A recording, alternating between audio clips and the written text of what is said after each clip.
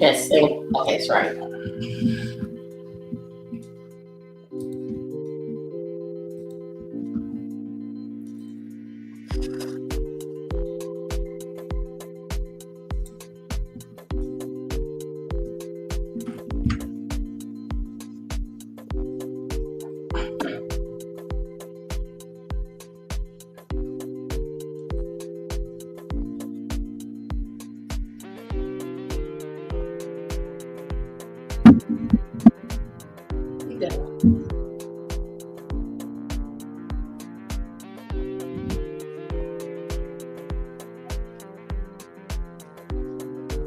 Oh boy.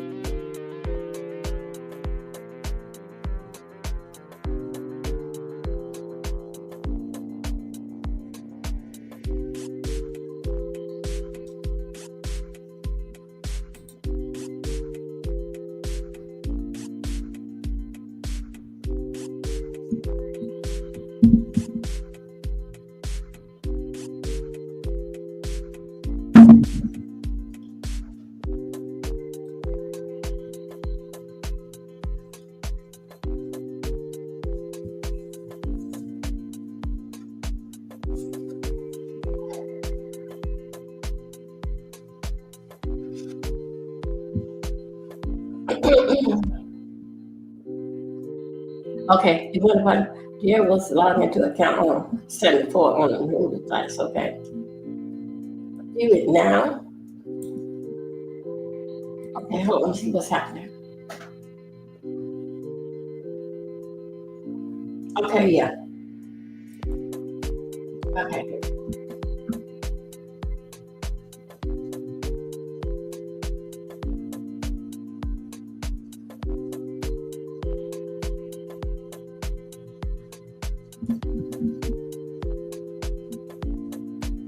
Yeah, that's what.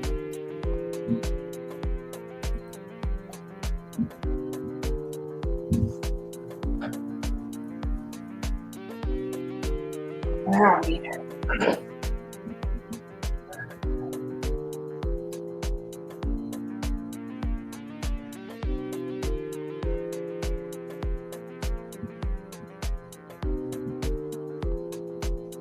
Oh.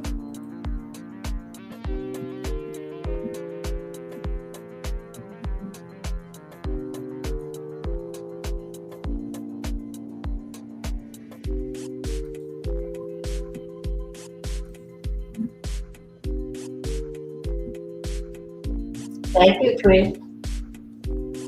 Hey, y'all. Hey, man. No, YouTube camera. Oh, hold on a second. Hey, Twitch. Wait, hold on a second. Let me see. Okay.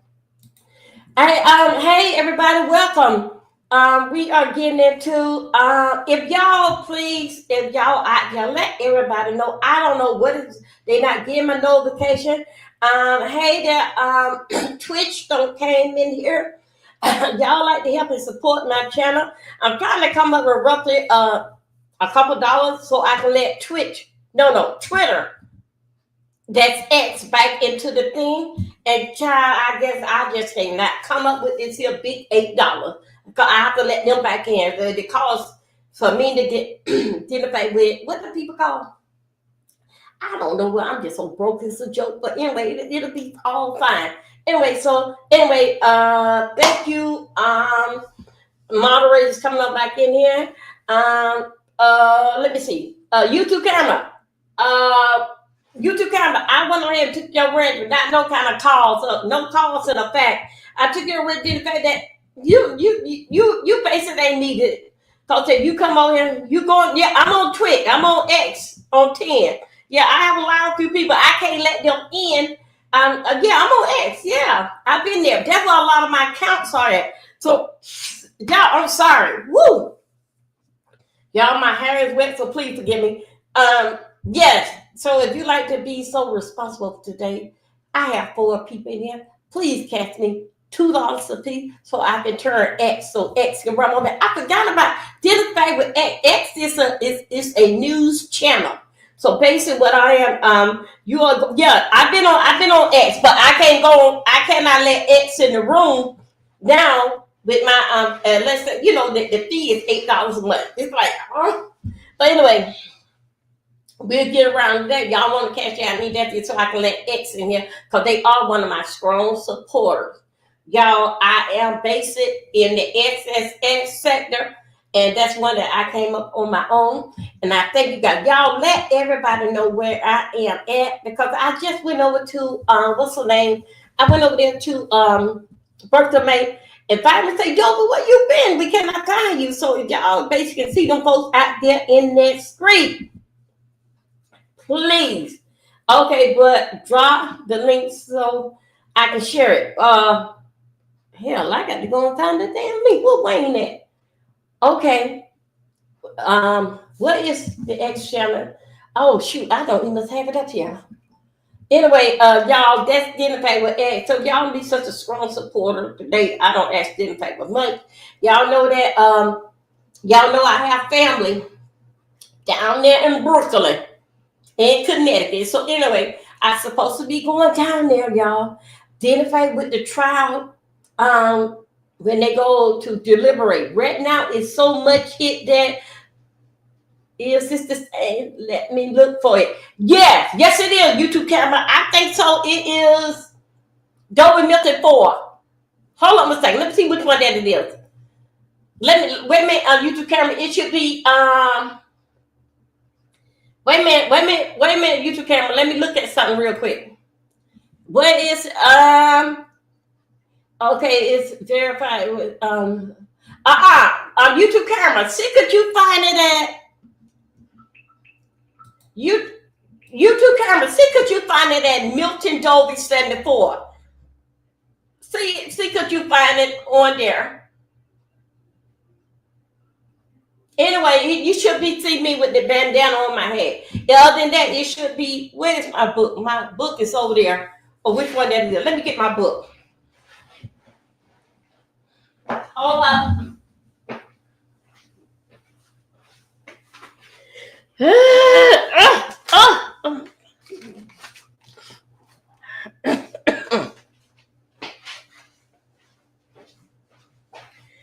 Okay, y'all, let me tell you something. Did it back with Twitch. I am okay. TikTok is Dolby Milton 052. That's when I was 52 years old. That's when I saw that channel. And then the other one is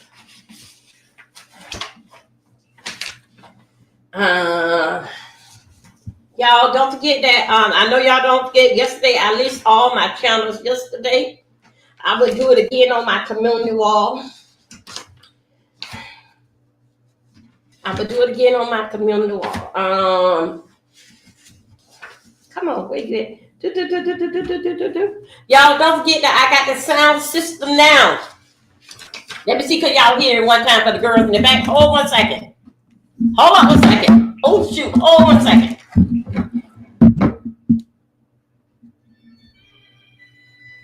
Do y'all hear that?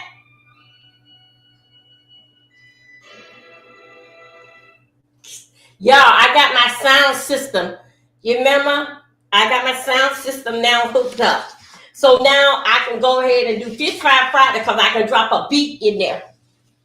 I can drop a beat in there now. Hold on 1 second. Applause.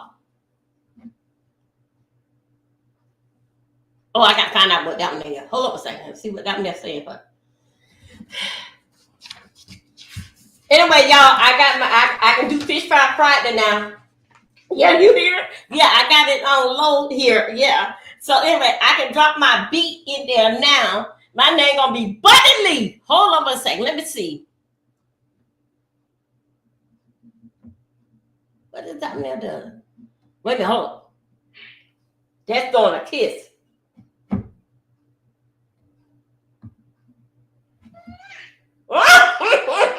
Yeah. So anyway, yeah. So now I can play. I can do Fish Fry Friday. Y'all, I got to turn that light off because I'm flashing. I see most of the camera. Wait a minute, YouTube camera is the one with the band on it, with the bandana on it. The red but bandana. That's the one.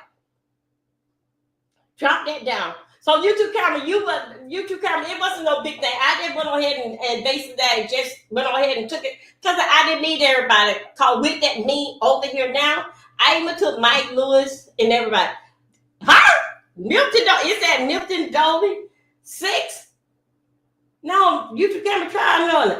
I don't know how the hell that there come up. I don't know. That with the bandana on? Okay, y'all. Let's get down to here.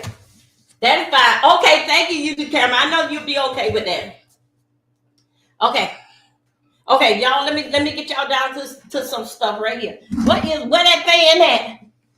Where that fan at? Hold up.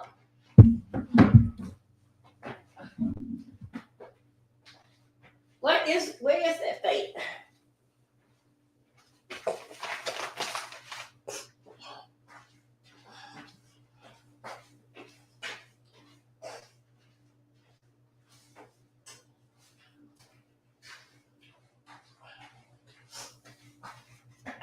Okay, wait a minute. I see the blue thing over here. Okay, you guys. Yeah, I have I have on the red scarf on my head. Okay, you guys, how y'all doing? Thank you. You guys, please let people know where I am at, because that I didn't know that I was that much missing in action until I went over there to Birth of May. Okay, y'all, let's get this right. Didn't I tell y'all that? I know. When y'all come over here, I say the same old thing. Okay, there you go. That's the one what it is. Dolby Milton 3. That's what it is. YouTube camera. Okay. One of these channels that I had done already. Yeah, that's what it is. I said I follow. No, YouTube. Where you at? YouTube camera. It be some more in my chat. No, YouTube camera. No, it should be more for like 100 and something. I don't know which one that you're on. It's 100 and something. But it's okay. Yeah, I don't know which channel that I'm on, but it'd be 100 and something that don't subscribe to me. So let me tell you this here something. You know, I told y'all, I said, y'all, this week is going to be a crazy week out there in the street. Child, they've been out there throwing witchcraft and all that other stuff. Yeah, there's more. Yeah, YouTube camera, it's a what, 100 and something? Anyway, I said that y'all, they're going to be throwing witchcraft, potash, and every damn thing that they can find to put a spell. I told y'all, I said, Diddy is trying to get on that judge nerve and trying to distract him. The judge, Pam found it. There we go. Pam found it. Thank you. Hey, Pam. Yeah, I'm over here. I don't know how that came through. Come through, everybody. I told y'all, I said that Diddy is trying to do everything to get on that damn judge now. As what y'all don't know, 2 weeks ago, he was getting the jury those Betty Davis eyes, right? He was giving them, and then the judge called him and said that, stop it, and told him he was going to send him out on his own trial, and they were going to still finish it without him. All right? So I said that, y'all, when Gene Deal, those that didn't know, Gene Deal, they've been trying to run Gene Deal off. We had went and found the voodoo priest. Yes, we did. That tattoo that was on the back of Diddy's back, that was from Haiti. We went and did that up. I'm trying to bring y'all up to date to tell y'all exactly what they were doing. Gene Deal was coming in the courtroom. He was started been making videos and running off with the big mouth. With that, Gene Deal will tell you he the one started this whole thing with the Fed. Now hold it right there. Hold it right there. But Gene Deal was walking in there. The bird came and fell down in front of Gene Deal's foot. That bird was to run Gene Deal off. And I'm going to tell y'all about some other story. Even though that I'm here with a wet head and got a bad cold. Anyway, when we go talk about this bird, I'm going to show you an episode where Diddy and the other guy, I think it was Shine. That's the one that got caught with the time. That got 10 years, didn't pay the Diddy mess. I'm going to show you that same thing Diddy with that bird with Diddy, that came in front of Gene Deal. I'm going to let y'all see Diddy pay, but Diddy did a voodoo thing, went to the voodoo priest, did a voodoo spell thing for the thing that flipped at the court. I know he wish he had that damn bird now. I told y'all, Scooter, I said that they gonna get somebody else off. Guess what, y'all? Now they on jury number 7. No, they did 6.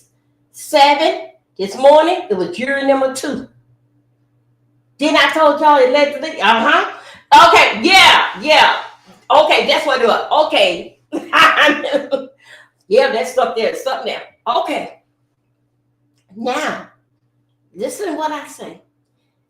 Did that with Diddy. Hold it right there. We still working on Diddy, but I'm going to tell you this. Taraji P. She started working the same voodoo stuff that Diddy does. She started working at that. Diddy involved with that. Diddy fight with her career and all that mess. Diddy fight with Oprah and them. The same old thing she is doing now, because she brought it into the BET award. Now hold it right there. Gene Deal is gonna tell you about the bird that Diddy went, throwed up in the air, and the bird came out and splashed a piece, splashed right there, splashed like a rock. This morning, yes, they is. Yep, this morning. Things was happening in front of the courthouse. The judge came in there with a bad attitude. Who leaked the information and gave the information to the press? Now y'all remember, y'all know Keisha Taylor like damn Spider-Man. She be all up against the courthouse glass with a damn cup to the damn window, trying to hear every damn thing. The court had closed Friday. Guess who was there? Tisha Taylor ass was walking around there in the damn parking lot. Everybody else gonna go. It's after y'all ain't making her. It's after damn 6 o'clock. The court closed. Guess who around there? Tisha Taylor ass. And they told her, get off the property. The courthouse is closed. Meanwhile, they had the defense and the prosecutor, the whole team, all in the judge chamber. The judge is telling them this, that, and another. I thought the judge kicked that jury number 6. So now we got that jury out. Everybody going home. Everybody hanging around there, damn, even down to the lawn man and the cleaning service. They gonna go home. Guess who ass hanging around there like a damn Spider-Man? Tisha Taylor ass with a damn glass to the damn wall. Tisha Taylor said, y'all, they want everybody out. All of a sudden, man said, hey, go. Got to get out of here. Got the video somewhere else. So we saw Tisha Taylor in the car. Right? I'll catch up. All of a sudden, Tisha Taylor comes out. The judge comes in the jury room, comes in the courtroom, mad as hell. The jury was in there. The judge telling them, did you tell them what happened in the meeting? This is a federal. This is what he say. This is a federal, and this is a jail time and a fine. Then he said over there to Diddy people, did they tell it? They said Markle was stuttering and saying this, that, and other. He didn't do it. All this type of stuff. But it was a closed meeting. Nobody went in there. So who leaked it out to the press? Okay. Now Diddy team. The prosecutor, they trying to get Diddy, so they wouldn't did it. But anyway, for the get of the mistrial, it may be looking over there on Diddy's side, right? Meanwhile, guess what Diddy do? Y'all got to watch it up. Diddy start scratching, start doing this. That's those roots and voodoo. Doing all this, doing yoga in the damn courtroom, making all kind of noise. I told y'all, it was a damn distraction. That's what he's supposed to do. I told y'all, I told your schooler that the voodoo doctor was there in the house. I mean you too, Pam, you got to get over here. I told y'all that the voodoo doctor was there in there. Now everybody that and we're gonna hear more, even down to Teacher Tales now. Those that y'all don't know a little about Teacher Tales. That's why I forgot about y'all. The reason I had claimed to keep Teacher Tales. And this was one of them. What's that lady name? Lori one said she gonna tell Teacher Tale that I was doing her content, which that Teacher Tale already said that I can, right? She said, as long as you tell where you got it from. So Teacher Tale, yes, I know Teacher Tale about dealing back with cards and calendars and stuff. That's what Grace said brought me to her. And then y'all know Amon Wiggins, he deals back with cards and all this type of stuff here. But if you don't know, now you know. Yeah, I heard about it. Art Kelly. Art Kelly want to come on. Art Kelly say they trying to kill him. He can't eat nothing or take no medicine there.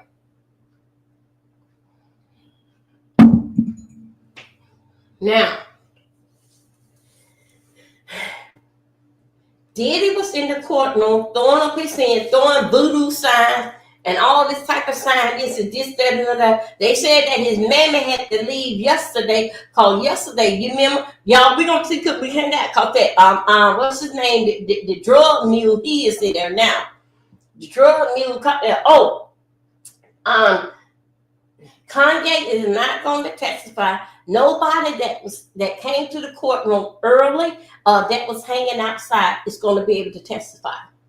Okay? So Kanye is not going to be able to testify in it.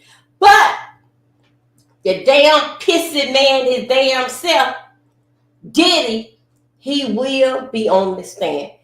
Diddy, people said, no, Diddy, no. Diddy, no. Diddy say yes, because I am Puff, or whatever he calls his goddamn self here.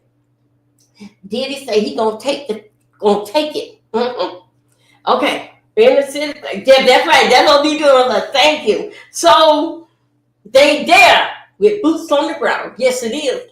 So Diddy is going to take the stand. The defense, they are so bad to the bone. The defense said that they don't need no 2 weeks. They just need 1 week and it'll be done and over with. Now, don't y'all forget now, even though when they did, did say he's going to take the stand. Woo, boy, good luck, Diddy. But this is what I cannot identify with Diddy taking the stand. I put it like this here. Let him take a stand. Win, lose, or draw. They're going to do what they're going to do with him anyway. So it doesn't matter if he get to stand or not. Because the prosecutor already closed down their case early. Basically, when they closed down that case, that means showing that we ain't got nothing else to prove to y'all. Because we already got what we want. Okay? But dealing back with what took place today, y'all, it's going to be more. Now, I'm looking between now and Friday. I'm looking for them to start laying hands on one another down there at their courthouse. Because right now, they said that what Diddy did today in court, doing all these voodoo signs and all this damn yoga and all this type of stuff there, I can't understand. Judge, didn't you tell him? I know, I understand. The judge told you, stop with your eyes. Judge didn't say that you could not scratch out. The judge in the courtroom giving them hell about who leaked the shit out and what he not going to do this and not going to go for it. And Diddy in there doing damn exercise. Y'all, this is all just a distraction. He's not talking. He's not looking at the jury. Didn't you tell me, Judge, don't look at the jury? You say don't say nothing. Well, I'm not. You ain't said nothing about I can do my exercise. Okay. Let's go right here. Y'all don't think so. Oh, and also, too, wait a minute. Y'all don't think so that this ain't right? Watch this here.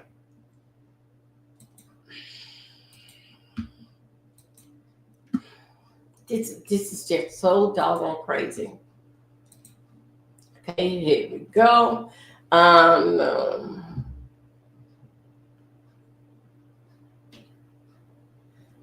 Hold up. Let's go back a little bit more. Hold up. Let me go back there a little bit more.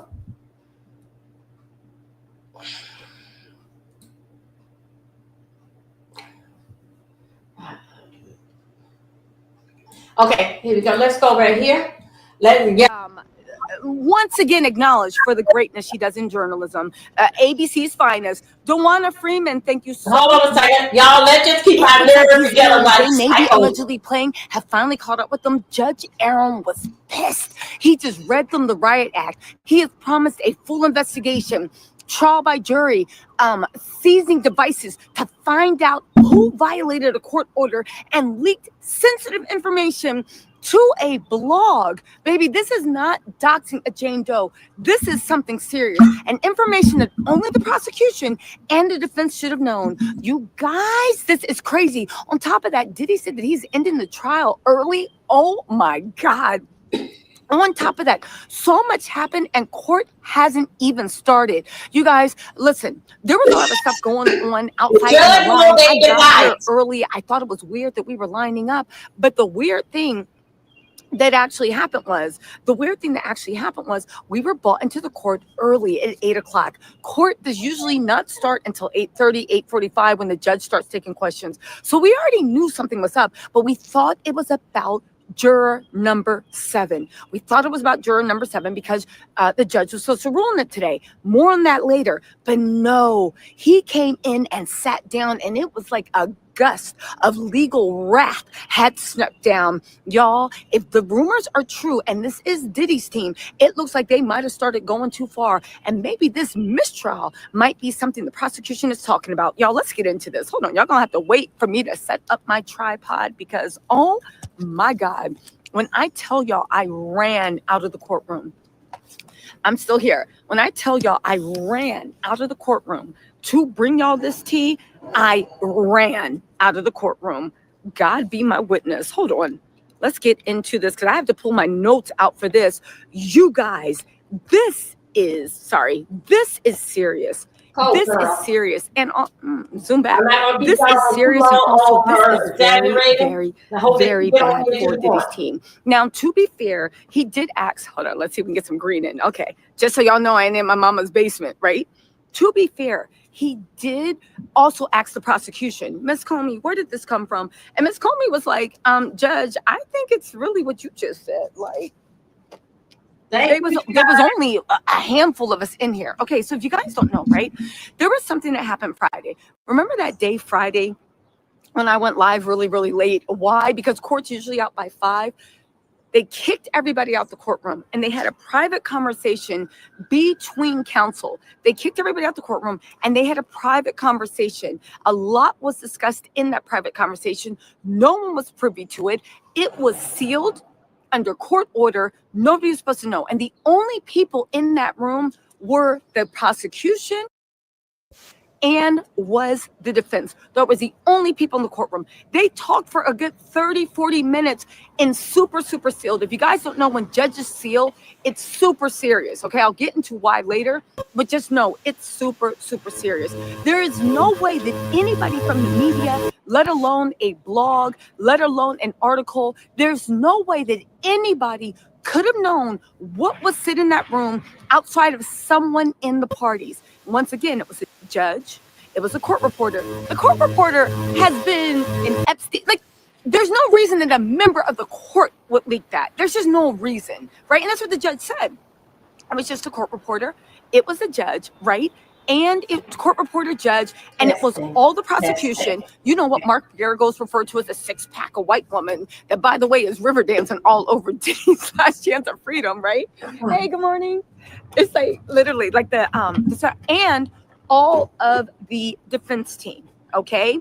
Mark Garagos, Tenny Garagos, Brian Still, Westmoreland, Xavier Donaldson, Shapiro, and then like Driscoll, I think that's his name, and a few other people that are on the defense team. And of course, the whole prosecution team. that were the only people there, and it was done in a sealed court. Not only did they kick us out, but they literally put the noise canceling thing on, locked both doors, it's double doors, and then told us to move down. So there's no way anybody could have known, anybody could have said anything. However, this evidence did in fact leak. The evidence did in fact leak. Let me pull my notes out to talk about it. Also, 2 things really quick. Actually, 3 things. Hold on. Really quick before I get into the story and then run back upstairs, because Brendan Paul is going to testify today too. Baby, this is the worst week ever for Diddy. And remember how people said that Diddy was going to have a parade of celebrities coming, this and that. Oh my God, what if this person testifies? What if that person testifies? Hey, good morning. What if this person testifies? What if that person testifies? Baby, ain't nobody coming to hear you sing Otis, because guess what?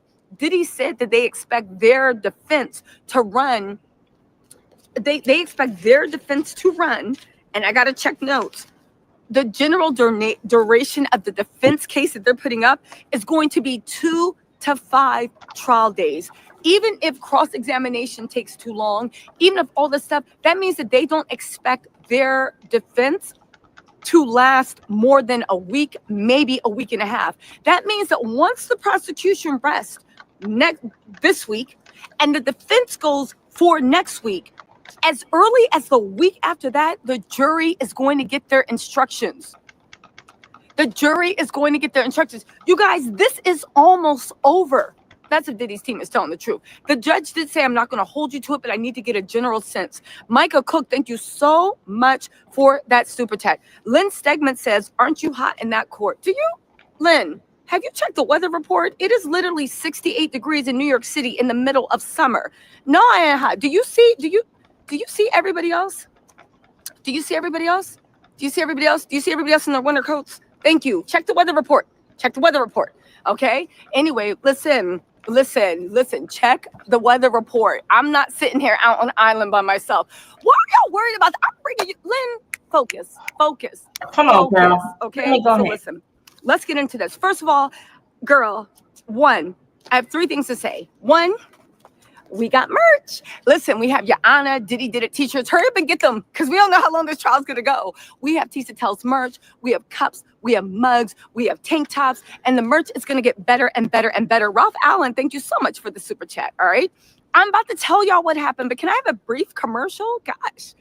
Merch. Okay. The link will be pinned in the chat.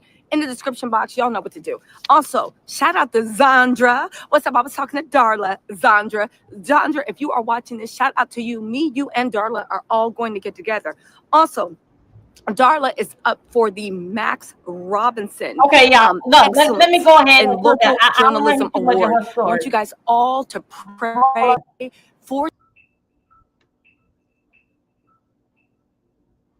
Okay, hold on. Article that came out yesterday, and the contents of that article, no one knew about, right? No one should have known about it. It was a sealed courtroom. It was a closed courtroom, and it was a sealed order that none of the parties in that room could talk about it. So how did an article just come out last night about the article? Now, here's the thing. Y'all know I went to every news site before I went on live, because I was like, what? News article? What? I literally was like, what's going on? Y'all, I'm checking. I went to bed at 8 o'clock last night. Right, so I thought I missed something, but nobody knew the article he was talking about. But get this, the prosecution and the defense both knew what article he was talking about. And he literally said to Miss Comey, has anybody from your team talked to anybody? Release, blah, blah, blah. No, Your Honor, we haven't. Mr. Agnifilio, because basically he was also implying that the prosecution has no reason to leak information. That goes against the purpose. It goes against the game. They are the dealer. They don't have to leak information. Just like they found out that CNN video, the prosecution didn't leak it. What happened was one of the security men that had taken a video were the one that sold that the video to CNN of Cassie being whatever. Anyway, he went to Markle. Mr. Agnifilio, did anybody from your team, blah, blah, blah, blah, blah, blah, blah. Mark got up. No, Your Honor, I don't think so. And I said, Mark, start with the whole golly shack. This is not the time to be mumbling and stuttering in front of the judge. You look guilty. The judge looked at them and he said, well, someone's lying. But when he said that, he was looking at Mark Agnifilo, because the underrepresentation is the government doesn't have a reason to leak. The defense has been fighting for mistrials. And also, whatever the information was, Judge Aaron was implying, okay, that leak came from, only helped the defense. That's another reason he was looking at the thing like, why would the prosecution leak this, right? He said, well, obviously someone is lying. He said, and Mark Agnifilo was just like, literally acting real nervous, right? He said the court was closed. The transcript was closed, right? Someone present for the court sealing violated a federal court order. And again, he was pissed. Judge Aaron does usually not have this much anger and wrath. And there was no type of there was no, it was like, y'all messed up now, right? He said, were you aware, Mr. Agnifilo, were you aware during yesterday's proceedings, right, of the article? The government jumps up, Your Honor, we weren't aware. And that's what I said, they didn't leak, because they were low-key kind of enjoying it. Your Honor, we weren't aware, right? And he said, Mr. Agnifilo, were you aware during yesterday's proceedings that this article existed? And Mark Agnifilo was like, no. Why are you taking so long to say yes or no answer if you don't have anything to do with this, right? And then he said, what? And listen, started questioning Mark Agnifilo. When did you become aware? I don't know, Your Honor. I can't say when we became aware. You can't say where you became aware of an article that violated a court order. You don't remember where you were when you did this. You don't remember where you were when you actually spilled the beans for what was going on. I said, somebody looking like they lying. No, he said, thank you for your reporting, Tisa. You're amazing. I don't know. It's like, you sure you don't know? Oh, listen, Tyrone Blackburn says, sounds like Natalie was leaking. Who's Natalie? Luis De Jesus, thank you so much for the super chat.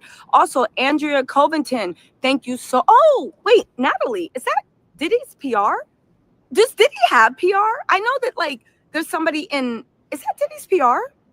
I don't think Diddy has PR on the ground right now. If they are, for the last few weeks, they've been doing a horrible effing job. Adrian Covington, thank you so much for the super chat. 413 Print and Press have been trying to do your merch. We'll bring you something next Friday when I come. Yeah. Still adding to my site. 413 Print and Press, thank you. Child, yes, literally, Marie Comey's facial expressions send me like, what? Right? So Judge Aaron was just sitting there still looking so mad. Okay. I'm trying to. No sign of anything, right? He said that is a violation of a court sealing order. And it is also, he starting local rule 123. Under the local rules, it is a violation. And this is a violation after defense made their own application to have everything sealed, because defense themselves were the ones saying that the government, that their attorneys, that everybody should be bounded down. This was the defense actually asking for it. And now there's a violation, a direct violation of it. And again, the way he was implying it is that this violation only helped Diddy's team. Tyrone Blackburn said, Natalie, aka Nat, is Diddler's PR. She is not the sharpest knife in the drawer, so she would be dumb enough to leak. Who is this Nat person? I haven't seen that person. Look. I don't think that Diddy has PR on the ground. Right, y'all, let's go right here. I'm gonna leave that bimbo right there for a little bit. I'm sorry. Come on, girl. We got a plan. We got some needs and some wants around here. Come on. Okay. Okay, here we go. We gonna go right here. And this is dealing fact with. Okay, let's see what. It's Tuesday, June 17th, day 25 of Sean Combs. And things have kind of bogged down here. Mostly, in fact, all this morning, the special agent, first on direct and now on cross, although most of the cross seems to be showing freak-off videos with headphones on for the jury and the screens all turned off for the public. Not that we want to see it, of course. Maybe the prosecutors opened the door to this by having the case turn on it. I'm not sure how much of it turns on it, but the defense has every right to cross-examine, and so that's what they're doing. They say they have another hour to go, so it appears that we might not actually, this long-promised Brendan Paul witness, if anything, will start just very briefly today. And does this mean the government can rest on Wednesday? Unclear. But what we can say is as follows, that before court this morning, Judge Subramanian, very upset about some reporting about another juror issue. And again, here's what I can say. We've gone out of our way ever since various threats made about an exhibit they showed about Mia, other issues around the gender of Jane's child. Now, so we're not getting into this whole juror, other than juror 6, of course, on which we'll have more. Of course, we did report. He was a Department of Corrections employee. This is all public. It's a public trial. So, again, I don't know. I'm not sure what's accomplished by not being at least transparent on what the issues are. If not, obviously, we don't have the names of the jurors. We don't want the names of the jurors. I don't know. It seems to breed more kind of conspiracy theories than it just being transparent would. But that's how it goes. Look, we have the walk. This is gonna be an extended vlog because we have an extended lunchtime in the middle of an extended video session there in the Southern District of New York. Brendan Paul should go. Then they have yet another summary witness, which I'm sure is going to be cross-examined in excruciating detail by the defense. As well they should. Now, supposedly the defense case is going to be much shorter than they'd said, or than some had surmised. Definitely doesn't seem that the defendant himself will take the stand, although he retains that right to the very last minute. This, ladies and gentlemen, is Chinatown. Very glad to be out of the court after kind of a thing. There are other things going on. At 10:30, we had said that Judge Hellerstein was going to be presiding over the Tren de Aragua Alien Enemies Act case, but when we went up there on the break, the door was locked. It turns out that 15 minutes before it was supposed to begin. I'm sorry. Okay, you guys. Okay. Okay, you guys. Okay, yeah. Let's get ready. I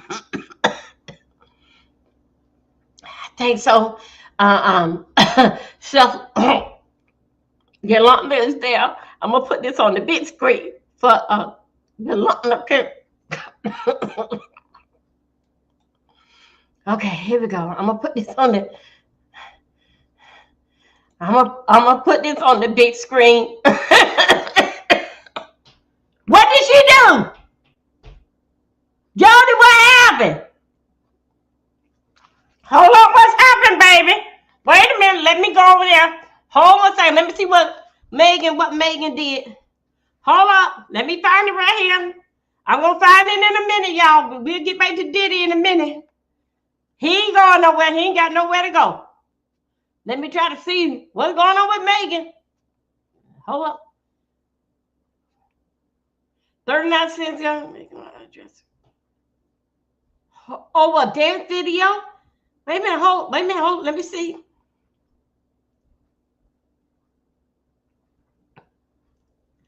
What happened to a print?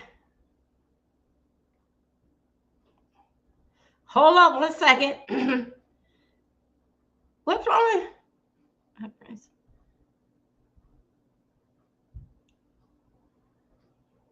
what did she do to me? Everything. Okay, she did something identify with being pregnant. She was dancing.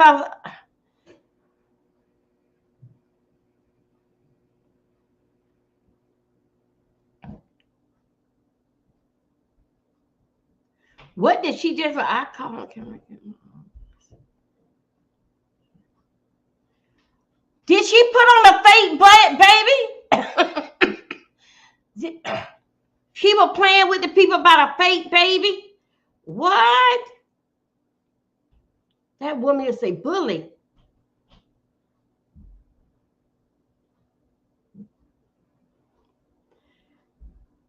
She ain't doing too good. They kicking her out in the profit. What's she doing? Okay, y'all.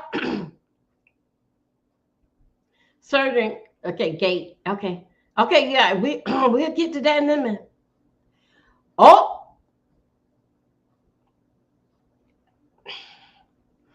girl.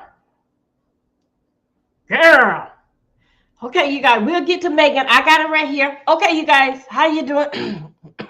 Yeah, I have to take a treatment, but I go in a few minutes. Let me see how I would do. Y'all, I'm gonna bring the screen up a little larger because that Yolanda would be reading from the big screen. We'll be reading from the big screen of her own. Just give me a moment, y'all. Okay. Okay.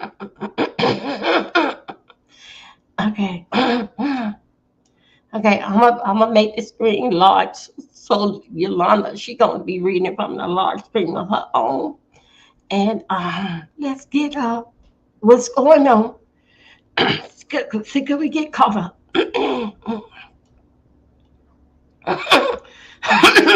Okay, I know, but when I take the treatment, I'm so far behind because I think so. Like soon they gonna be over with. Okay, y'all. Okay, Yolanda. Let's see how it go. Anybody wanna come up and they can be reading from their screen. Okay, we on the clock. Okay. Okay, Yolanda. No. Megan Markle. That's the one that's with the the prince with Harry. Okay, here we go. Let's go right here. This is what's an hour ago. The state says, I don't think we will rest on Wednesday. The judge say, how long on direct to with Paul? Paul is the drug mule. Hold up a second, you guys.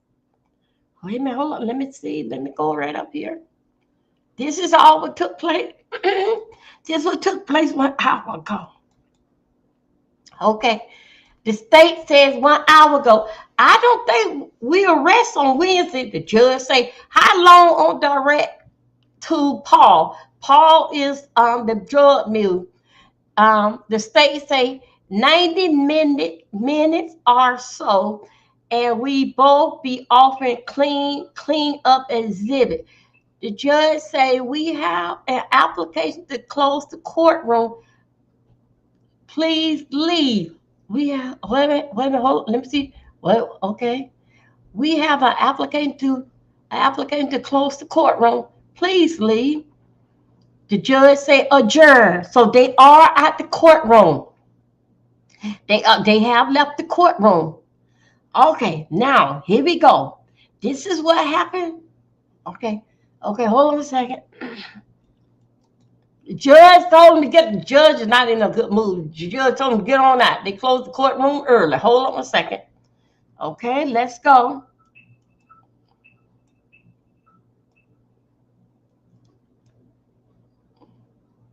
This is what happened. Hold up a second. This is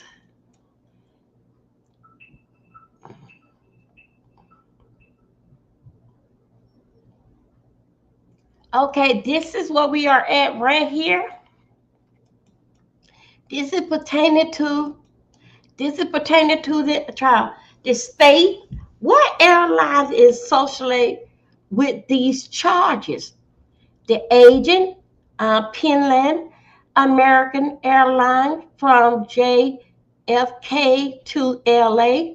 The state say, and the hotel, the agent says, Four Seasons for Clayton Howard, aka Dave. The state say, let's look at C6T108. What is this?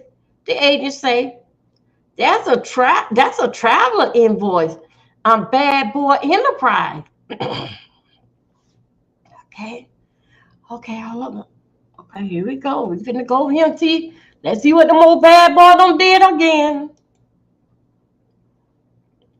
Okay. Okay, here we go. We're gonna make it a little bigger. Make sure that okay.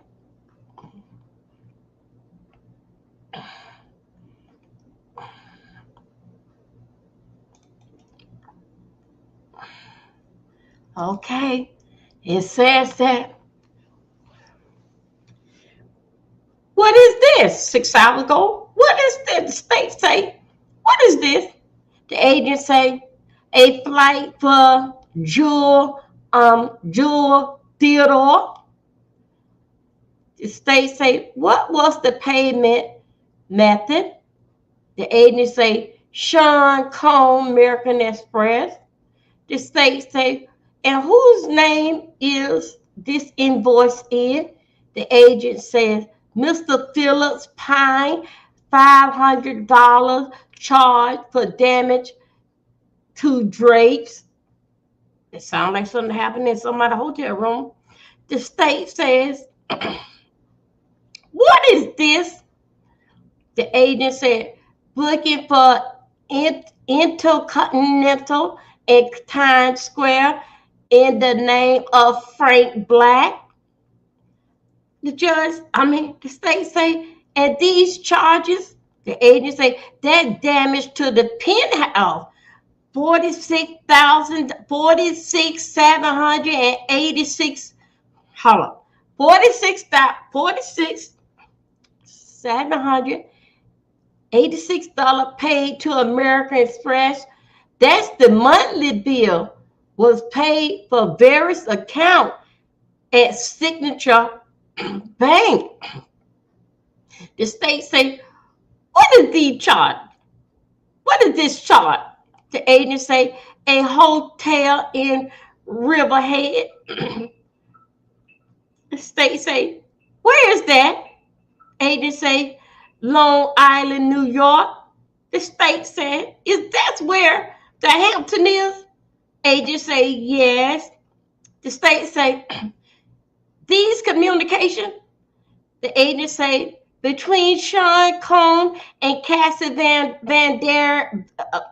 Cassie, y'all know Cassie, color code. The state says, what is this? Agent say, a call from Cone to Cassie for 41 seconds. The state says, let's read this. Skylar can come later.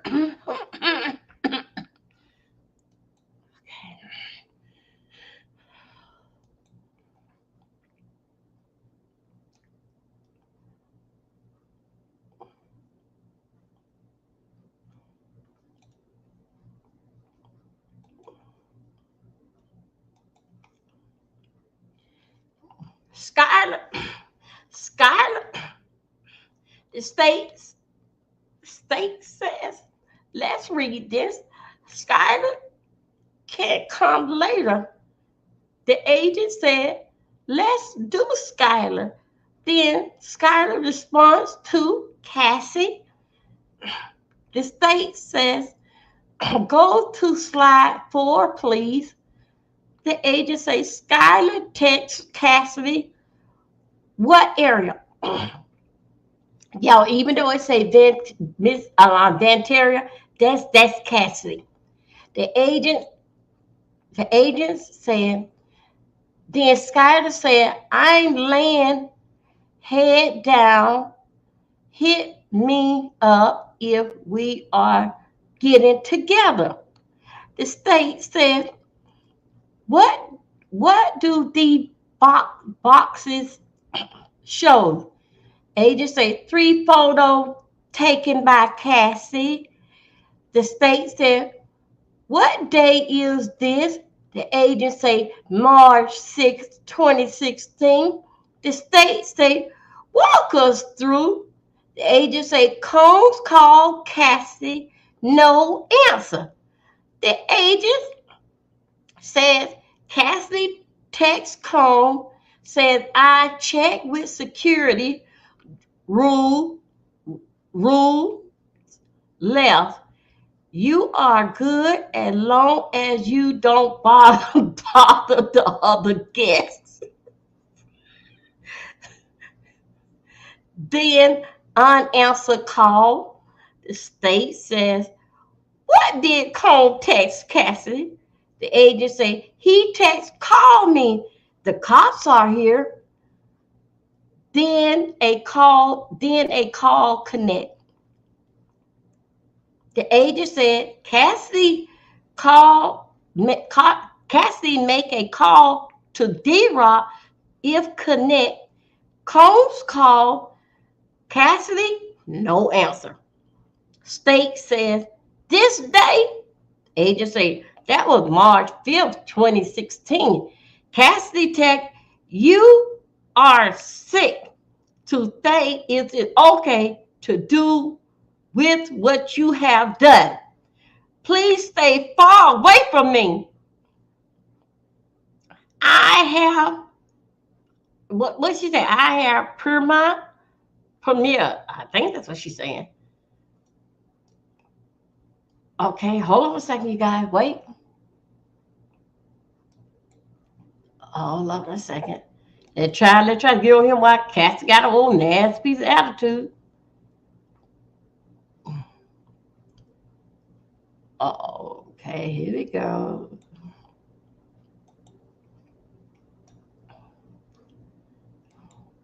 Okay.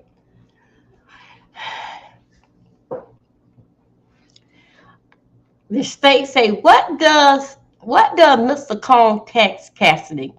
The agent say, he text, call me, help. Then he text, help me, I'm about to be arrested. Then if you don't pick up, you will never hear my voice again. Means a bad boy, you scared, Sean? The state say, then what? The agent call, not answer. Then KK call Cassie. The agent said, here, Cassidy call D-Rock. Then KK, the call connects. The state, what does D-Rock text? Agent D-Rock text, tell him to get out of there before they arrest him. He's not picking up. The state say, what does Cassidy text to Cone? Agent say, go to bed. Damn. Okay. The agent, the state said, now what? Morgan to KK. This agent said,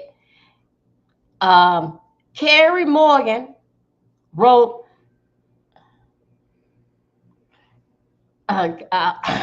Carrie Morgan wrote, I don't think anyone should call her. And a photo of an LAPD detective business card. The state said, what's next? Agents say D-Rock and KK each call Cassie. Then KK asks, what is Edie last name? The state say, what does D-Rock? The state say, what does D-Rock text to Cone? Agent, Cassidy good. She eating breakfast. Then a 13-minute call, Cone and Cassidy. The state say, what does Mr. Nash write to Cassidy? The agent say, what time can you today? Mistrial is available 3 or 4. Cassidy. Okay, hold up. Let's go back. Let's go up in here.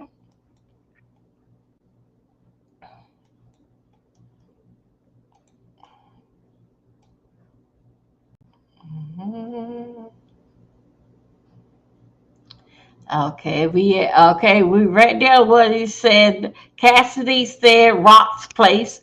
Okay, let's go right here. Okay, here we go, right here. Okay.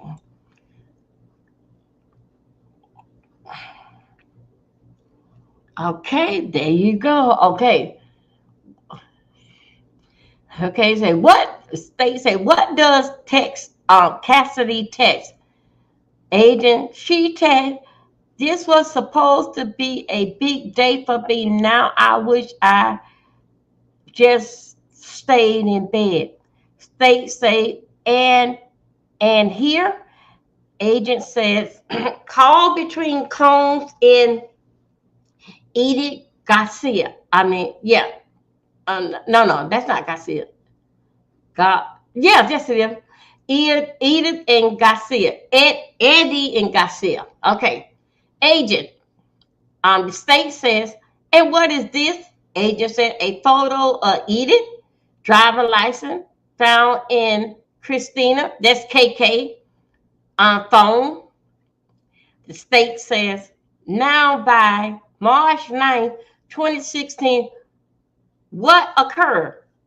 Agent says Combs called Edith. State say then March 25th, 2016 at 1 p.m. Agent say Combs called Edith. Okay, he called her again on the 9th, then he called her again on the 25th. The state says, agent, pending, other than these charges, do you have any involved in this case? Agent said, no. The state said, no further question. Okay. 5 hours go now. Okay, now, so they get ready, they take a break.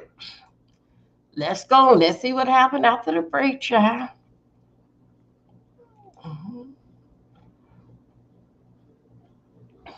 Okay, here we go. Okay. Okay, they are back.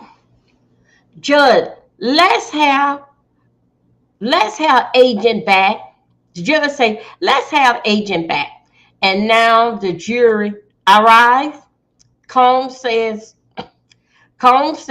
this is Gergio. Okay. This is Combs' lawyer. You have been at SDNY for 10 years. Agent, yes. Combs' lawyer. Let's turn to this date. Do you know Ms. Cassidy was in South Africa then? The agent said no.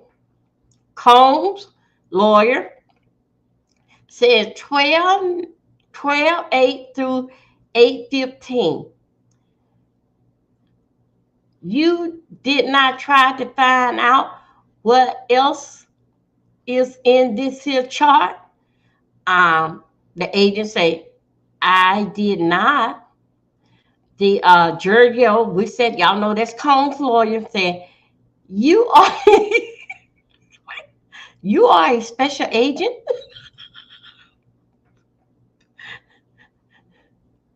The agent said, yes. Georgie, we said that is Combs' lawyer, said, as a special agent, you know how to look for evidence, right? The state say, objection. The judge say, sustain. Combs' lawyer, Giorgio, let's turn to August 2009. Under the same name, Sean Combs, and includes several U.S. exhibits. Let's pull one up. August 5th, 2009. Mr. Combs said, when do you want to freak off and laugh? What does Cassidy say? The agent say, Cassidy has, I'm always ready to freak off. Ooh, Jesus, my God. What a fast woman. I'm always ready for a freak off. See, oh boy.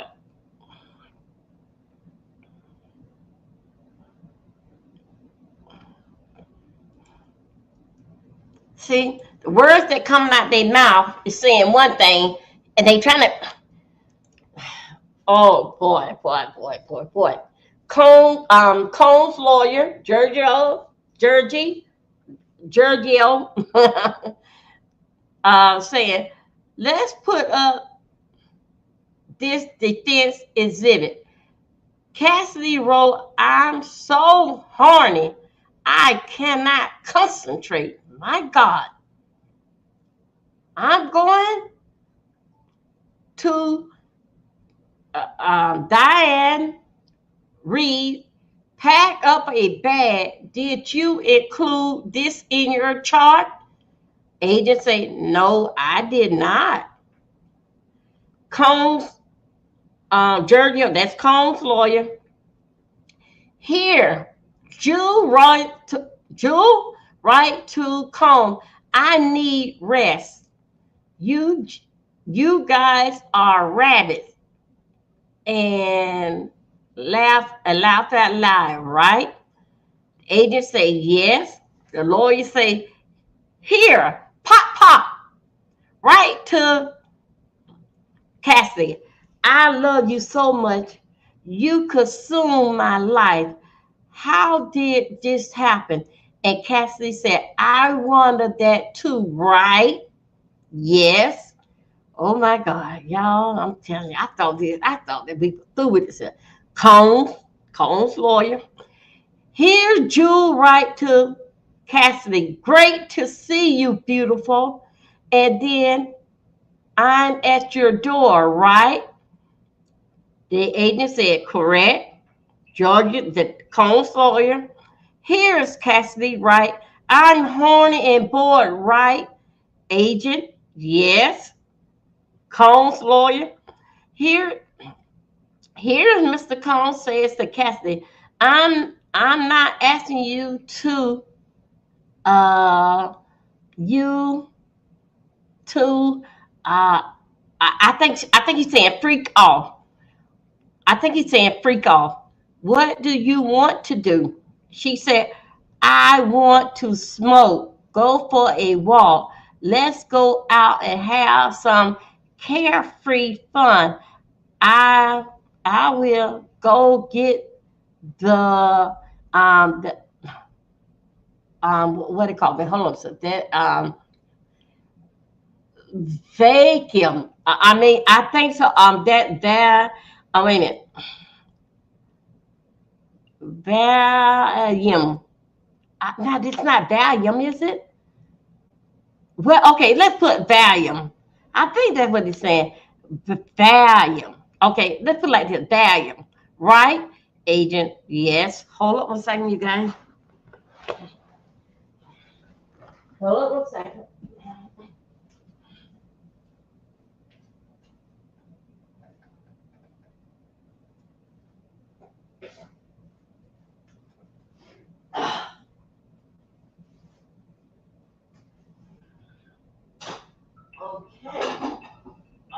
Okay. Let me turn that completely off. Okay. Okay. Yeah, it says, let's see where I'll be at. Wait a minute, you guys, I don't lost my way. Hold on, you guys, I don't lost my way. Okay, now I gotta click this back up. Shot it around there talking about some volume.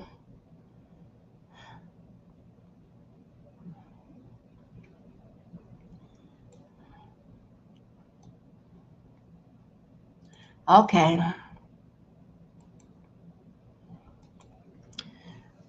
Combs, that's the lawyer. Giorgio, Mr. Combs, right? I like it when Jewel was in the room next door. Did you include this? Agent says, no, my job was not to add things, just to check if what was in was correct. What? Okay, here we go. Giorgio, Mr. Cone, right? You horny or sleepy? She said both. The agent said both, and they laughed. Combs lawyer say, let's shut down the public screen and show these videos. Judge, okay, if done. The jury puts on the headphone. The judge, anyone hear something? A soothing piano music. Good. Giorgio played the video. Everyone hears a smoothing piano music. Okay. Giorgio, that's Combs' lawyer, played the music. The jury still watching the video with headphones on. Combs, that's a Giorgio, Combs' lawyer, for the record. Miss Foster has put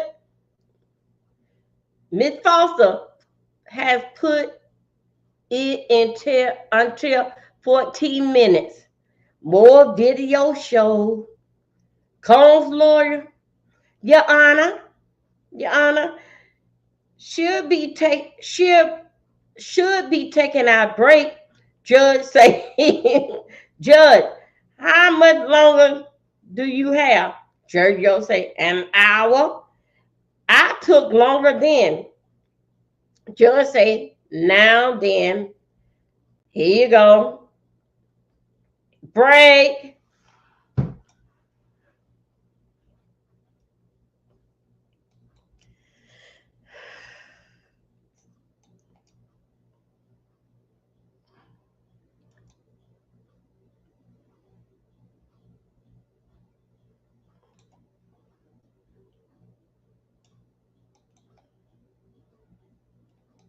Okay. 1:34, 3 hours ago. Okay, 1:34. They are back. Judge saying to Diddy's lawyer, Miss Giorgio, are you ready to proceed? Combs. Giorgio say, as soon as Mr. Combs is out. Sean Combs brought in the holding cell. Judge, you are confirmed about other matter. The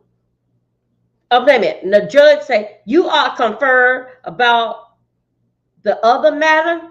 The state said the court can question the jury. We defer. Okay, I think that's what they're saying. Okay. Shapiro, we prefer in the courtroom is the roving room so Mr. Combs can observe. Judge, let's get the agent back. Okay, let's put it like that. Witness, retake the stand. Jury enter. Arrive. Combs lawyer, Giorgio. We watching video. Now exhibit 1307. Combs, Giorgio. This is a scripulation that the video was found under Frank Black profile on device provided by Cassie. Here, Mr. Combs wrote, coming to New York this weekend. What does Cassie reply? Agent, it's really nice here. Hold on a second. Let's go right here. Okay. Okay, hold on a second, you guys. Let's go right here for a second. We got to go right here. Okay. Okay, let's go right here. Okay. Okay. Okay. Let me go right here. Okay. Combs lawyer, Mr. Cone wrote, I got us a tick for books. Wait a minute. Okay, hold on. I'm trying to see what kind of I have a tick for books of Mormon. That was not in your exhibit, was it? Come on. I mean, the agent. It was not. Wait a minute, y'all. Y'all see what what is this agent supposed to be doing? Something. Why you don't have? He said that he's supposed to have checked everything. Okay, now. Here's the lawyer. Here's Diddy's lawyer. He wrote, "You ready for tonight?" That is the day before the video will look at, right? The agent said, correct.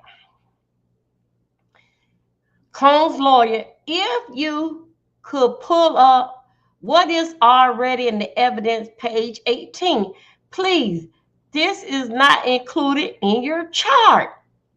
Agent said, correct. Combs lawyer say, Cassidy wrote, keep having sex flashback of yesterday. You see that?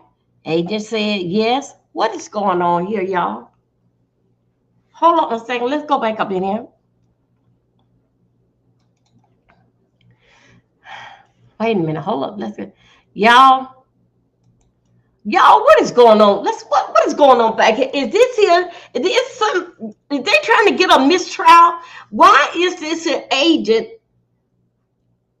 Agent, don't you supposed to have everything? But you didn't. Why you don't have this in your chart?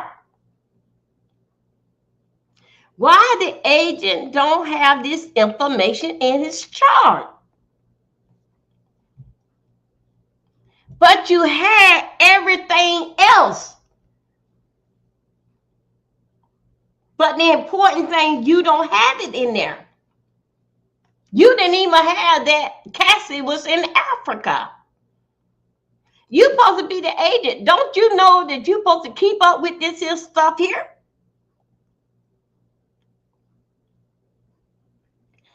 Thank you, Ryan. Thank you, Yolanda. Thank you, moderator.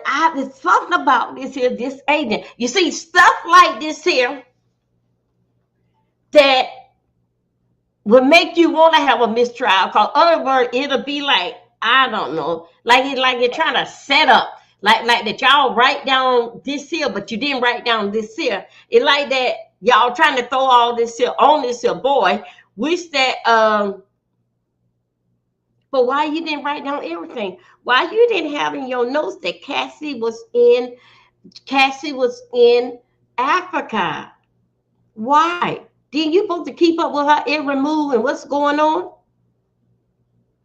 Well, then what was you? All this time while Cassie was gone, you didn't have no idea that as for to be a special agent that you supposed to keep up with this, or you didn't care. Or you must say that, I don't see her around. I guess so she's all right. Wait a minute, y'all. Something just ain't right. Now, I was checking this out. Little did I know about the law and the feds, I don't know. I heard this morning, if they find him with a mistrial, for what I understand is that they cannot hold him. That's what was told to me this morning. Said that if it happen to become a mistrial, they have to let him go.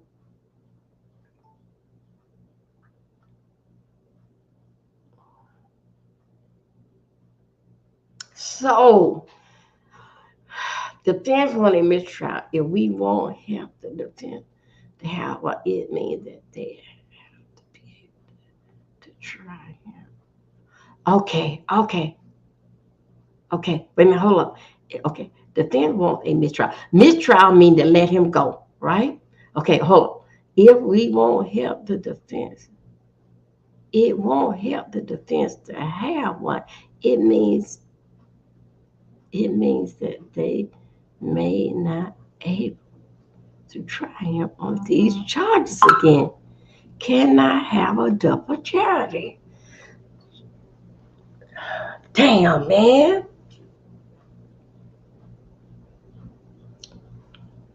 Shoot. Okay.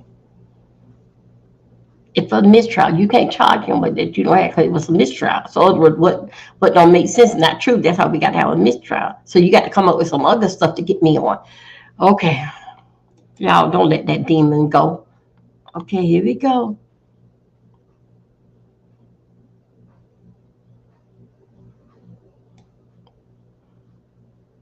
Okay.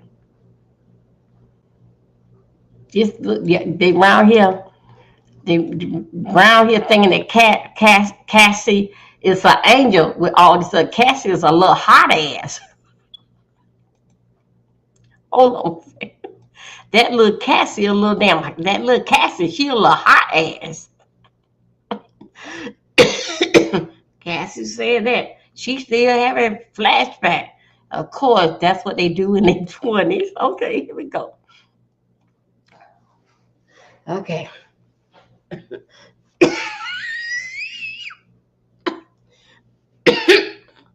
Okay.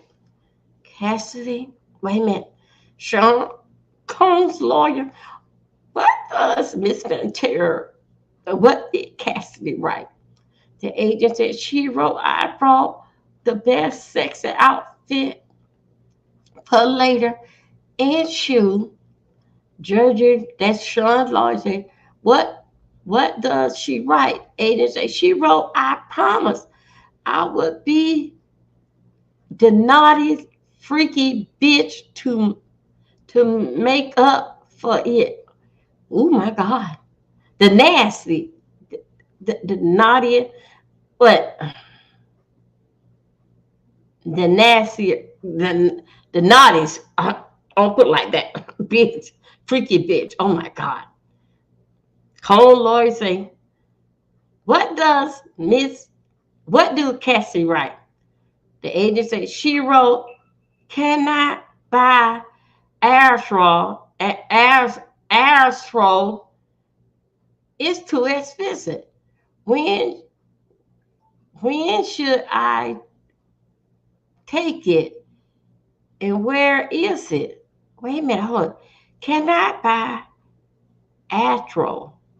Is I'm saying that? What is that? Astro is too expensive.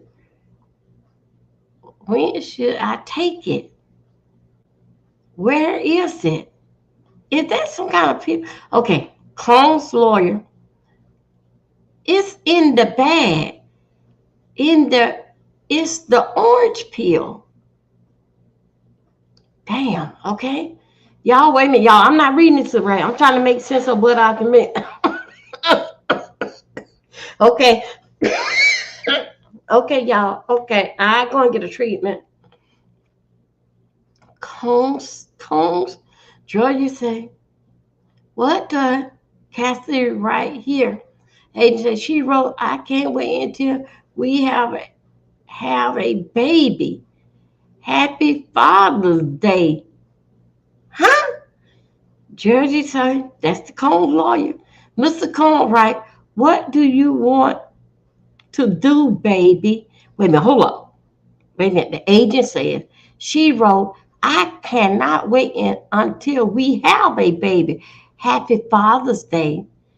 Combs lawyer, Combs wrote, what do you want to do, baby? The agent said, she wrote, I wish we could have a freak off before you left. I think that's what she said. Freak off, that's right. F-O, before you left. Okay. Y'all, I'm trying to make sense of, because I'm trying to make sense of what they're trying to say. I'm mainly reading it to myself because I'm trying to get, okay. Combs' lawyer, what does Cassidy write? The agent said, she wrote, I hate it that I don't use protection when I get high. I'm GNA get test. What is that? What I'm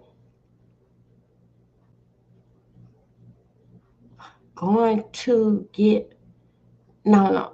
I'm GNA get test. Could anybody know what that stands for?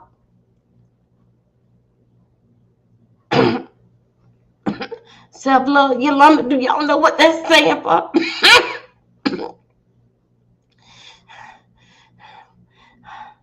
This must be. Hold up a second. Okay, please. Okay, I'm gonna take it. I'm gonna take the treatment, but we are so behind. Okay. Now here we go. Cassidy lawyer say, okay, we don't know what that stands for. Maybe I need to Google it. I'm gonna see. Hold on a second. I'm gonna see what this is stands for.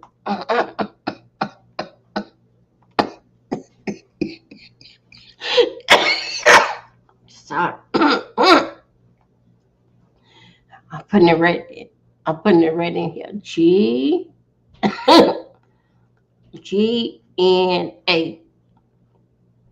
Okay, let me see what that stands for.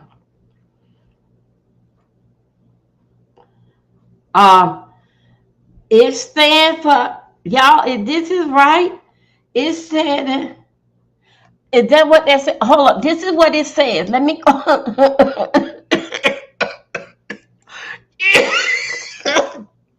Okay, I'm sorry. Y'all, this is what this here says. What? Okay, hold up. This is what this here said. Oh, they said that it can be stand for also. They said that this is what it said. It say GNA can be okay, because this is what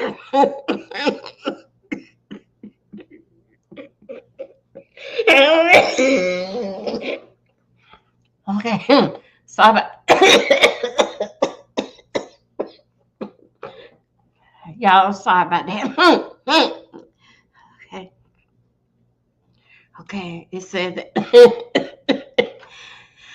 Excuse me. Y'all give me 1 second.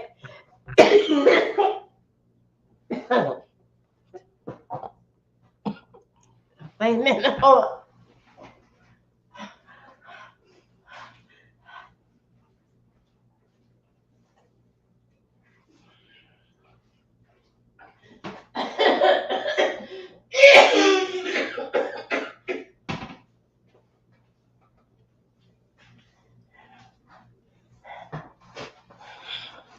I mean, y'all, we gonna get sort of kind of catch up the other day. Okay.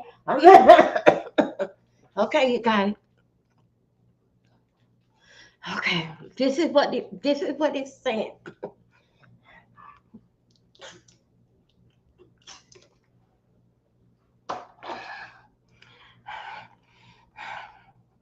Okay, it said that it can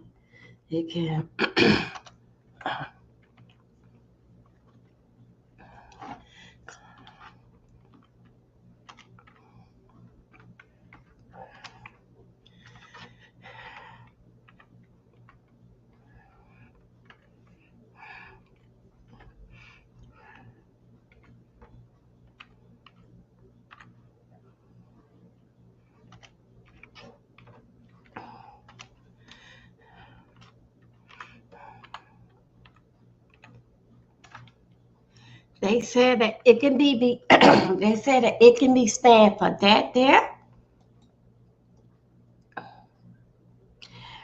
And then they said that it can also do. They said that it also too can be stand for this here. They said that it can be stand for this here.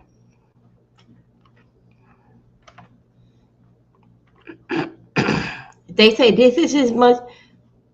They said that this is can be referred as several things most common. That is called.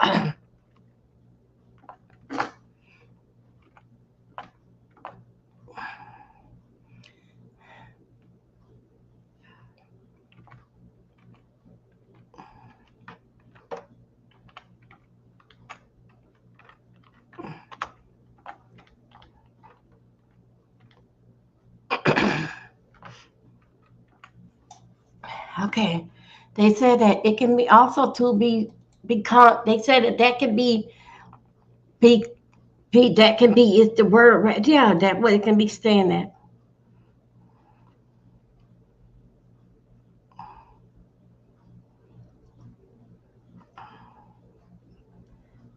And then they said that it can.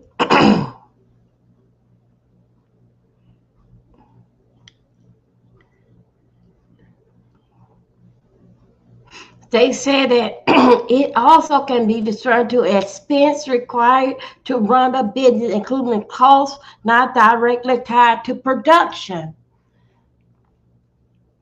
For example, like including rent, utilities, salary, administrative staff, and legal fee.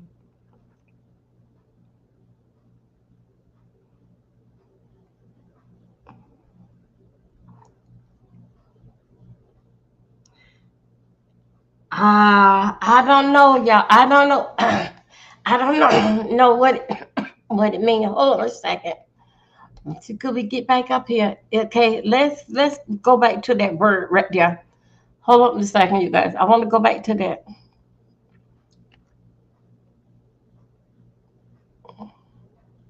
Okay, we are down here. Okay.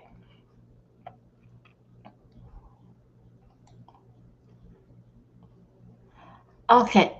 Now this is word here. This is word here. Hey Wayne. F O wait a minute. F O da E D. What does that spell? Do y'all know what that means? This is a hey Wayne. I don't know what that damn mean. Yeah, that's what it said right here. And then also too, let me see. Because if I don't say it right, what happens is that it's gonna keep coming back up. Okay. It said that I wish we could have FOED before you left. Before you left.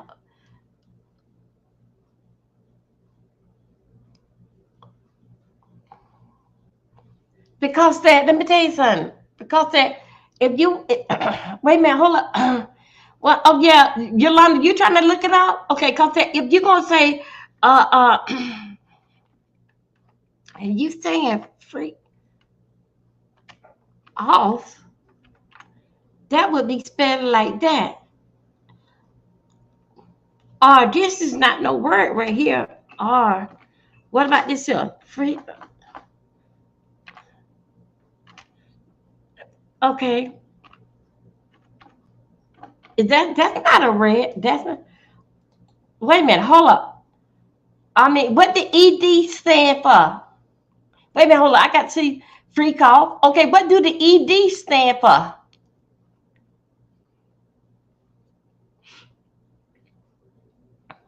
Anybody know what the ED stand for?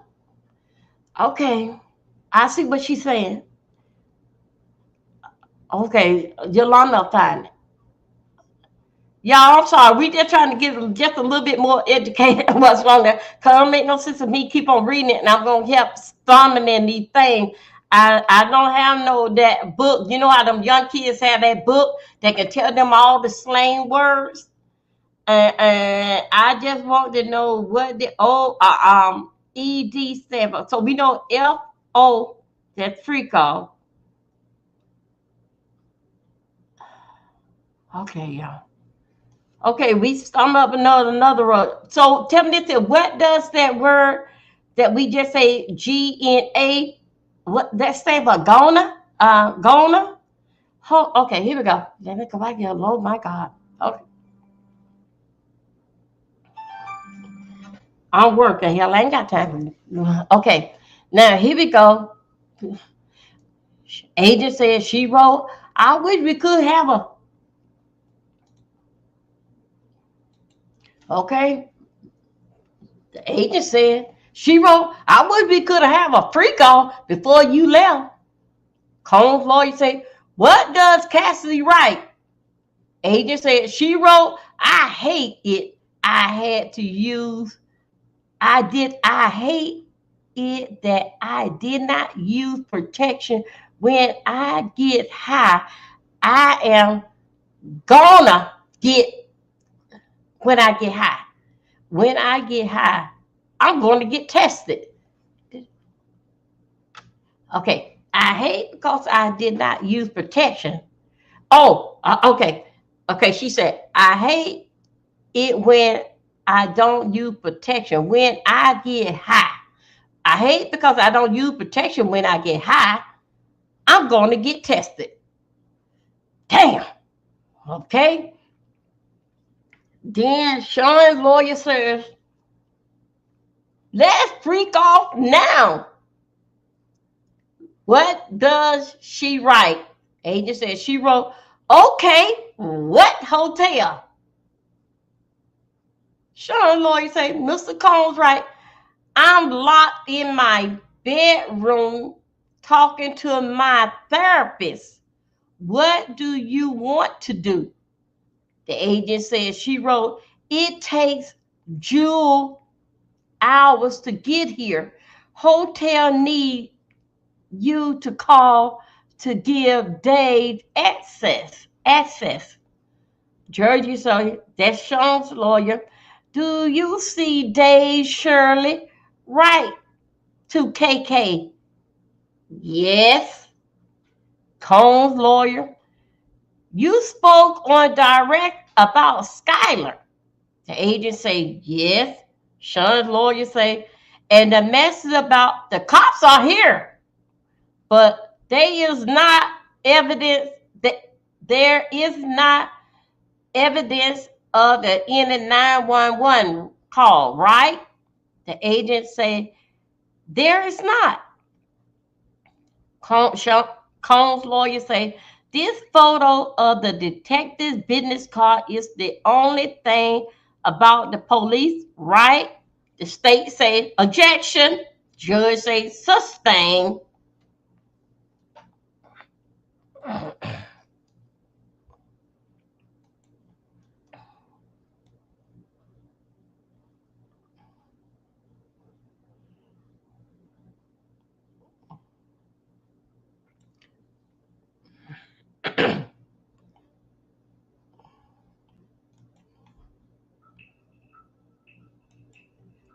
Okay.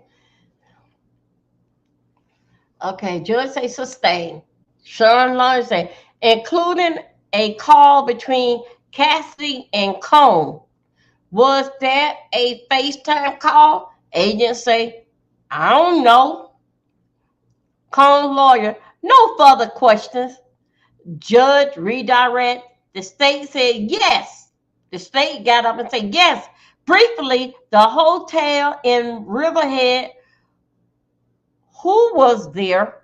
The agent say Sean, Cassidy, and Howard, Clayton Howard. The state says the photo womb above eye. Agent say so you can remember. The state said nothing further. The judge say jury, You can leave for the day. So still no Brian Paul. Jury foul out. Foul out. The state says, I don't think we'll rest on Wednesday. How long direct on Brian, on Paul? 90 minutes or so, and we both okay, let's stop it right there. Okay. That basic what's hold up 1 second. Let's go back here. Okay, that is what we are at right now to this morning. This is what we are at right here. Okay, hold up. Let me see.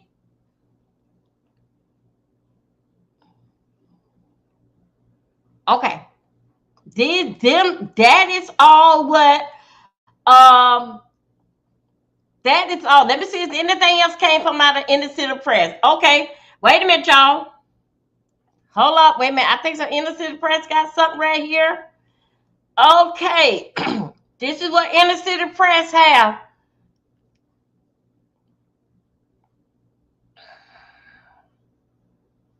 Hold on 1 second.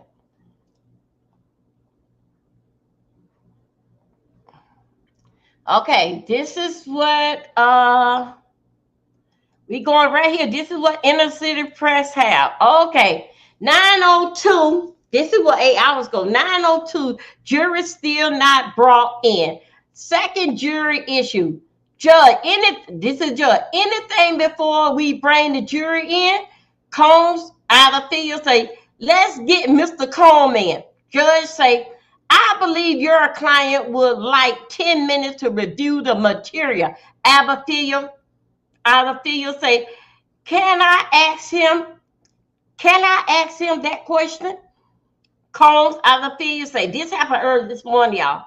Mr. Combs waived his right to be present for the immunity application. Judge, let's proceed then. Brian Paul takes the stand. No. Yeah, Brian Paul. That is the drug mule. This state say, did you receive a subpoena? Paul say, yes. The state say, do you intend to invoke the Fifth Amendment? Paul says, yes. The state say, we propose the immunity order. Judge say, I will enter it. Thank you, Mr. Paul. Combs is brought in the courtroom by the marshals. Combs, Abafield say, we are ready to proceed. Judge say, let's have agent. What? Let's have the agent back. Okay. Here go the agent, the agency coming back. How will? Hold up. Wait a minute. Okay. Here you go. All right. Jury enter. The state say, that's one of the state lawyer, Johnson. Good morning. Let's get back to the London hotel. Who stays there this day? Hold up 1 second. Y'all sort of kind of confused. Wait a minute. Hold up. I'm sort of kind of confused. Was the state? Wait a minute. I want to know what application the judge meant. Yeah, this is what I want to know is they had Bryant there. They had the mule, Brian Paul. They had him there, and they had the agent there. I thought, well, they both of them can be on the stand at the same time. Yeah, they both can be. Yeah, I am. Okay. Now, trying to see how y'all doing. We getting there. We getting somewhere, saints. We getting somewhere. We gonna see who did what. But okay, wait. Let me go and see. Let me pull this up a few minutes. Okay, now, okay, they brought in the jury. Paul said, he said the fifth. The jury entered. Jumped. Okay, let's go.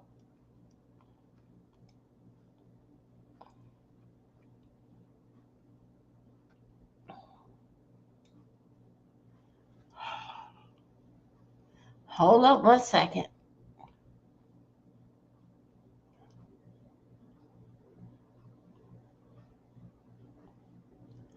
Okay.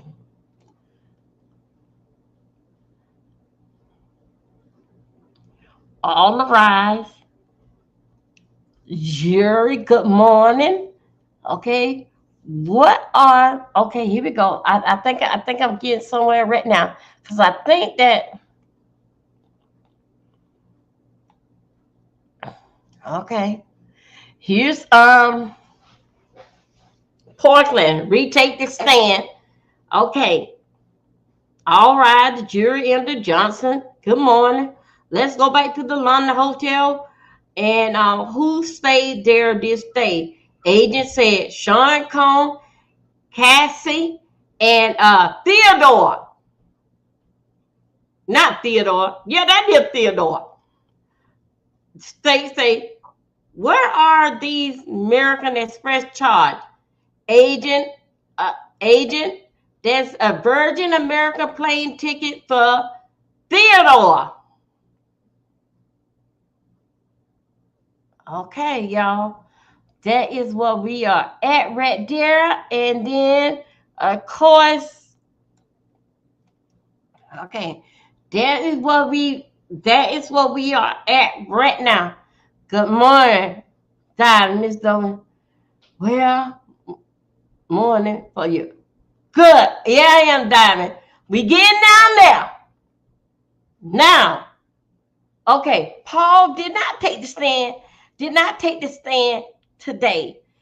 No. Okay, yeah. He didn't take the stand today, but Paul was there. Paul was there, but Paul didn't get up there today. Okay? Paul didn't get up there, but he is there. Now hold it right there. Hey, Diamond Boo, let me see something. Let's go over here for a minute. Okay. Theodore was one of the sex workers. Okay. Yeah, because his name was Jewel Theodore, right? Hold up. I'm sorry, y'all.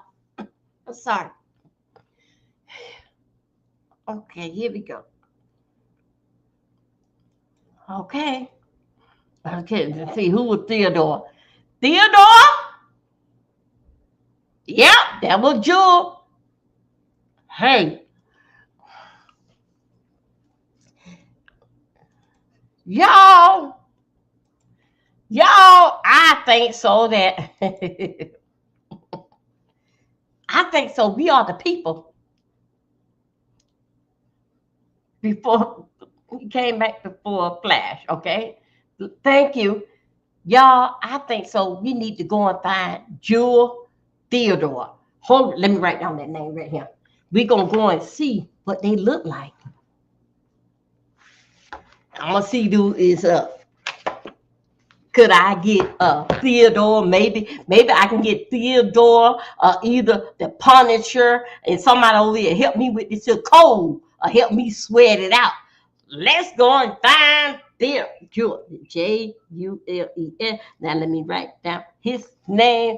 Yes, we're going to find him. We're going to see exactly what he looked like. Right now, we are caught up today. We not nowhere caught up all week and from the weekend. We not caught up there yet. We're going to go and see what he looked like. Hold up, ladies and gentlemen. Let's be bad for a minute here. If not, I think we should go on TikTok. Let's just see. Okay, let me see. I'm going to see, could I find you? See what you got. I'm going to find you, Theodore. I like that name.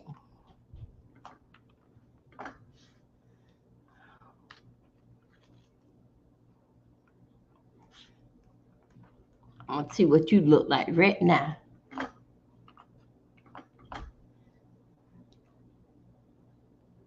Oh.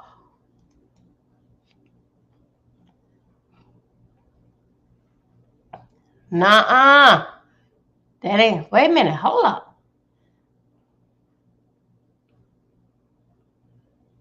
Wait a minute. Hold up. Wait a minute.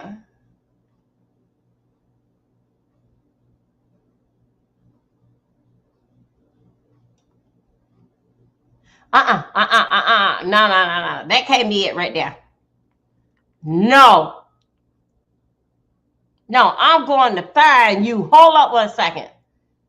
Boys and girls, we going to find him. Wait, I'm going to go on TikTok. I'm going to look for you. I'm going to see what he's serving. Just wait. Let me go over here. Let's go. Wait a minute. I think, isn't he married? It's a husband and wife that is swingers, right? Let's go. Let's see what he be on. Let's see what he be on Instagram. Hold up 1 second. Let's see if he be on Instagram. I'm gonna look for you. I'm gonna search for you.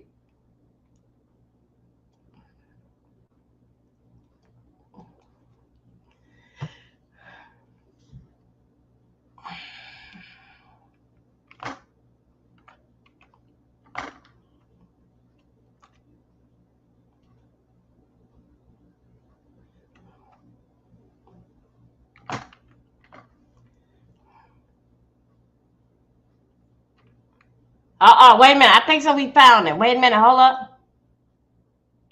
Wait a minute.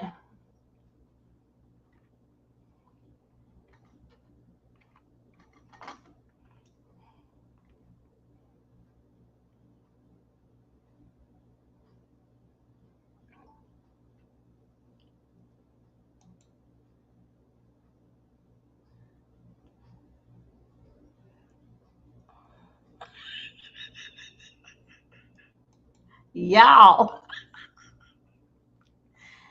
wait. He is on X. Okay. Because I was gonna ask you, was this him here? Wait, do y'all think so? This would be him that Diddy had down there? Do y'all wait? Do y'all think that's him right there with the glasses on?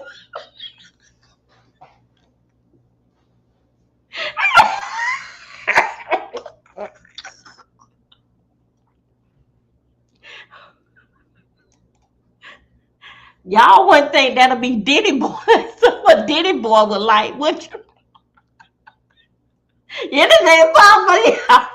Let's go over here on X. Let's go over here on X. Let me get this out here. Let's go on X. Let's see, could we find out what Diddy boy like? Let me see what his name is. Okay, I got him.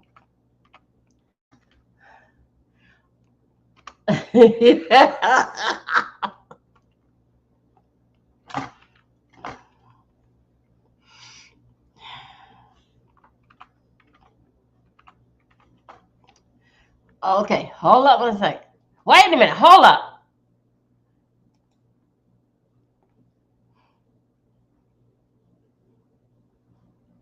Wait a minute. Y'all think so? Y'all don't think this is him right here? Wait a minute, hold up, let me see. Hold up.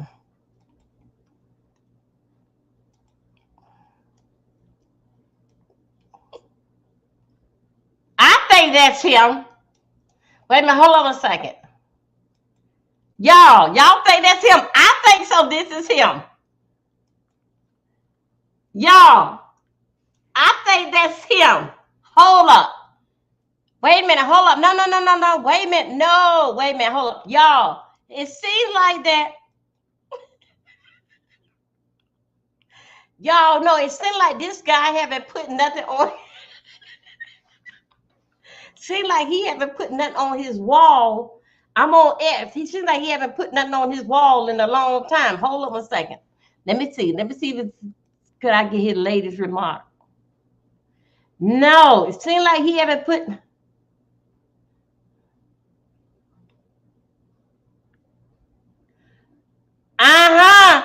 Y'all, that's him. Oh my God. Oh my God. Oh my Jesus. Oh my God.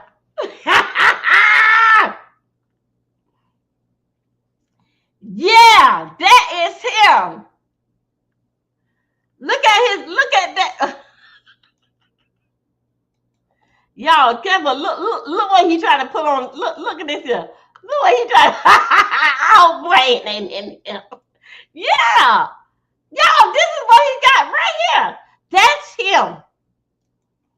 Hold up for a second. Y'all. Oh, y'all. He from Magic Mike. Yeah. That's him. But y'all, he look more like on the gay side. But hey, it is what it is. Wait.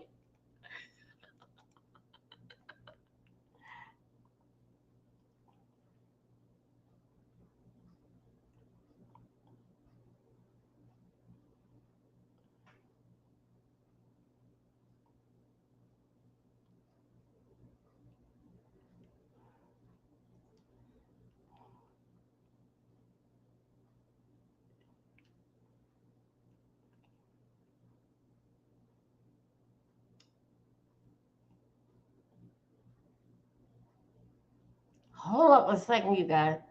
Let's look at this here. Let's see what's this here.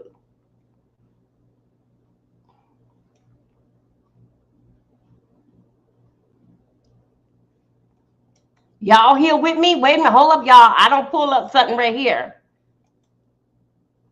Share the screen.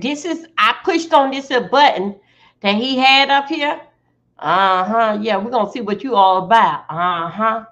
This is what's on one of his page from Instagram, y'all. That's right here. That baby boy right there. Yeah, I'm getting you together. I'm gonna see what you've been doing.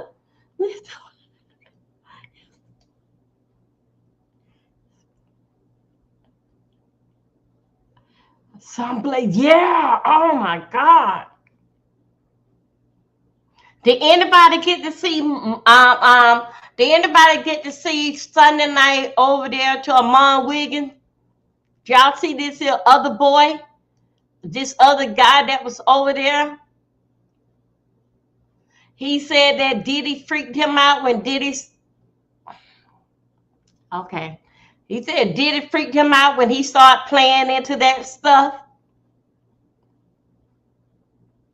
He said that Diddy and Cassie went into the bedroom, had a field day playing in his semen. Oh, God, my God, geez.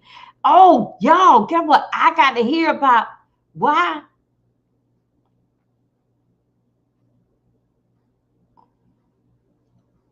Oh, hold on a second. Y'all, we got to find out. Yeah, it is. Yeah, that's what he said. We got to find out why Diddy mama left the courtroom yesterday. I wonder how that we can go there. Let's go to the shade room. The shade room probably had it. Why did Diddy mom leave out the courtroom when they was playing this stuff? Playing, y'all please like my video. I see more and more of you guys coming in. Thank you. I don't know, but Michael B. Jordan is fine. Okay. Yeah, let's see. Diddy mom left out the courtroom, and only nobody can tell it if I go over here. Hold up a second. Let me see let me go over here. Let me go over here. Let me put this right here.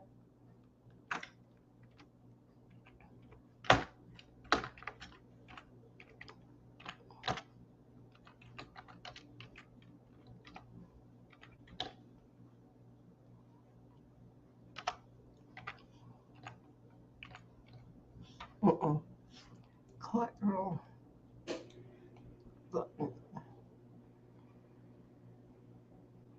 Okay, hold on for a second. No.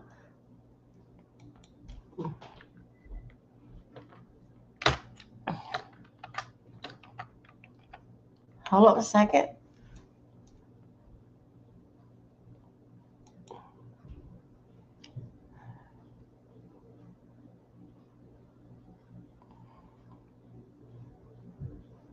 Hold on a second. No.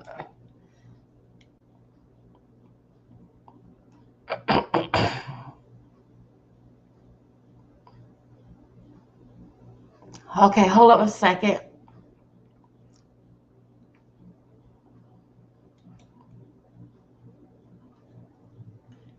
Okay, let's go right here. Let's see what happens.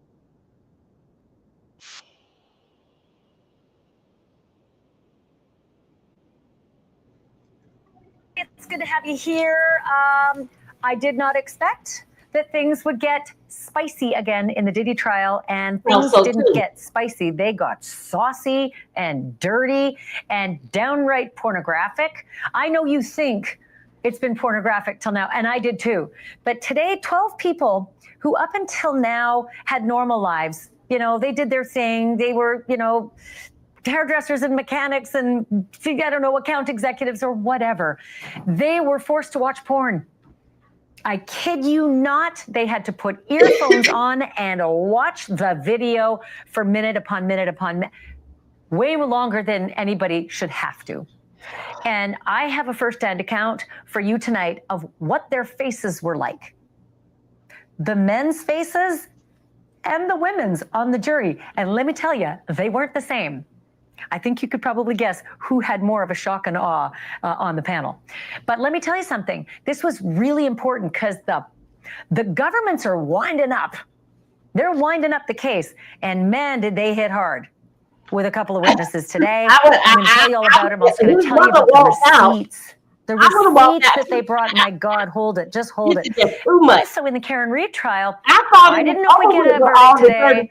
I thought maybe it was a pretty explosive closing argument that was made. And I thought maybe we get a verdict. But if we didn't, it would be a quiet, boring day. And it wasn't quiet. It was not quiet at all. There was screaming. There was yelling. There was like a fight, but not among the jurors. It was outside, like 1,000 people outside. And some of them didn't get along. And one of the guys who didn't get along with another guy is on tonight. Hold on a second. He goes by Turtle Boy online. A lot of people have followed his coverage since day one. And he was involved in an altercation. And he's going to tell me about that, why there was an altercation, and also the prediction for tomorrow. Hint, verdict. Which verdict? No. That's coming up in a moment. And then a 10-year-old boy. All right, welcome back, everybody. So as promised, we have with us Elizabeth Milner, law and crimes in-court reporter, who has been in that courtroom every day for testimony, including today. Elizabeth, great to see you. We have so many questions coming in for you. Let's get it started because I know my time with you is limited. We'll start it off with Danny. A question for Elizabeth. What issue was the judge upset about this morning regarding a possible leak? And, you know, I don't know if we know the full context of it, but whatever information you could provide would be great. Yeah, absolutely. It was something that I think caught a lot of us by surprise this morning because the judge, when he came onto the bench, he seemed very kind of annoyed, very much kind of ticked off in a way just about what had happened. And so this is what we know so far is that the judge was upset about this article that came out yesterday. And the judge accused somebody either on the prosecution side or even the defense side of lying about this because it pretty much this article, and we're not 100% sure where this article came from, but what we believe it might be is having to do with just something that happened during the sealed proceedings that happened on Friday. And so the judge said that someone kind of spilled the beans about what kind of went on when everyone was kind of kicked out of the courtroom for about a 20-minute period. They locked the courtroom doors and everything to kind of have this sealed proceeding as opposed to doing it in the robing room. And so the defense says they recently became aware of this article and they were adamant that they were not the source of the leak. And then the same with the prosecution. But really, it seemed like the judge was kind of taking issue up specifically with Maureen Comey and Mark Agnifilo because they're the leaders of both sides, right? Maureen Comey representing the prosecution and then Mark Agnifilo being kind of the leader of the defense team or lead counsel just on both sides. And so he said, you know, on the extreme side of things that someone violated the court's sealing order, but also if they're kind of on notice as far as just finding out who is responsible for this. And they said they being the judge said the most extreme kind of action that he could possibly take is criminal contempt charges. So he's taking this very serious and he seems very, he did seem very kind of annoyed about just this whole leak that had happened. Again, we don't know 100% sure what the article was and verify that this article was the in fact article, but we believe it might have been one that came out just recently from a media outlet talking about what went down during the court proceedings that were sealed or supposed to be sealed on Friday. Yeah, we have a lot of questions about that. I mean, you pretty much answered it. We had a question from RSS. Can you ask Elizabeth to detail what happened when the judge reprimanded the defense over the sealed document? Question from Never Be. Do we know what happened this morning with information being leaked and the judge speaking about taking cell phone devices from the attorneys? I want to go to a question we have here, Elizabeth, from Olivia E. Did you get to see the jury's reaction to watching these explicit videos? And to be clear, what the jury's watching right now, are they freak-off tapes between Cassie and Sean Combs and others from 2012 to 2014? That's what CNN's reporting. But correct me if I'm wrong if that's what you think they might be watching. And what's the reaction to watching these tapes? Yeah, so they have been watching the sexually explicit tapes, the freak-off tapes that had happened whenever Diddy was in a relationship with Cassie Ventura. And they were kind of bringing it out in correlation to the text message exhibits that we saw. And we were kind of like, where is this kind of going? And I think it might be to kind of show possibly in just another way that Cassie might have been in control during these particular tapes. And it was played kind of a lot today. And so what happens inside the courtroom is that all the jurors wear headphones. So we're not able to see this or hear this on the open speakers. The exhibit where the gallery is kind of shown these exhibits, the exhibit screen, I should say. Sorry, everyone, if I'm talking too fast. I had too much Celsius during one of the breaks because it was one of those days. But as far as just the jury's reaction to everything, they have been very professional as far as just kind of watching these really kind of graphic and sexually explicit videotapes. But I will say there was this one juror on the end, and I think he was the same juror that was moved from an alternate to now being kind of one of the main jurors, I should say. I will say it seemed like he couldn't take his headphones off fast enough in terms of just, they were playing these videos kind of at 2-minute increments or 3-minute increments, which is a long time to kind of watch these sexually explicit videos, especially in open court. But I did see him kind of take his headphones off pretty quickly, thinking that it was over. Then Tenny Garagos was like, okay, on to the next one. And it just seemed like it was played for a long duration of time. To me, it felt like forever. To them, it might have been just like 20 or 30 minutes. But for the most part, they kind of had no reaction beyond just kind of, I think, wanting it to be over. And then they went to lunch break. So it's a great way to introduce them to lunch, right, Jesse? Right. I was just thinking that. That's, not the most appealing thing before you go off to. Hold on a second. Today on TMZ. Okay, I have been off for 2 weeks. Anything happen? Yeah, nothing. Okay, we are going to start with Justin Bieber. He is laying it out that he's a broken man. He's clearly been going through it. He says, people keep telling me to heal. Don't you think if I could have fixed myself, I would have already? It is so true. You can't just feel better because somebody tells you to. And just the fact that people are saying, oh, you can get over it when he can't must be really frustrating. One of the jurors has been thrown off the Diddy case, but Diddy's defense team thinks prosecutors just want to get this guy off because he's a black Hispanic man who may be sympathetic to Diddy. But Judge Subramanian said, I am going to disqualify this juror and we're going to bring in an alternate. Is the all like caught up? What if you just never paid attention? It's like, can we start on day one and just run me through it again? The Luigi musical has debuted officially in San Francisco. Hold up with you guys. Here we go. Let's get right here.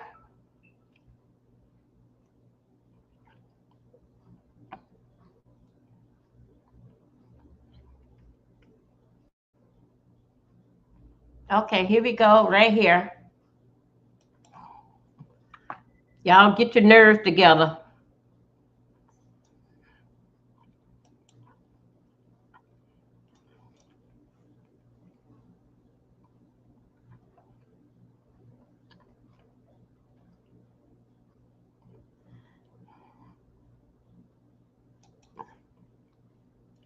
Diddy's team, as you guys are now leaking information. On top of that, they pretty much played 23 minutes of a freak-off tape in court. When I tell you that the jury was disgusted, was revolted, but also was just sitting there and like, how much is it going to go? I don't understand Diddy's defense. This is your defense. She loved it. She enjoyed it. On top of that, the judge is done with Diddy. On top of that, we need to actually say this too. Diddy has a one week defense set up. He somehow thinks he is going to exonerate himself in 1 week. Y'all, let's get into this because you cannot make this up. What do y'all want to talk about first? I already told y'all about the way the judge literally accused the defense of violating a court order that they themselves wanted. He says that he is looking into perhaps a full investigation where they take phones, check for evidence, make people testify under jury. He told Mark Agnifilio that if any more leaks, for whatever reason, come out of his camp, he is holding Mark accountable. And he reminded them that it is also a civil and a criminal trial. On top of that, I'm pretty sure I can get people disbarred. Listen, what's up, Angela Pietro? Thank you so much. Keep doing what you're doing. Fan for life. Thank you. So what is going on and why is this more bad news, right?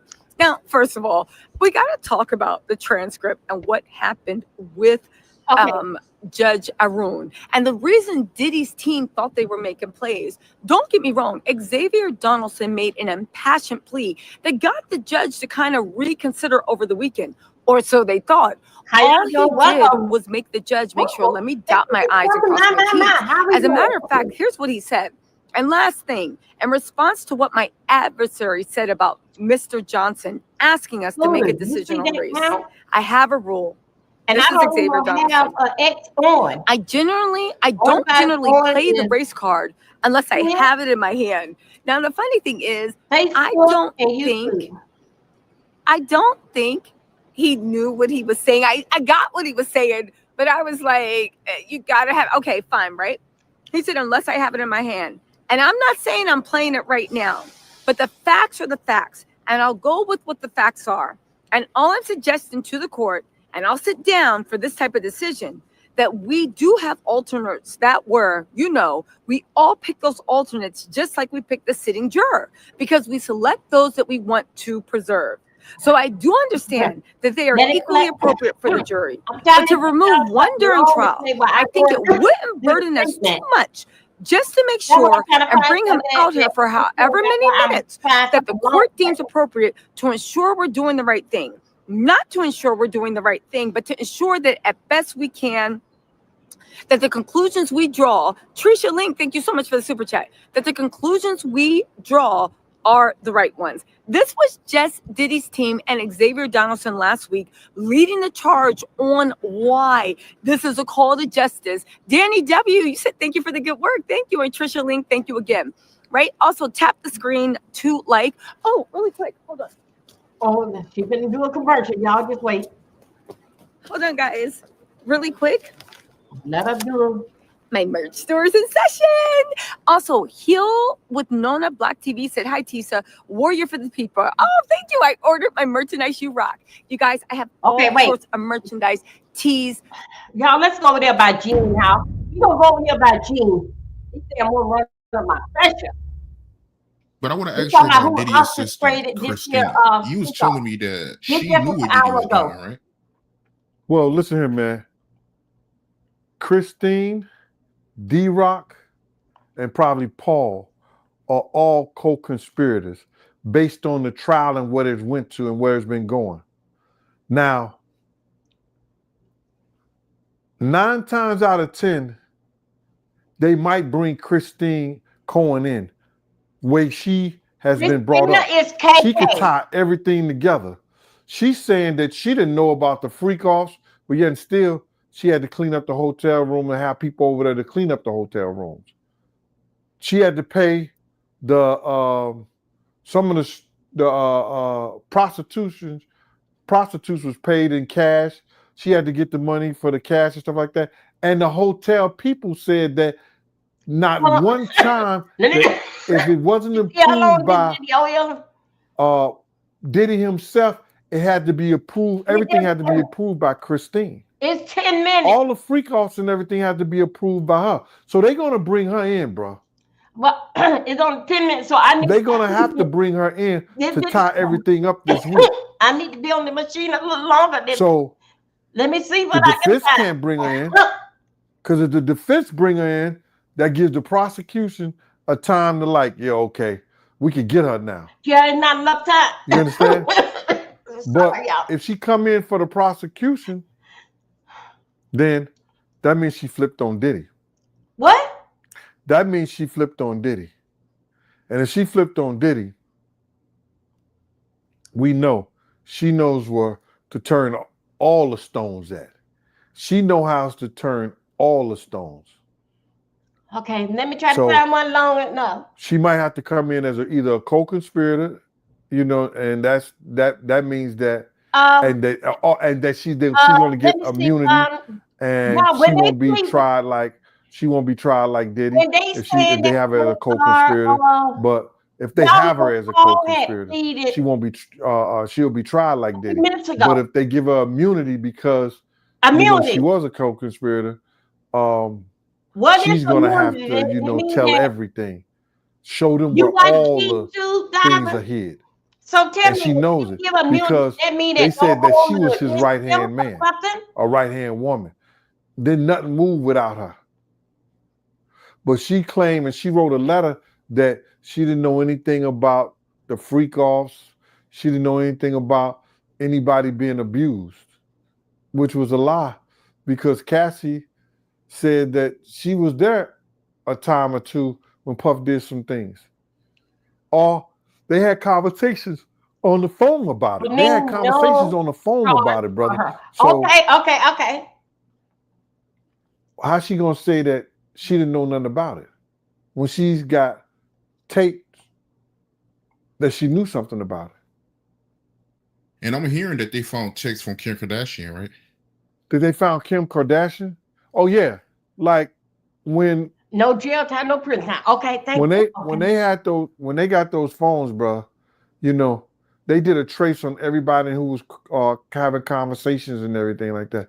So now, the Kardashians, Kim, all the people that had conversations with Puff, Cassie, what's her name? Christine, the personal assistants and everything like that. All that stuff, the feds have it. But I believe that they trying not to release certain things, bro, to save face on people for either their political power or their prestige in Hollywood. Because it's a lot of stuff that's not coming out that they have. And they just piecing it together. Piecing it enough so that the big wigs won't get in trouble behind it. Okay. And I believe it's some big wigs, bro. So you believe they hiding some big names? Yeah, bro. Yo, it's a you can't say that. You have parties with Prince Charles. You can't tell me that you got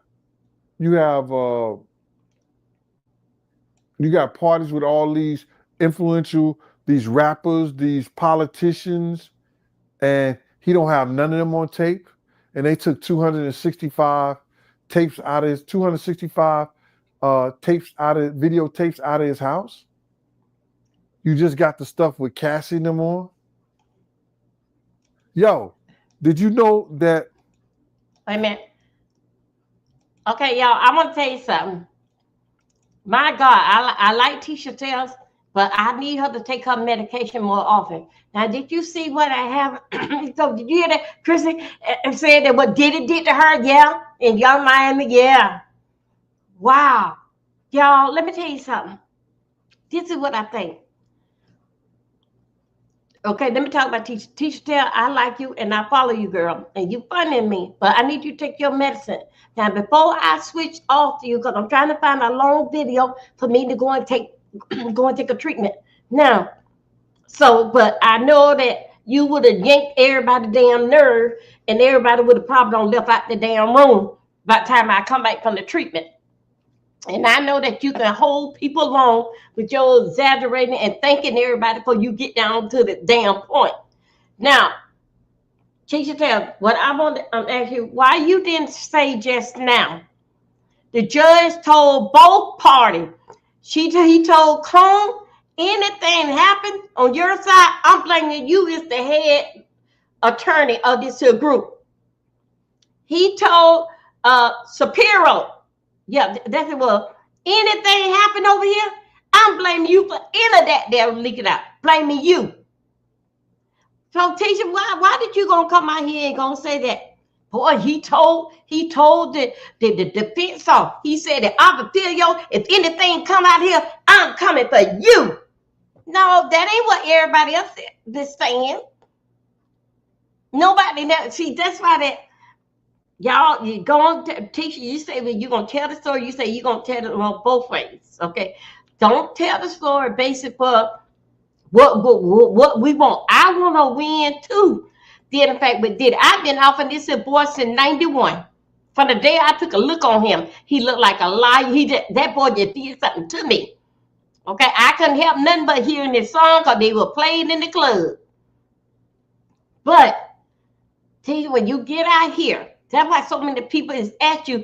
Tell the whole thing. You be the your ass be the first one in the damn courtroom and always be the last person leave with the janitors. Your ass teacher tell climb them damn wall like Spider-Man. Okay? They ran you off in property. Friday. What the hell was you doing, teacher? You had a glass climbing up the court.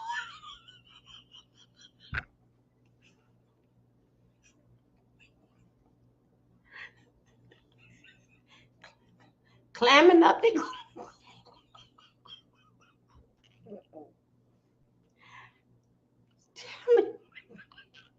teacher, you was up there with a glass climbing up the court. After the courtroom had them closed down, your ass was climbing up there with a mirror, with a cup, trying to listen to everything.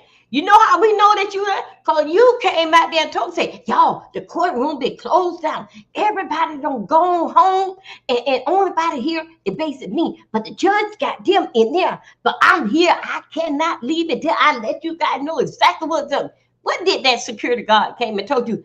Get your nose it. Go and take your medicine. Teacher tell, go and take your medicine. Get off damn property. Then you got your ass inside the damn taxi. Then you told the taxi. Then y'all said, could you turn that down? I mean, goddamn. But I'm glad that you told us this morning that you was, I know you always say that you on medicine. But I'm here to tell you today, teacher, I'm rooting for you, girl. Rooting for you. But you think so. When you went on, you on all them shows. You on all them shows in the evening time. Nancy Gray, ABC News, NBC News. You over there at Fox. You every damn where. Okay? Because guess what? They only can find one. Oh, yeah. She said she was bipolar too this morning. Yeah. They can find only one person that active, that excited. Just dealing fact, but I don't know if you're excited by life. You need to go and take your medication. It's something. So what more? Do you think so? They gonna actually put you, give you a position in the newsroom. Now I'm not anything impossible. Put you on late night in the evening time, 6:30, 5:30, whatever news come on, and see you every evening. Every evening, come live with Teacher Tales right here on Written Yesterday. You think so? They gonna put you in a position and you can't beat your ass still? First thing people gonna know where the damn fire at. You think so that yeah. They gonna look, teacher. This is what they gonna do. They got you for they gonna keep your ass at the door. They gonna keep you and let you keep running this street. That's what they gonna do. They is not gonna let you in the building to sit down there, even to have your own show. They will not do it. Because guess what? They have a lot to lose. And teacher, I don't know, you paying attention, but they also do have people. Yeah. She don't take that much. She just so excited. See, but the medication is so slow down. Teach them. You said Look, in the evening time, majority of old people, they watch the news in the evening time. As you know, this is how the news go. The first 10 minutes with the news. Sometimes it is the first 7 minutes of the news. They tell you, depends on what all that, they tell you what happened just a few minutes ago. After that, they gonna tell you, they gonna go to a commercial, then they gonna tell you a little more from the 6:30 news. After 15 minutes on any news, they start lying and exaggerating.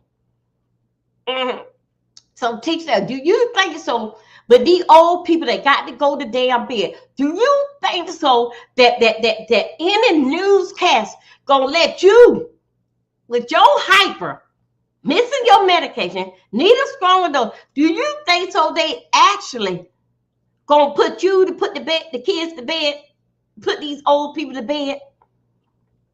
Huh? We can't almost take you up. We just not realize that you working on us that bad. Till I wanna go and they wanna see me from around damn word, trying to sound them out. Then they put up with you with our damn blood pressure.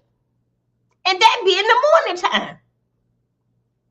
And I mean, I also to teach them that yesterday morning you came out and this is what you said. The sun didn't almost come out yet.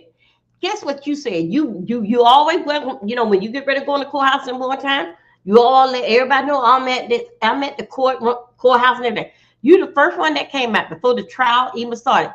This is the worst week of Sean's Cone life. How?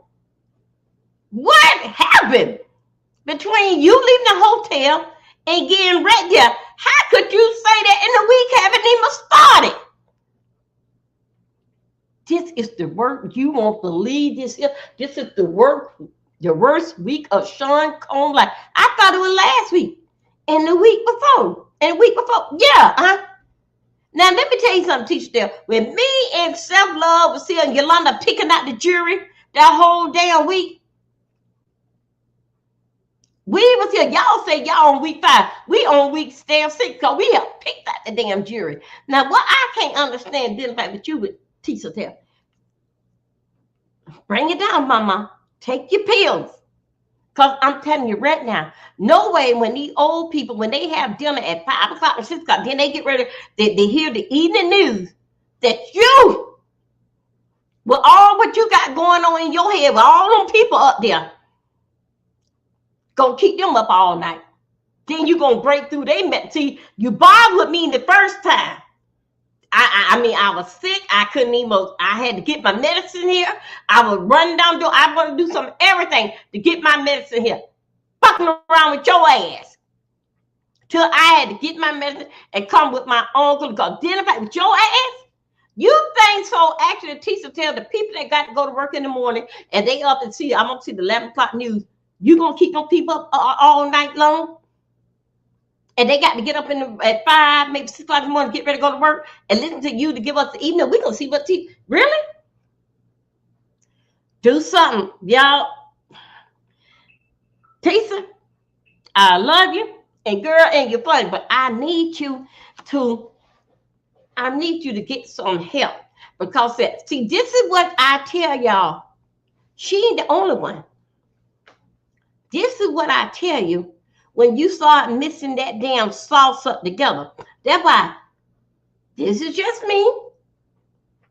Black people should stay around. Black people have kids from your kind. White people should have people, babies from their people. Spanish people have people from Hispanic people. Because when you start mixing up this goddamn shit, your ass come out with a damn teacher tails. With all that, because her daddy is black and her mom is white. With all this damn pepper and all this shit is mixed up in this damn shit. This is what you come out. People like this here with mixed family, this is what you get. Them damn kids are so damn crazy. Some people saying that Teacher Tails was white. She always looked black to me. But and then her swag, it ain't nothing wrong with it. She got a nice appearance and a good swag by herself, not taking it from it. But those one that ADHD, I got one, Nicholas. The ones that ADHD, they brain is moving faster than them. That's why they have to take their pill, because they have a chemical imbalance. That pills bring them down to reality. Sometimes when Nicholas take his pill, sometimes I feel sorry for him, because I'm used to looking at him tearing up shit and screaming and yelling. I used to go and check on, you okay? Everything okay? He said, yes, Mom. And then, especially for him to sit down and what. So I understand, teacher. I know it's a lot, teacher. I know it's a lot going on, but I want you to keep in mind, Fox News, they may send you over there where the war is at, and let you come out and tell us all this type of stuff. That's going to be your next job. Okay? Because what you carrying on, you got me sick, my heart, I mean, everything's going on with me. Fucking around with you. Calling the doctor, seeing what my medication is. Got a bad cold. All this up didn't fight with you, teeth. Then you gonna come out here and tell what is your damn convenience. Your ass was scared last week. Every damn day last week. What the hell did you tell her? Don't say nobody's name. Oh no, I need some moderators. And I'm gonna block y'all forever. Don't do that. Don't say nobody's name. What did you come out with this weekend? Did you say something that we had on damn forgot? Even though that, yes, you was reading your chat when you said it. You didn't say it, you read the chat. Okay? Yes, you should have known better, but okay, they didn't catch you with it. Okay, but still yet, teach them, what is we going to do with you? And how much longer did you say? And then let me tell you what else that you said yesterday, this morning. Y'all, y'all, this is the scary damn shit. Y'all wait for this. She said, y'all, is more than me than what y'all. It's more than me or what y'all see. I got some more. Y'all, she said it this morning. I got some more reports I'm going to be talking about and some more court cases, and I'm going to put it all together. And she said, this is almost, now let it Tisha tells mine, it's just like Nicholas' mine. The case is over with. Diddy is in prison right now. Now, all the rest of us is right here. And her and Nicholas' mine, and a lot of other people that's just like them, the case is over with. She said this morning she is working on another case. She said it's more. She said it's more to her than what we see. She said that she got a lot that's going on, and she said that she gonna start covering them stories. That's what she said. Now, okay, this is what that. Oh my God. She says that she gonna start covering those stories. In her mind, now this is what she said too this morning. She says, this is what she said. Oh, you guys won't believe what happened. This is now, yesterday was the biggest, worst week of Diddy's life. And Monday just started yesterday. Today, she said, this week is the worst day of Diddy's life. All right. This is what he said. She said that I thought it was going to be yesterday. Then she backed up. Then she said it's going to be today, because she repeated today. Then she have the nerve to say at the same breath, at the same time, teacher tell say,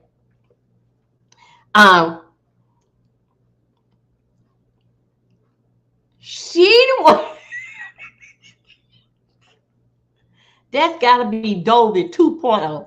She the one that came out and told me this morning that Diddy was in there doing yoga and voodoo spells in the courthouse. That's what she said that this morning. So when I put on that video, I didn't know what part that she said that and how he was doing all this type of stuff here. So anyway, I just left and went over there to Inner City Press. All right. And he getting ready to get on my nerve, because Inner City Press made a song. I think we listened to it yesterday. A song that he made, did the fact that Diddy is guilty, some song that Inner City Press had made. All right. And I'm like, oh my God. But dealing with Tisha, Tisha said, I love you, girl, and you funny. But you got to do, just tone it down, mama. Just tone it down. You're gonna get there. You don't at the jury. You don't the case is over with. Now you already don't say that you working on another case right now. Tisha, that what date is this here? Because already you said that this case here, he's done. It's over with. Y'all, then you told us, said that then you turn around and said that if Diddy is found not guilty, you said that you going to Aruba, going some damn way and stand. Yeah, she did. Yeah, we do. I love it. Yeah. But Tisha tells she will get you going. She will get you going now. If she don't put some kind of excitement in you, then you cannot be excited. If Tisha Tell can't get no excitement in you, that means you can't be tickled. Now she said she got some good news coming up lately soon, and I think so. I know what to do that. She gonna get get hired by one of these newscasts. But you know what? I still say they not gonna put her ass in that building.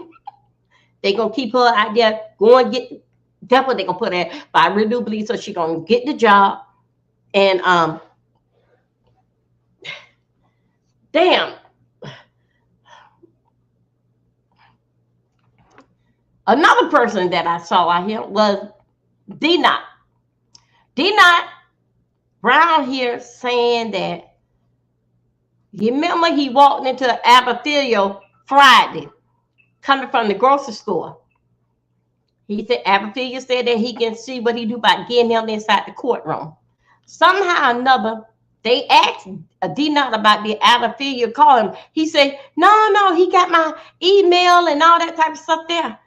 So anyway, as time move on, he was saying all of a sudden, the one that's all over the place, he said that what did he say? He said that he got an acting career, and he told us we're about to go and see his movie at. Well, he acted. Then he says that he was doing he said that y'all don't want to get a black man no money. Y'all get everything over there to Tisha Tell. I'm over here bringing y'all good content. I mean, he just started going off yesterday. Then he said that he working for Hollywood. He is a movie star. Help him donate to his play that he got to need donation or something. He started saying about that. Yesterday, yeah, he did it. Guess what? Throughout the day, this morning, I'm trying to get myself together. Guess what hell I saw his ass? Outside in the damn rain at the courthouse.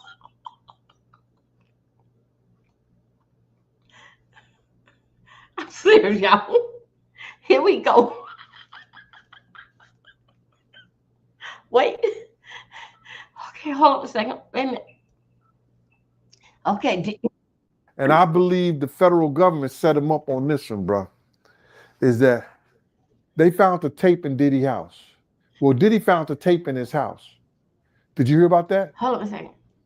Nah, I ain't hear about that. Hold on a second.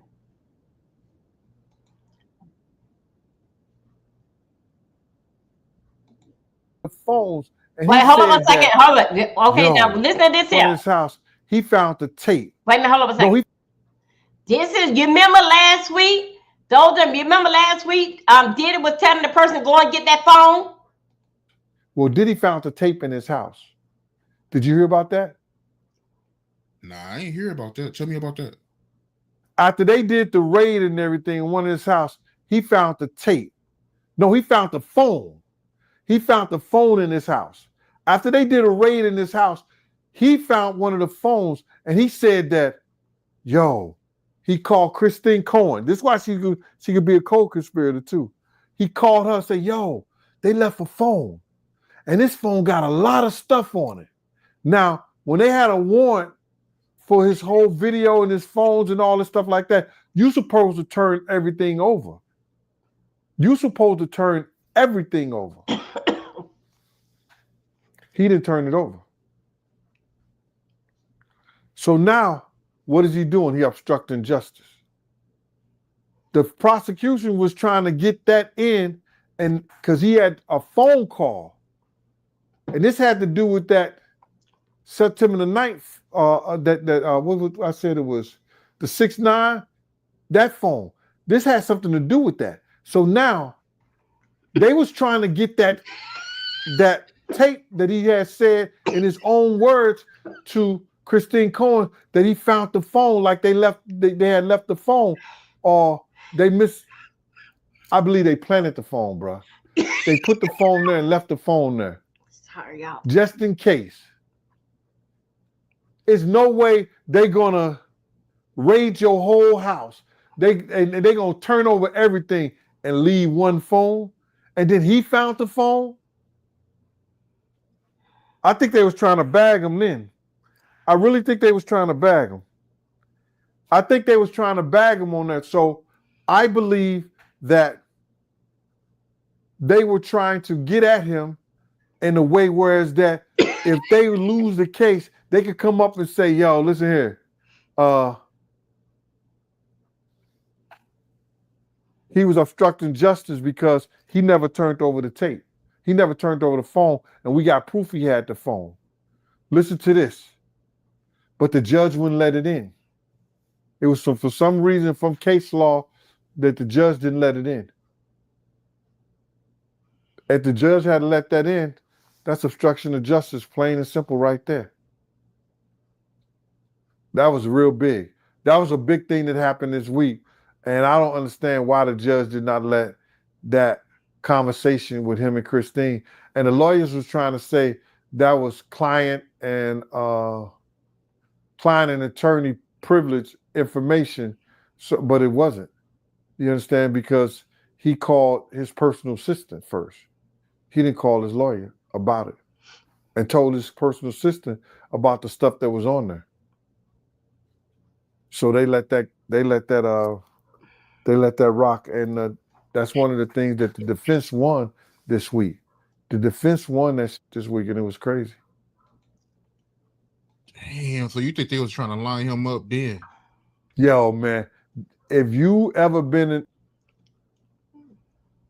Okay, y'all, I want y'all to check this out right here. Here we go. I want y'all to check this out right here. Okay. Check this out right here. Watch what this fool here is doing. Gotta give it to him. Hold up a second. This is what he is just did right now. Hold up. Where is this boy here? Now,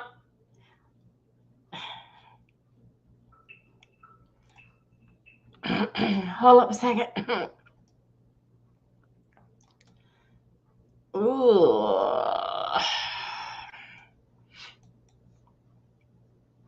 I want you to wait a minute. This here. Wait a minute, you guys. I want to show you this here. This is what came across just a few minutes ago. Maybe like about how long? About 12 minutes ago. Hold up a second. 12 minutes ago. This boy here. Hold on a second. But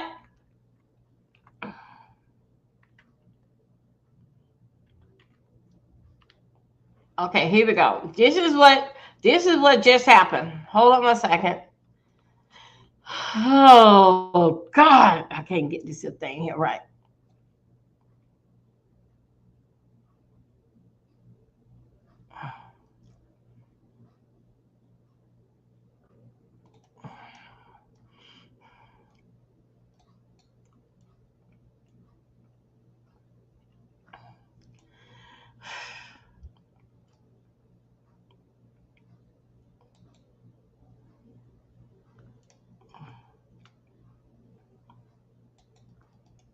in the Oval, I believe, okay?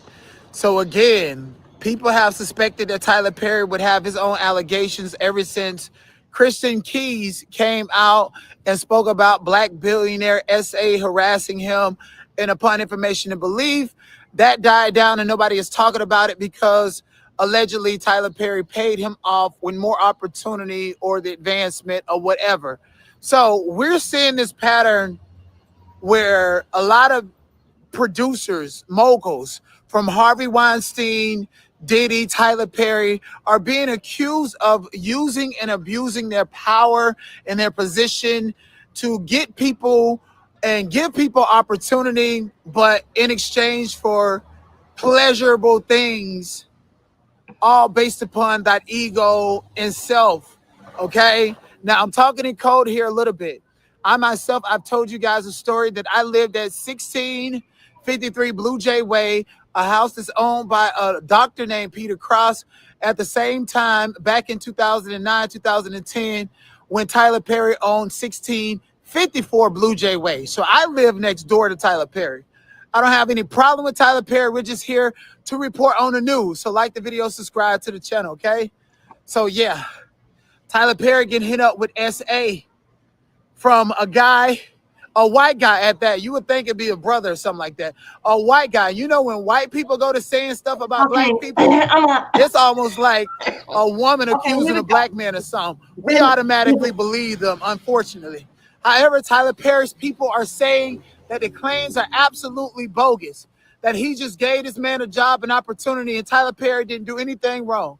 The man said he got drunk and fell asleep at Tyler Perry's house and slept in a guest bedroom, and Tyler Perry came in there groping him, trying to suck his peen. That's what is being said. Okay, so we might actually see another federal lawsuit. This is civil, but at any time it can turn to criminal. We continue to see that. Like the video, subscribe to the channel, okay? And I'm gonna give you guys the lowdown on something else. Upon information and belief, very much similar to Diddy, there's allegations. There are absolute allegations. I'm trying to get away from the music. That during the pandemic, Tyler Perry helped Pat Lambert become selected to be the sheriff.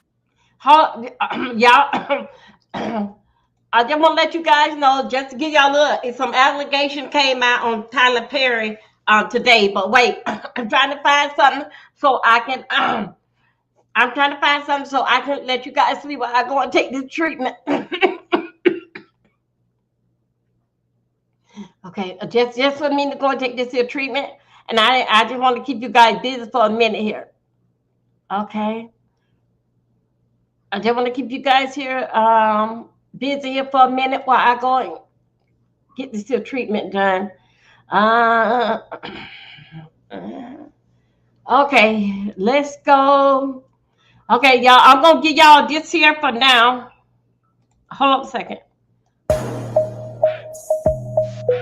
Was in the gym and this lady comes. Okay, generation. Is that given? And so, okay, you guys, I'm gonna entertain y'all with this. I'm going to get a treatment. All right, so but before we get started, I want to make sure you guys' oil is up and it's heated. Okay, you got your Diddy Dukes on because I got mine on today. Okay, I got my Diddy Dukes on. I got my oil on. The red lights is on. I'm ready to go. The only thing I'm missing is the ketamine, but we're gonna keep that for another day. Okay, so what we're gonna do now, we're gonna take a word from Duchess, and we'll be back. Okay, Duchess. You know what time it is. It's time to get into the things.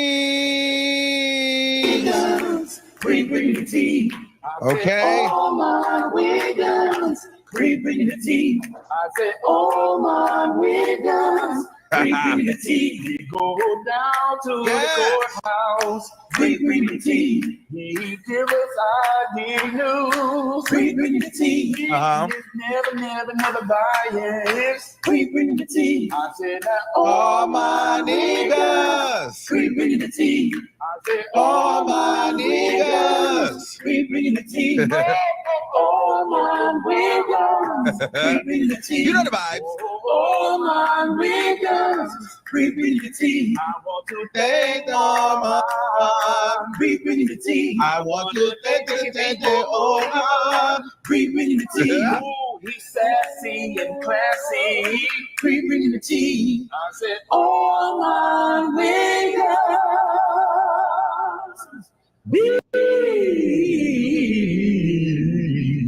Breathing the tea. Thank you, Duchess. You know, we love Duchess here. Thank you, Duchess, for that. Okay, so without further ado, because I know you guys didn't really come for me tonight, but hopefully you guys just got your taste out because I got my yitties up. I'm ready. Are y'all ready? Put some oil in the chat if you're ready. If you're ready, put more oil. More oil and stay in the light. All right, so we're going to bring up our guy, Flash, in the motherfucking building. How about it?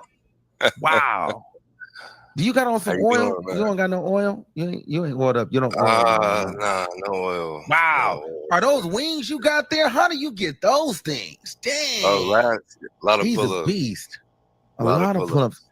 Okay, so first of all, I just want to say thank you for jumping on stream and flying with us tonight. I know you could have been any other place doing your thing. You're out there in California. So I just really appreciate you committing and coming through and gracing my platform. I really appreciate you for coming on. My pleasure. My pleasure. Okay, so let's just get to it. So you went viral in the courthouse, you know, because you were part of one of the biggest cases to hit at least our generation. The Diddy trafficking, RICO, prostitution trial. Yeah, what do you think about that? You know, I think it's I think life is crazy because growing up, I would have never thought that I would have ever even been in a situation like this. So it was profound. It was weird because you go from like doing, you know, bad boy songs in a talent show to now I'm actually knocking down his lady while he's with his oil. You know, knocking down mean like you banging out Cassie. Yeah, busting her. Wow. Okay, so that in itself right there, that was like a validation of years of hard work, of working on yourself, and like, okay, I finally made it. Like, ain't nobody gonna believe that I'm gonna get paid to get this. Okay, we're gonna get into it. Okay, so where did we start with this? So how did you even get it? So were you a dancer? Like, who are you? Like, were you a stripper? You escort? Like, who are you? Nah, I was actually an athlete. I played college football, basketball, ran track. Could have swore I was going to the NBA until about 23. Mm-hmm. I had the fatality, so I tried the corporate route. It wasn't for me. Got fired so I can get that unemployment, you know. And then I was in the gym, and this lady comes up to me in the sauna, and she's like, you know, you can make a lot of money. And I'm like, doing what? She's like, oh, stripping. I'm like, oh, no, I'm not wearing like little underwear or nothing like that. She was like, no, you can wear boy shorts. You're tall. You got the build. And trust me, you'll make money. So she gave me a business card. Threw it on my desk, and once that unemployment ran out, I picked that card up and made that call. You made the call. That looked real like Stevie J right there. I made that call.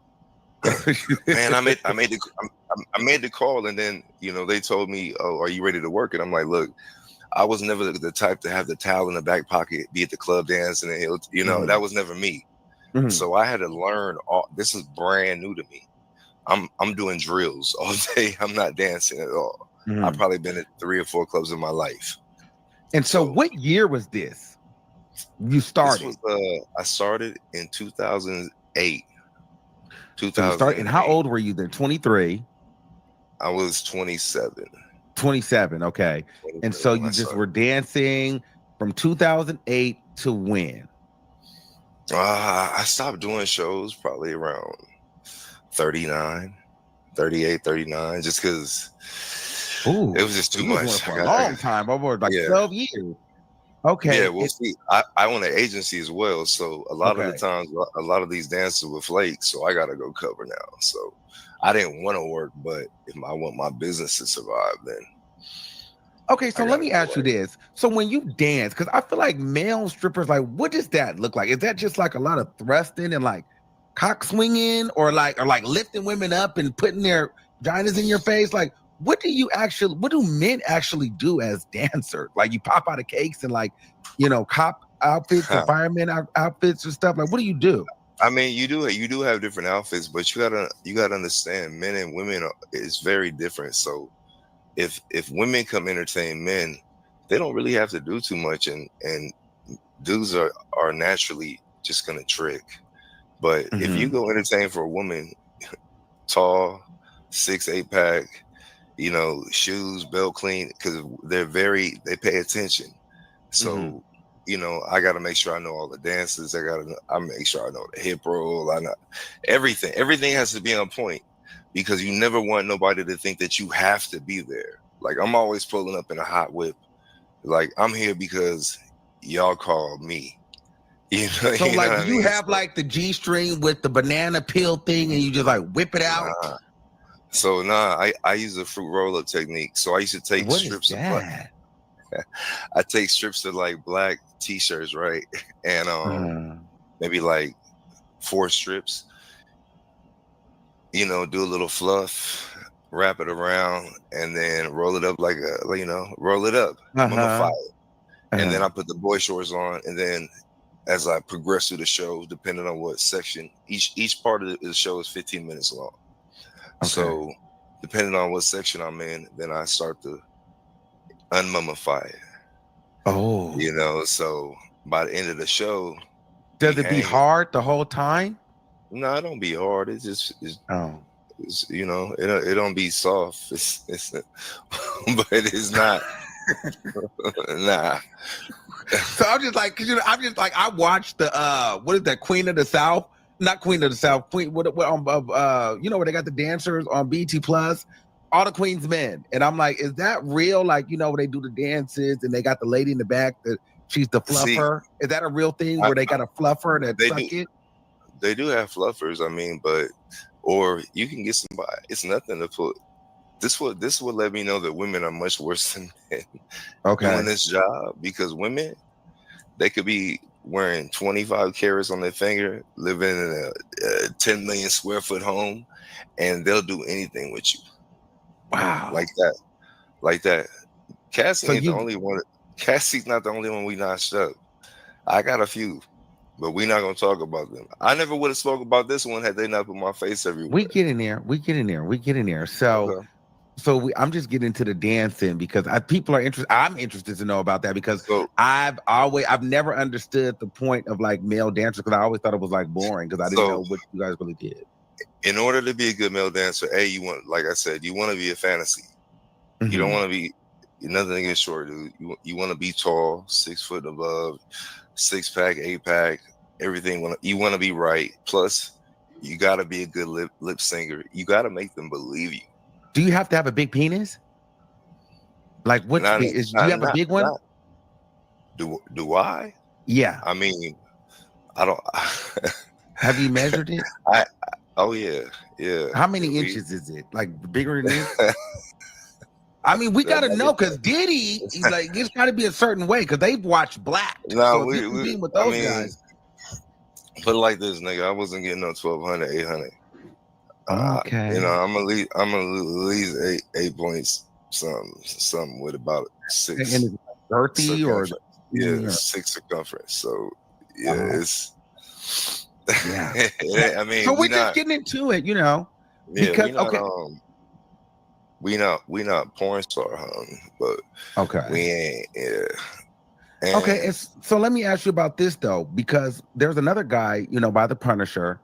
He talked about erectile dysfunction. So is that something that comes with the dancing and like the fluffing and like the business too? Like the penis stops to work? Have you heard of that? Anybody you've worked with?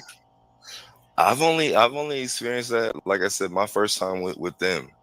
And it wasn't so much that it wasn't working. It was just, you got a nigga over your shoulder and he just going to work with the baby oil, and it's so distracting. So I'm over here and I got the chick just spread eagle. Okay. We get there. Okay, so you have had an issue with him. Okay, so boom, let's just get there. Okay, so we get to Cassie and we get to Diddy because you want to get into that. So I just want to get the groundwork. So now we fast forward to dancing. I forgot this though.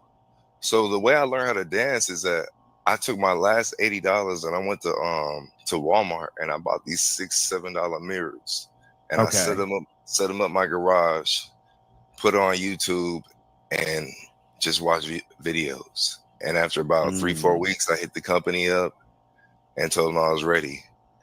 First time I went out, petrified. But I made a lot of money. So how much would you make dancing? My first 2 years, I really didn't know how to command and how to really like do all that. But I'd say once I really got the hang of it, the flow, a week and I pulled 7,000-8,000. Easy. Now, would there be a preference of like demographic of women, like Black women, Hispanic women, Asian women, or all women spend the same? Or if there's some older women, younger women? Does it depend on how the money spends? Do you make more at certain parties or privates, or like, is there a difference there? You never know. You pull up to the most hood. Listen, I've done parties in the jungles where it was literally training day. Niggas is hanging off fences, and I come out of there with like 25, 3,000. And I've done parties in Mission Viejo where I come out with 100 in tips. So I mean, it really, like, you have to make them tip you. So, you know, I do a fire show. I do different things where I've got EBT cards. I've got EBT cards is crazy. Word. No. And wait, real, what do you get the password attached to it? Like, get the pin and everything. They tell me how much is on it and all that. And you go in. And how much, like, what you do for the EBT? Like, have you ever pulled out and slapped somebody with, like, that's the hamburger right there. You know what I mean? That's a Kool-Aid pack.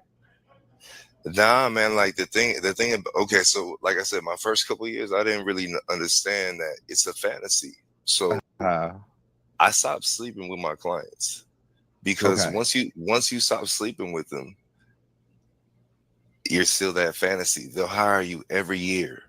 So stop sleeping means you were sleeping with them at first. So it was just, you got excited. Some of them. I mean, I'm young. Yeah, Shit, full of testosterone. I'm ready. I'm ready. And you got to think about it. I don't have no competition. I get to eat for free. You know, if they got trees I'm blowing, I get to drink for free, and I got my choice. Like, why would I ever go to a club? for what? Yeah. I'm gonna go to the weight room, do my thing, and make sure that I'm nice and nimble. Have you ever got any of them pregnant? Nah, man. You use condoms every time? I mean, not every time in life, but 99% of the times. Okay, so I want to move 95%. Yeah. Okay. Yeah. Okay, so let's move to 2012, 2013, because at this point now you're in the game and you're at your prime. I'm up there. I'm highly recommended. And you're in LA. I'm anywhere in SoCal. Pretty San Diego, LA, OC, IE, Ventura. So are you on a website like a .com? Are you in a club? Is there like a male strip club? Because I'm trying to figure out, how do people find you? So the whole strip thing is a hustle, right? The guy that I start working for, I'm not gonna say his name, but when you go to his website, it's a whole bunch of black dudes, and they all like crazy. Like, I'm looking at them like, damn, I can't even compete. But when he sent me out to the shows, the guys that are showing up, they look nothing like the niggas from the website. So I figured out real quick, it's the bait and switch. You make people put a deposit down. Everybody's already showed up. So would you rather lose your deposit? Or would you rather have a performer? That sounds like Arrows and Backpage days and Craigslist days. That was the game though, man, because like they would always text me on the weekends like, yo, say you're Turbo or say you're Nitro. And I get there to the show and they're like, you don't look like Turbo. Mm-hmm. I'm like, look, they just called me and said they needed a show cover. I've been turned away from one party out of like almost probably 5,000. So and the reason why, like, oh, okay. No, the reason why is because it was in like El Monte and they had a bachelor party on one side and a bachelorette party on the other side. And the girl said, look, I don't want you to die tonight. I'm going to pay you, but we don't need you to perform. Because in California, for some reason, the Hispanics, they really don't, they got it in for us. Why would you have died though? Niggas be hating, man. Oh, okay. I get it. I get it. Man. Oh, so you came in like that, and they was just gonna be. You think you was gonna take somebody, a girl? I wouldn't even, man. I just come in to do a job, man. Mm-hmm. I try to get that bread, try to get in the spin. I start bringing 2,000-3,000 in ones to shows. Wow. And so one day your phone rings. Tell us about this. 2012. How did you get to Cassie and Diddy? So my boy, him and his girl, they swingers, but he's a dancer too, right? They like some weirdos. Like I've done shows with him where he's just eating random bitches out and shit. Like for real. Like your homie. Like the person that called me. Okay. His name is Jules. The nigga sold me out anyway. He hiding right now. Okay. So Jules. Jules, yeah. Jules hit me and was like, yo, I got a couple. They good clients. They seen your pictures. They really like you. They want you to come do a show for them right now. It's like 3:30, 3:45 in the morning. I'm like, nigga, look, I gotta go to the barber. I got an appointment at 7. Tell them I'll come after. It's 500. I ain't tripping. That's my rate anyway. For me to even get up and come to you, it's gonna cost you 500. Just to get there, and that's not even. Then they got a tip too. And yeah. Otherwise, nigga, we out. No, like I put in work. So it's 500 for travel. Then you're there for an hour in your mind, right? Or how long? 30 minutes? Or 2 hours? It just depends until I break the ass. Oh, like, so they don't got no more money. Yeah, I try to break them. They know. And that's a lot of dancing, though. Like I'm thinking. Nah, man, I'm telling you, man. If you hip roll, the hip roll is because you can transition, and I do games too. So I take like 30 lollipops and I have them stuffed in my shit, and then I walk up to each girl and pull out a lollipop, bring her head over with it. Like you gotta. Do they actually end up getting the real lollipop or just the candy? Nah, they real lollipops. But no, like I know. I'm talking about. Do they get the dickhead or no? Never. Oh, I mean, every now and then. But y'all don't want to hear that. Y'all want to hear the Diddy shit. Yeah, okay. That's some, yeah. So that's how you stay. Okay. I'm trying to figure out how you stay that long. So you get the call and you're on your way and it's $500. So keep going. Oh, no. So I hung up on him because I had a chick and I've been trying to remember who she is for the longest. I don't remember who she was. But I told her, I said, so after I hang up on him, I get a phone call, 310-473 something. And I'm like, Beverly Hills, I answer. Hello? Hey, I'm like, damn, you sound good. Like, yo, me and my husband, we just saw your photos and we think you fine as hell. And we would love for you to come do a show for us right now. So as I'm explaining, look, I got to go to the barber. She's like, look, we'll give you $1,500 if you come right now. I said, wait, let's stop right there. So she said, me and my husband. So she didn't just leave with herself. Because in court, she would say her. And then she would say, my husband, I'm having a birthday party. She would trick the men that way. So she was in front with you and said, me and my husband think you fine as hell. Right. Because this is a guy that I've already been dancing with like 4 or 5 years. So I don't even know how long he was working with him. Right. You know what I mean? Because, so Because I think might he not. was in. He messed with him before too. Because I think he got brought up in court too. I think Jules sounds familiar. But go ahead. Yeah, but not the Jules, not the Jules from that from the Showtime. No, Jules. I feel like Jules was mentioned in court, but I don't know if it was the same Jules. But there was a Jules mentioned in court as an escort. But go ahead. That's Jules. That's So she was like, "Fuck what you talking about? 1,500. You come right now." I'm like, "Man, send me the address. I'm out. My bag. When I get home, I'm a real professional. I wash everything. Everything is ready to go. So I get up, brushing my teeth and shit. I'm telling the chick, I'm like, yo, I'm about to go make some money. She's like, what? I don't even say nothing else. Grab my bag. I'm down the stairs. So she started calling me, blowing me up. I turn the phone on silent.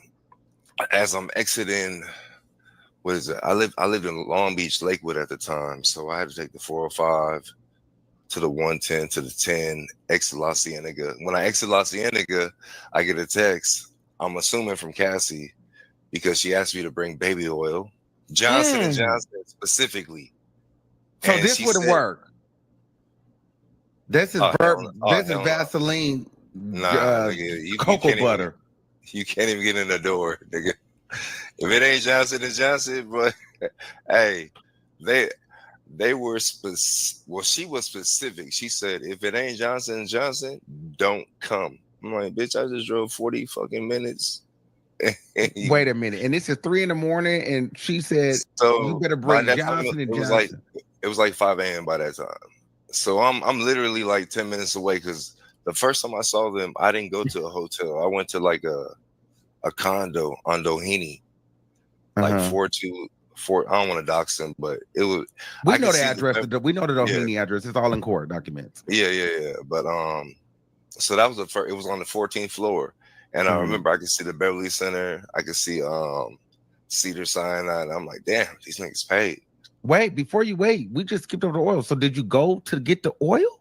Oh yeah. So when I got off the freeway, I'm driving down. I'm like, damn, where am I gonna get some oil at right now? Because wait, she said if you don't have Johnson & Johnson, don't come. So you was like, I gotta go get this oil. So luckily, it's a CVS on the way to Beverly Hills on La Cienega, 24 hours. So I went in there and I found the 3 biggest bottles of cocoa butter Johnson & Johnson I could find. I'm talking about, nigga. Hey, Costco size shit. Are you serious? In my mind, I'm thinking like, all right, 50 in gas, 35, 40 in oil. I'm still up $1,400. How much you spend in oil? $40? They 32-ounce bottles, bro. I'm buying the big shit, man. I want to make sure they happy. Yeah.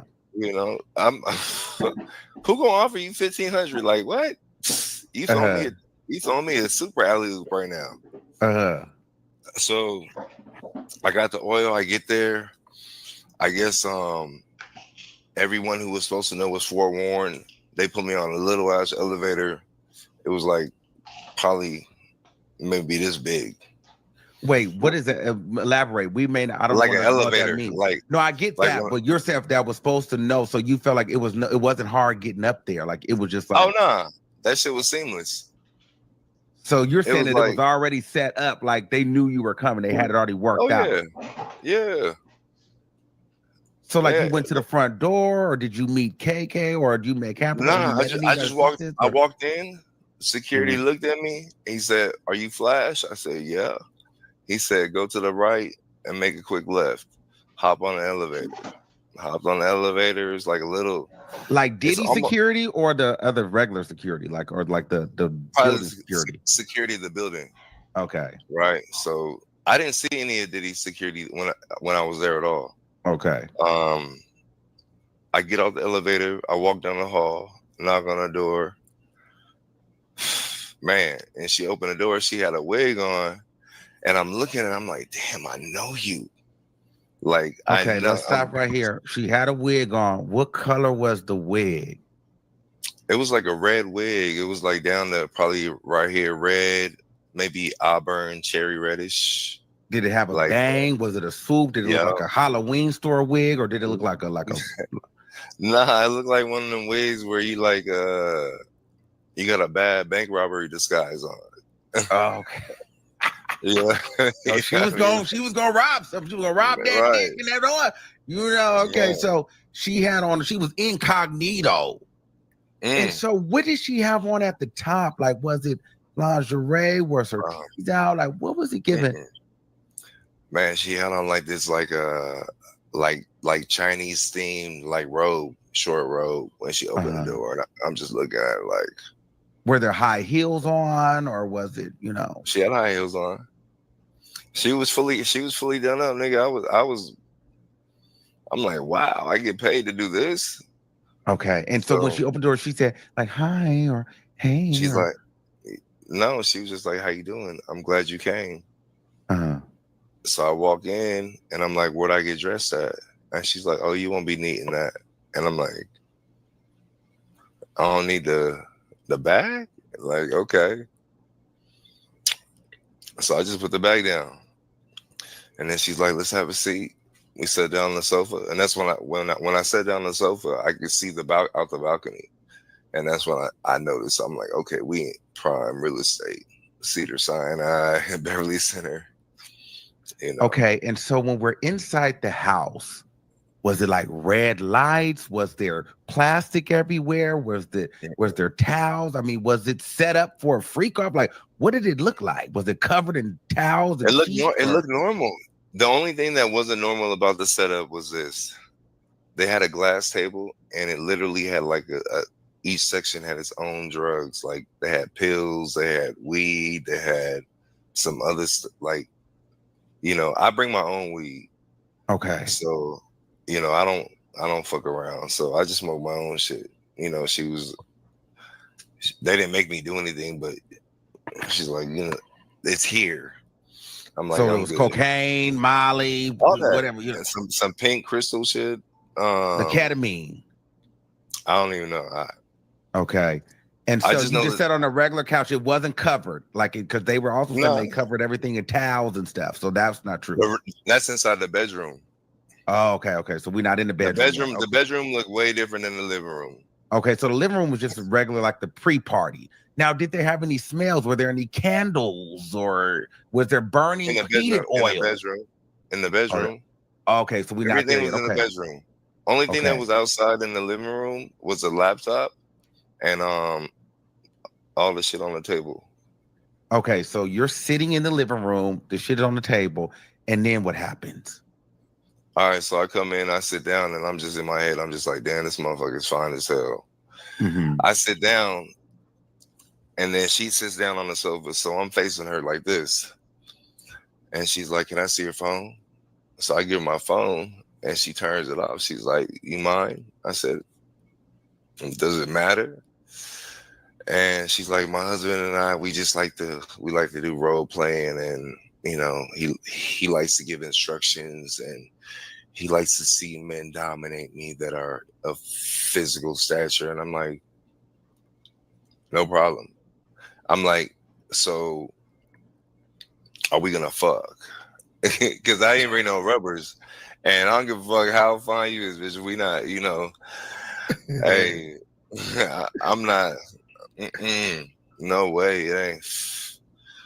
So what are you thinking every time that she keeps mentioning her husband? Like, have you done husband and wife before, or are you just kind of okay with it? You're used to it, or what? You just like, no, are you into men too, or like, oh nah, not at all, not at all. But I mean, I respect it because I have a younger brother who's in that community heavy. You know, just my preference is pussy. I mean. Okay. Hey, yeah, I told you, don't say that. My bad. Yeah, I really like women a lot. Okay. So she mentions her and her husband, and the husband wants to see you dominated. Now, was the husband there at this time, or did you see, or this is just a prerequisite? He was in the room. Okay. This is like she's like screening me to see if I'm okay with all of this, like how I'm gonna react. I'm already knowing how because she asked me after she took my phone and turned it off. She gonna ask me, "Are you clean?" I'm like, what a dumbass question. Like, what nigga would even if what nigga's gonna say, "Yeah, bitch, I got gonorrhea, the clap, herpes, you know what I'm saying?" Yeah. There's no way. I said, if you get my phone back, I could, because at this time you could log in and show you and show your medicals. You know what I mean? She's like, "Oh, don't even trip. Don't worry about it." I'm like, "All right." So she said, "I'll be back." And about probably this how I figured out where I was at. So I'm smoking my weed. I'm waiting for her to come back. She don't come back for a minute. Like, what's a minute? Like an hour. So you're sitting in the living room for an hour, and it's just a bunch of drugs on a table. Do you have clothes on? I'm still dressed. I got a V-neck on, Levi's, my Timbs, like my Yankee fitted, and I got my blade in my boot. You know what I mean? I'm posted. And at this time it's 6 a.m. The sun is coming up. It's probably closer to 7. Because I wake up, and when I wake up, I'm like, damn, I really am here. Like, you know how you like I'm still here. I'm really here.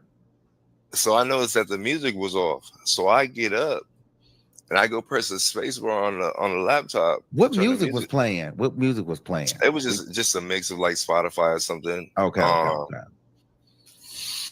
And as soon as I touch it, she literally came out and slammed the laptop shut and said, "Please don't touch anything." And I'm like, damn, that shit was fast. Like they had to have it. Like they had to be watching me. But I was able to see the Bad Boy logo. And when I saw the Bad Boy logo, all of these thoughts that my homie had told me, I was like, wow, this is fucking Puff Daddy. I was like, this shit crazy. As soon as I figured out who he was, I knew who she was. So the music stopped playing. Then you went to hit the space bar. You saw the Bad Boy logo, and she slammed the computer down. I'm talking about quick. Don't touch nothing. Nigga. She said, "Please don't touch anything." She was always polite. Like very like, never, she was never a real bitch to me. Did you ever feel like through that process, just up until this point where you are right now, where she didn't want to do it? Nah, because for me, I wouldn't even be able to perform if I'm feeling like the woman is under duress or some shit. It doesn't excite me. Like, that's why I tell niggas, you go on dating apps, I go to Walmart. Meaning that victory loves preparation. So I feel like she was feeling me because I've been working on this my whole life. I didn't come out the womb like this. I've had to read a lot of books. Like I said, I bought all those fucking mirrors. I watched hours of hip rolling and dancing and Sierra, and just being a fly on the wall, doing all these parties. You really learn women. I know women so well. I've talked my friends in relationships. I've talked them out of relationships. I've talked them in the pussy, and I've talked them out of pussy. Literally, they'll send me the text message. I tell them what to say. Grandmother and my mother. Like, I bullshit you not. I got a great education. So when she comes back, and when you wake up an hour later, how are you greeted? Like, so after she slammed the laptop shut, she asked me if I want something to drink, and I'm like, I'm good. I brought my own, I brought my water bottles. You know what I'm saying? I got water bottles in my bag. And then she's like, we'll be ready for you in like 10 minutes. So she was like, you could get comfortable, which meant basically take the V-neck off. I still had a white beater on. Okay. So I took the V-neck off, put it on my bag. They come and get me. And did anybody do a line before they went to the room? Was there anybody? Nah, I never saw them do no drugs though. But I did used to wonder. I'm like, yo, because she would call me at like 2:33 in the afternoon, and she'd be like, hey, are you free later? And I'm like, okay, later. To most people, it's like 11, 12 o'clock. To them, it's like 2:30, 3:30, 4:30. They had hella batteries, nigga. Like, I'm like, how the fuck did they be going like this? But okay, but let's go back. Okay, so boom, we're ready for you in 10 minutes. So then get comfortable. You get comfortable. You keep the Levi's on, you keep the shoes on, and you keep the tank top on. Okay, and now what? So I walk in the room, and as soon as you walk in the room, I notice three things. I notice every piece of furniture, from the lighting to the bed to the carpet, everything, the dresser, everything was covered in white towels. Everything. Okay. White towel, like hotel towels, everything, because of the baby oil. Okay. So there's and did you come in with the baby oil? Like, I didn't. Nah. Okay. I handed her the bag when I got there of the 3 bottles. So I know he had his own personal bottle. I know so that. Diddy even had a personal bottle of baby oil. Yeah. Like now was he covered in the towel, or was he hold on? Or was he like this? Nah. Was he in a towel, or was that Hell like, nah. or was he like this? Yo. Oh. Yo. Or was he covered in a towel? Hell no. You said everything was covered in a towel. So I'm like, was he wrapped in a towel?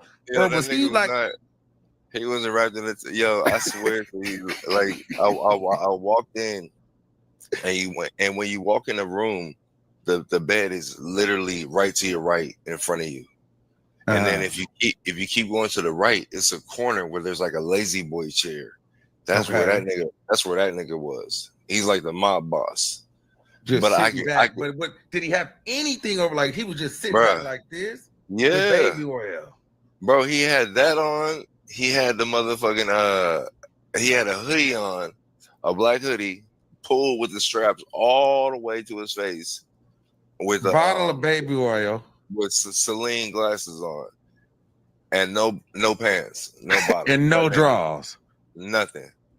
Not a towel. Not like. Wait a minute. So the nigga, hold on, we gotta do this. So the nigga, I gotta just see this in my mind. So this nigga had on a hoodie. I gotta do this because I gotta paint the picture for my people. So you telling me that Diddy was in the lazy boy chair like this? I'm just trying to paint the picture.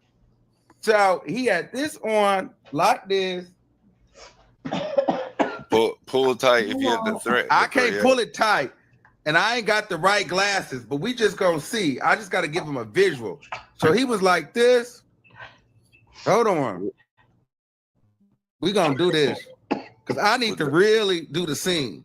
With the Celine glasses on. This nigga was like this and like this with the thing pulled tight. Like this with nothing else on. Nothing. And it just baby oil. Bro, he was greased up. But he was sitting down. And he was sitting down gooning like this. He was just sitting down. He didn't say shit to me. Like, it was funny because the first few times I saw them, he never spoke to me at all. And this didn't scare you though?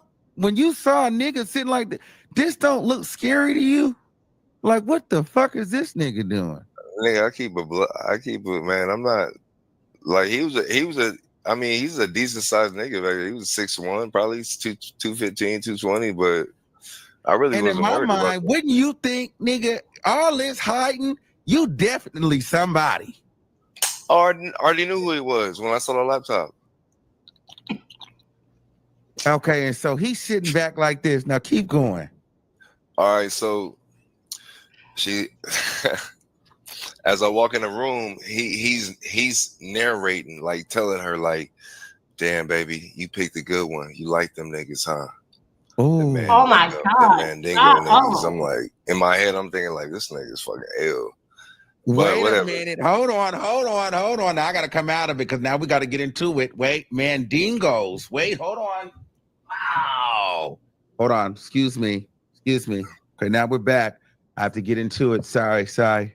So he's telling her So he's sitting and so you just start getting that. You can't just get into that right there.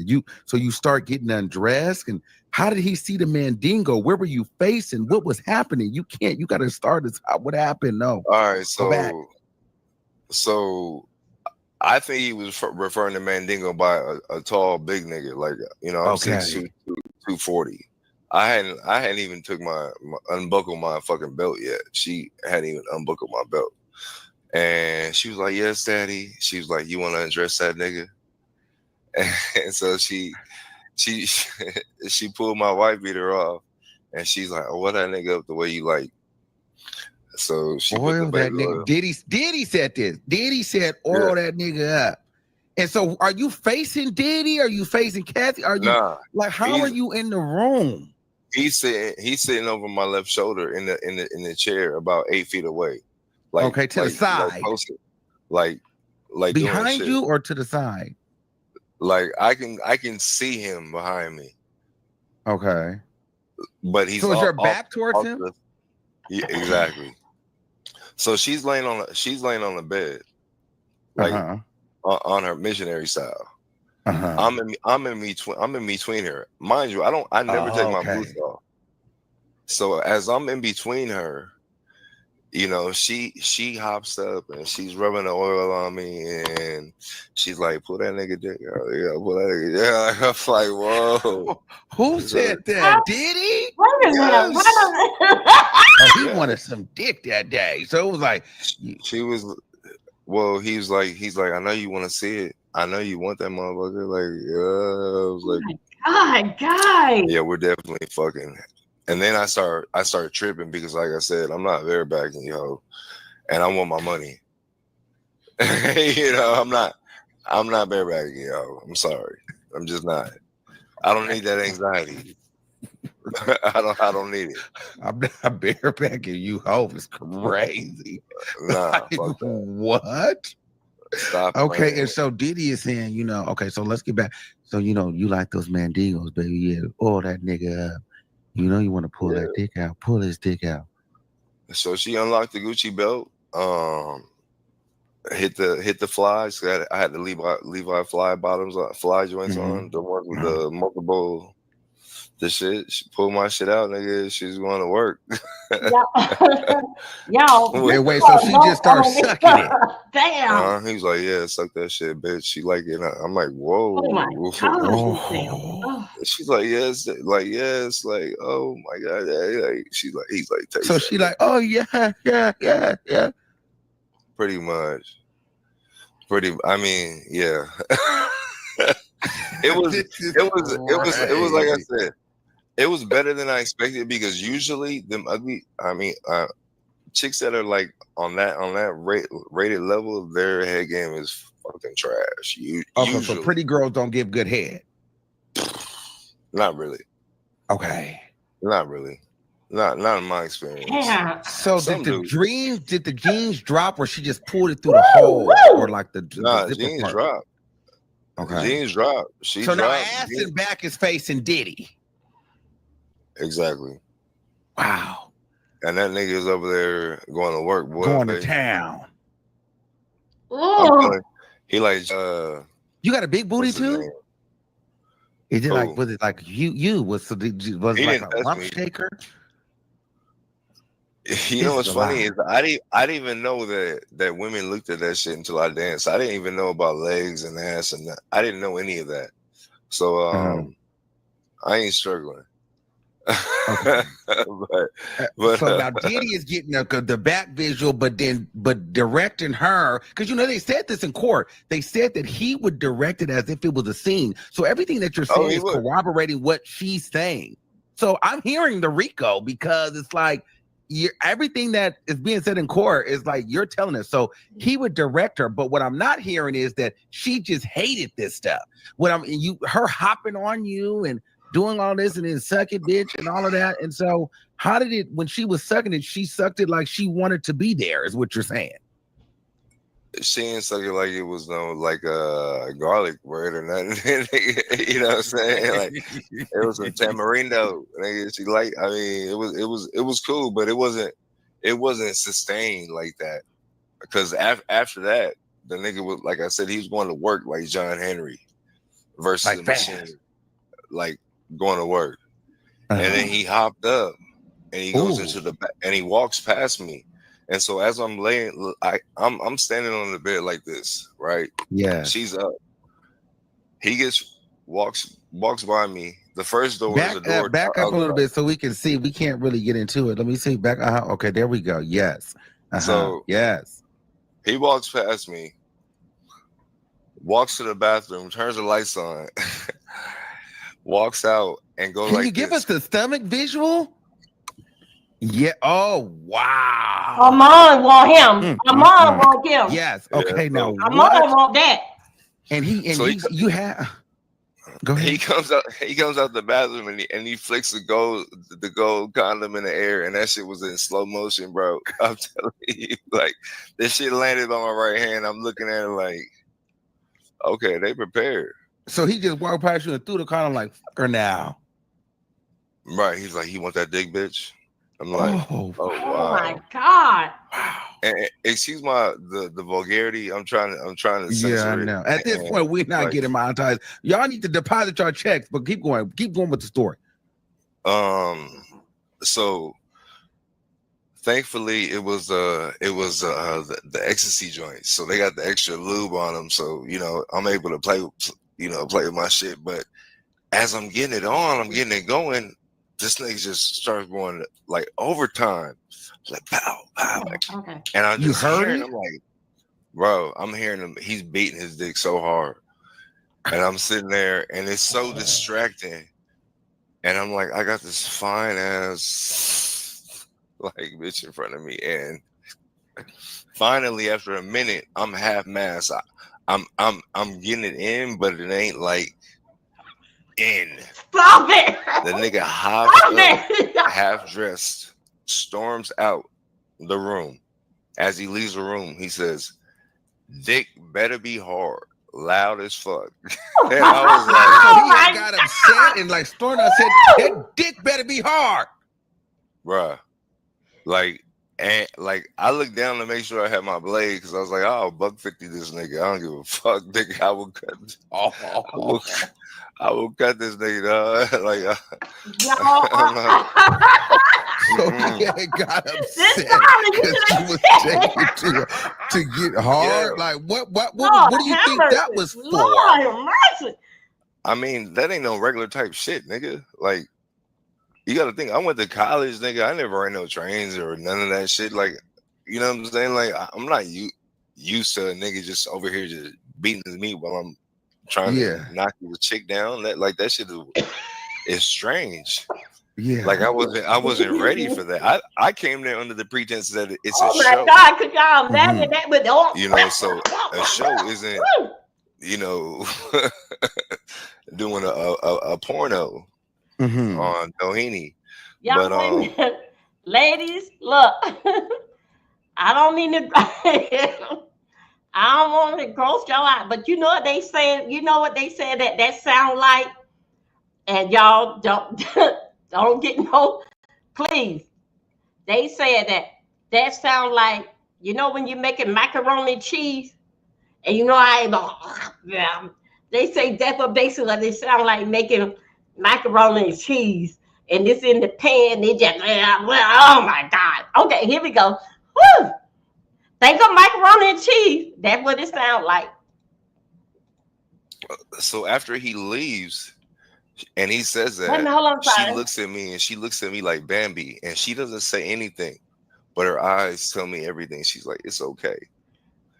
And so I'm like, "All right, I got you." After about 3 minutes, I'm in there. Man, I got the legs. Bam. It's crazy. Did you walk back in the room? No. So check this out. After about 20 pumps, I'm really like, I'm just getting in it. I hear the same noises, but I don't see the nigga walk back in the room. And I have to see you walk back in the room because I'm facing that way. And the pussy's not very good. to where nigga I'm blinded. What? No, nigga, you got a trap door. Uh-huh. The nigga has a trap door in the house, bro. He ended up behind me. He just appeared. You know he does that. That nigga just comes out of nowhere and appears on niggas. Like the leprechaun. Like the leprechaun beating this shit again, nigga. And I'm sitting there.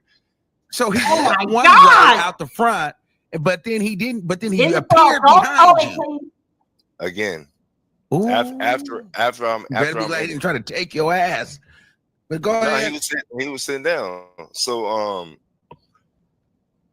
after that, she, you know, I don't, like I said, I ain't never really made no shit come in 90 seconds. So she either faked it or she just ain't had it before. I don't know. But so like, she came in 90 seconds. Like after he getting back in, I was only in it for like a minute and a half. And she was hooping and hollering, or was she like out of it?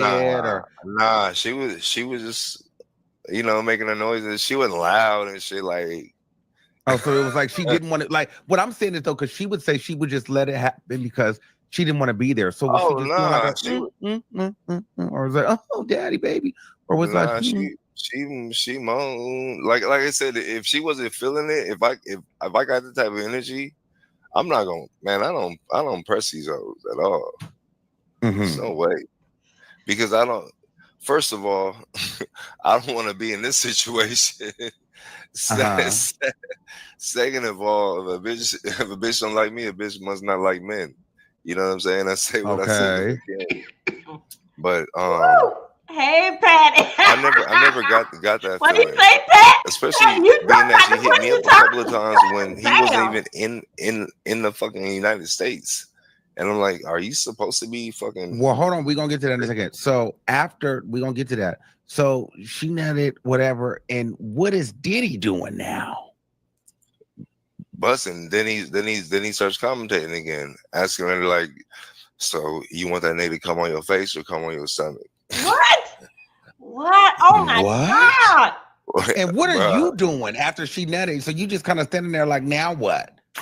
I'm just like, usually I'm the type of nigga where I go to the bathroom and wash my hands before I take the rubber off. Okay. So I'm quick thinking. I'm like, okay, damn. I reach down, grab one of the towels, and I flick that bitch off real quick. You know what I'm saying? So I'm going to work, nigga. I'm a lefty. You know what I mean? Me too. So what? Had to go to work. I was trying to think of anything, but the crazy part was it was harder for me to nut than to get it up. Like I was just sitting there, just like, "Fuck, hurry up!" Then I felt it in the kneecap. You know, once it hit the kneecap, it's over with. So that shit, that shit Pompeii her, nigga. Wait. So Diddy said, "Where do you want it?" And where did she say? On my stomach, daddy. And so where were you? So she was calling you daddy or Diddy daddy? Or both? Oh, Diddy. So he was behind. So was she laying on her back? Was she on her knees? She was always missionary, except for when she got up there with the oil on me in the beginning. So she's laying on the bed, missionary. Are you standing over? Are you like one leg in it? Or are you like over it? Like, how are you doing it? Like this. Just right there. Like this. But when I was jerking off. Yes, about to shoot on her. Oh, when I was jerking off, I was standing over her. And that shit just like Pompeii her whole, like probably from here down to here. And I was mad because she had shot it everywhere. It's like it was a shoot or like a ooze. It was like a shotgun splatter, nigga. So, wow. Yo. Hey, yo. But see, me being a gentleman, I reached down and tried to grab one of those, and she's like, "Oh no, you shower now," and I'm like, huh? Wait, you went out for a minute. Your thing glitched. So you said, "Oh no." Go ahead. Go ahead. No. So when you went to grab the towel, what happened?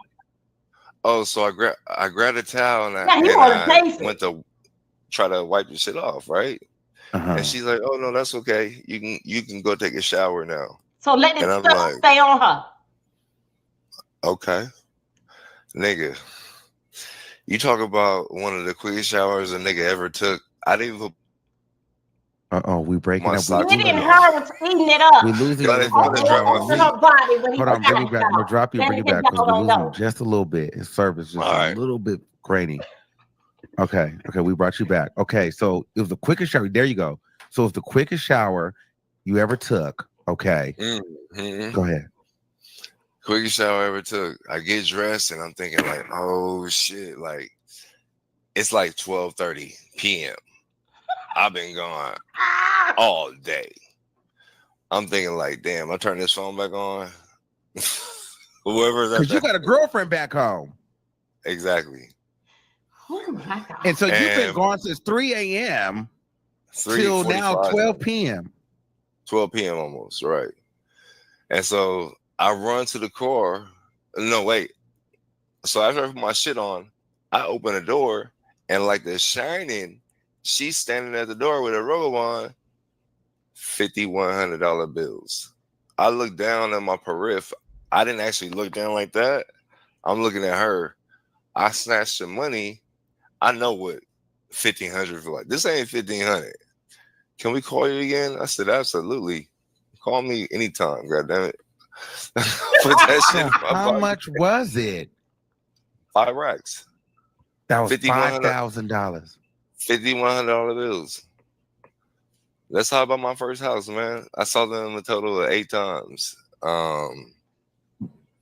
Okay, so And before we get to the few times, Go ahead. because we left at the shotgun in the shower, because the rumor have it is Diddy plays with the finishings, and he That's jerks what really what my agent told me when I got back to the car. I called him like, yo, Vic, you ain't gonna, he a cuck. I'm like, what's that? And he's explaining to me, and he's like, yo, I'm like, dang, that's weird as fuck. You know? So how does that make you feel? Like you netted on her, and then he really God. like played with it, like rubbed it all over him. Because then she would take it and rub it all on him, and they would do a round. Yeah. Hey, that's just, I mean, whatever. That's anything. Wow. I'm ready for it. Yeah. So through the 8 times, has he ever asked you to deliver on him? No. All Nah, right. but I have heard stories where like the guy that put me on, and I didn't believe him until it happened to me. He told me that he used to actually stand there while Diddy was hitting it from the back and smack him on the hips like, get that shit, nigga. And he would get frustrated and leave. Wait a minute, hold on. Because Gerald. Wait a minute, hold on. Wait a minute. No. Wait a minute, y'all. Wait a minute, y'all. Wait a minute. Oh, shit, Jesus. Whew. Damn, man. Look at this dollar laughing my ass off. Y'all, oh my God. Damn. How could you keep all that? How could you keep all that a secret? I wondered, did he have to sign something when he come in the room? Not to tell what happened in there. Oh my God. They said on another video I'm going to show y'all next, if y'all can still stomach it. They said that he eats the, identified with the man, what the man let out. They say he eats that and licking it up like it's his last supper. And I'm going to give you another video if y'all wants to see it. I'm not trying to push it on you girls and boys. But that's why this is for the grown folks. Said that he licked it and he get mad with her if it's not warm. That's why he like the baby oil to be warm. He get mad with her. Whenever that it comes on her, she have to hurry up and get in the room. Or sometime that he just came to resist himself and he'll start taking control right there. Where it's at. Okay, and we'll stop that right there. Catch a hold of y'all self. Yeah. To answer, oh my God. Yes. You know what? When you put that in there, that made me think of Sharon Bradley. Y'all, this is terrible. Oh my God. The homie told me about you know, he told me about this, and I'm like, that was one of the ground rules that I said. I told her, I said, look, I don't do meat to meat. No anus, no vagina. I don't want to see a nigga in front of me. I don't want to, you know what I'm saying? Like, no, oh no, it's none of that. He just likes to watch. He's a voyeur. I said, okay, cool. So you never dapped Diddy up. You never really talked to him. He just told you, yo, dick better stay hard. That was it. And that was in the beginning of the first like 4 times. That was the only thing that he ever said to me. Like, well, that he said out loud. That wasn't directed to her. Afterwards, like I think the last 2 times, did he start revealing his face after a point in time? Yeah, like the 5th or 6th time, he started just to wear the bandana. Like you could tell that it was, you know, you could tell it was Puff. So, well, I would like to know. So did you guys ever run a train on her together? Nah, I never did that. So that's why I said I never even went to a freak. I never even been invited to a freak off, unless you define freak off as what was taking place at the Beverly Hilton, the Mondrian, the Beverly Hills Hotel, all the venues. So you've been to all the spots? Pretty much, yep. Did it ever seem like because, you know, I don't know if the time right, but did it ever feel like her mouth was too sore to give you head? Because she testified that she would have sores in her mouth sometimes from, you know, doing so many of these different freak offs. Did you ever see any sores? Did you ever kiss her? Hell no. Did you? Did it ever seem like she had pain from UTIs? Because she claimed that she had a lot of UTIs from the baby oil and these freak offs. Kathy. I never experienced that. UTIs, like her pussy never stank. I mean, her nanny never stank. It never was you know, I didn't sit there and expect it with the flash. Did you ever put it in the back door? The one that stink? Oh nah. Damn, okay. Did they ever ask? Was that like, you know, would you have if there was more money involved or? Nah, they see, here's the thing. In Hollywood, I had a lot of success from 21 to 25. I book in everything.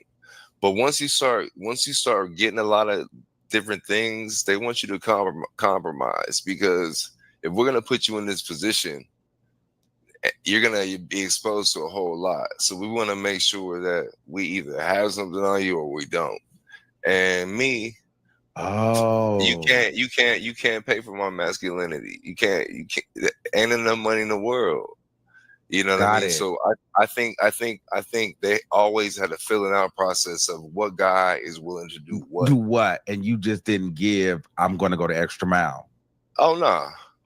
Okay, and so one of the requirements was that every time the guy did have to come, or if you didn't, the money would be different. So they also talked about sometimes some men would get this amount, some men would get less, but even the same guy, his payments weren't the same. So were your payments the same every time, or was some higher or lower?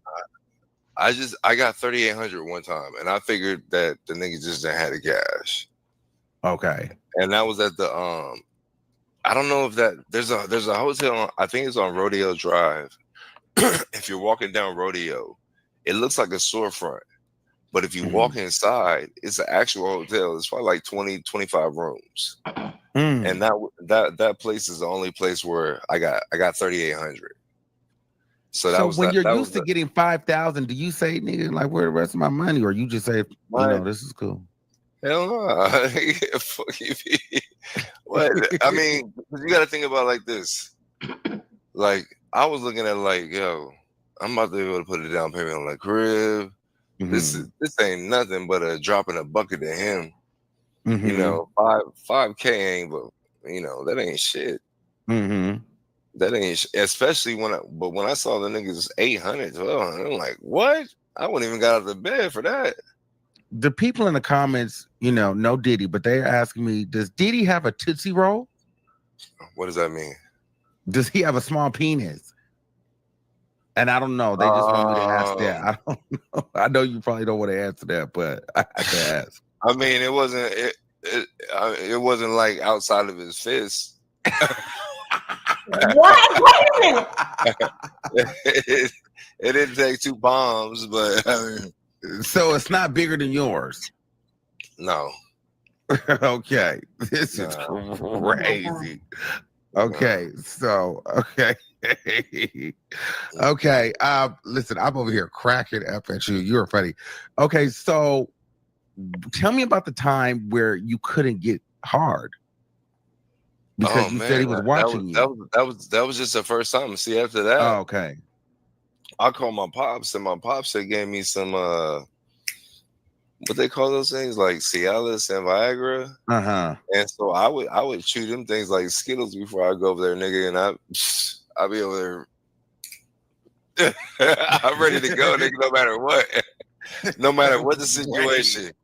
Yeah, I was like, I'm never gonna be in this situation again. So did it just get to the point where you would just, after the first 3 or 4 times, you just go and just drop the drawers? Would you just come free balling because you already knew? Like at some point, did you like just leave the jeans at home and just come in the shorts because you know, and just a t-shirt, just like, all right, let's get to it? Would you pack a bag because you'd be there for hours?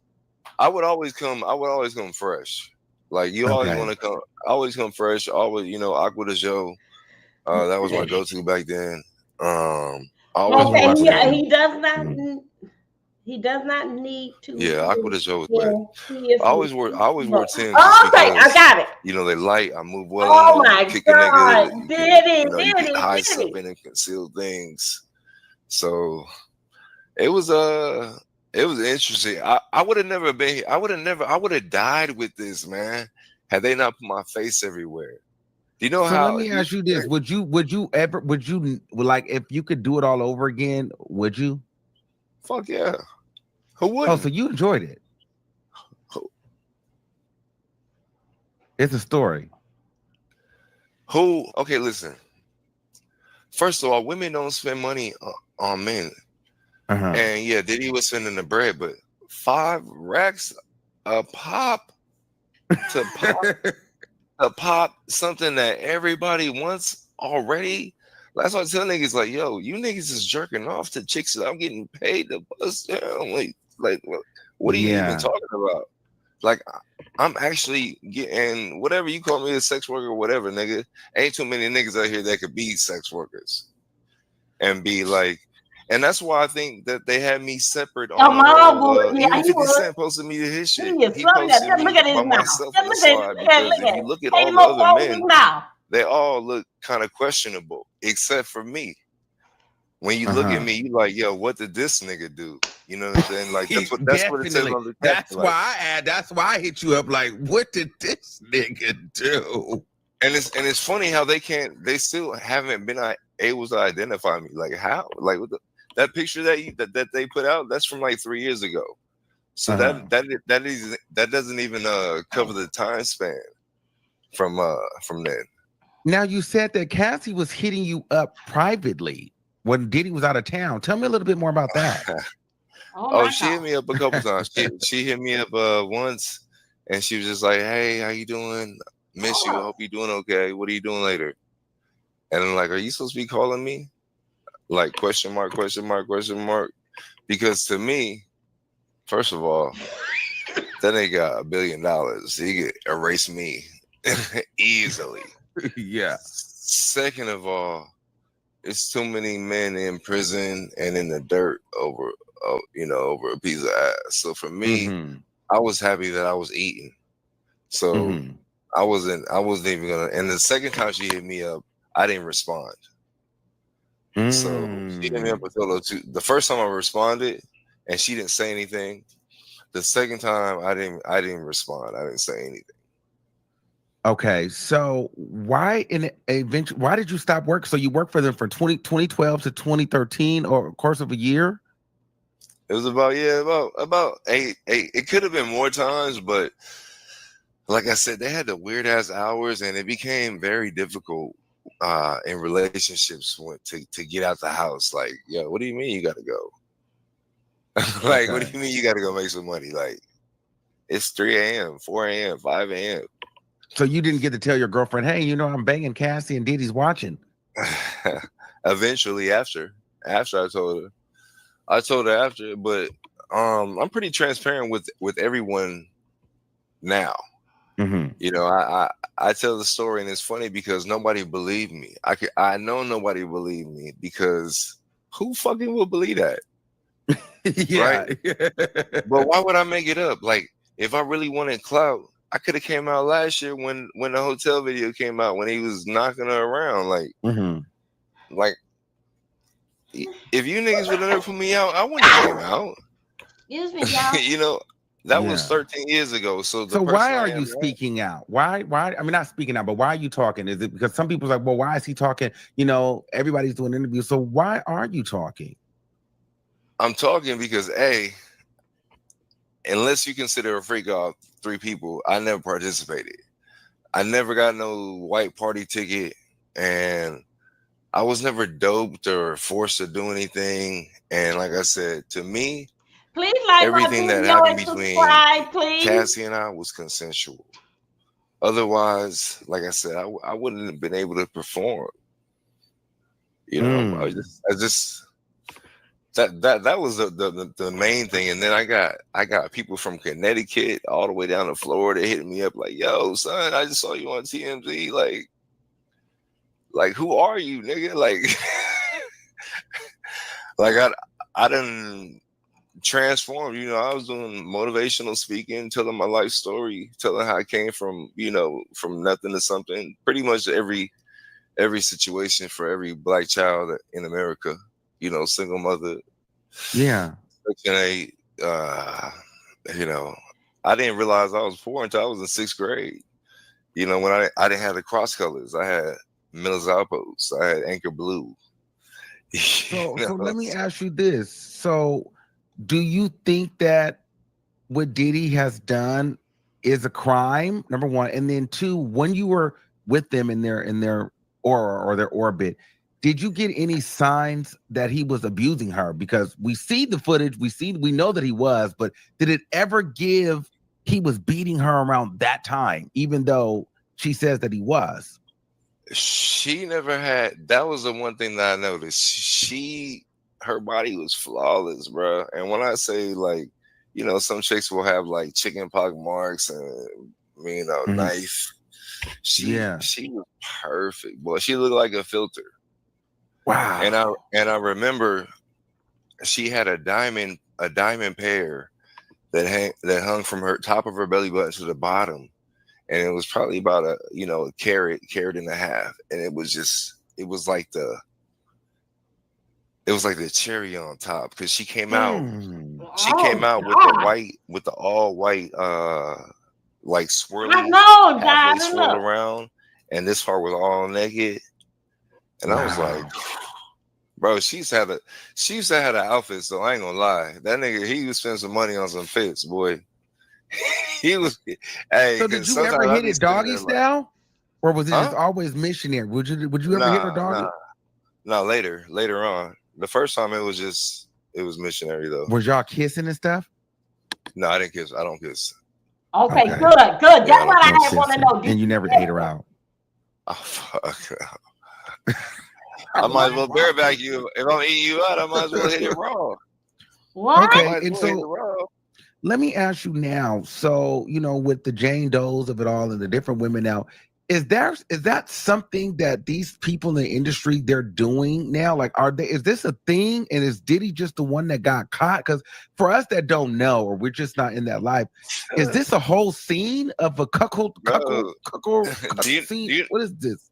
Do you know what a Hollywood is? The tree Hollywood? No, educate us. So a Hollywood tree is what they would make the sorcerer's wands out of. It's magic. Hollywood means magic. It's smoke and mirrors. So yes, it is. The first party that I went to in Hollywood, it was after I did Coach Carter, and I saw Eddie Murphy and Johnny Gill tongue kissing, and this is like out in public. So a lot of the things that y'all think, they do crack. Like, I'd be worth, like I said, 35 million, probably more than that if I was willing to compromise. But you know, I'd rather be broke, nigga. Fuck it. So is this the only freak off or celebrity woman that you've cracked with the man watching, or has it? We don't got to get into names. I've had okay, so I met a lady who's she's a black chick. She's a former dancer, but she married a guy who was very influential in the golf.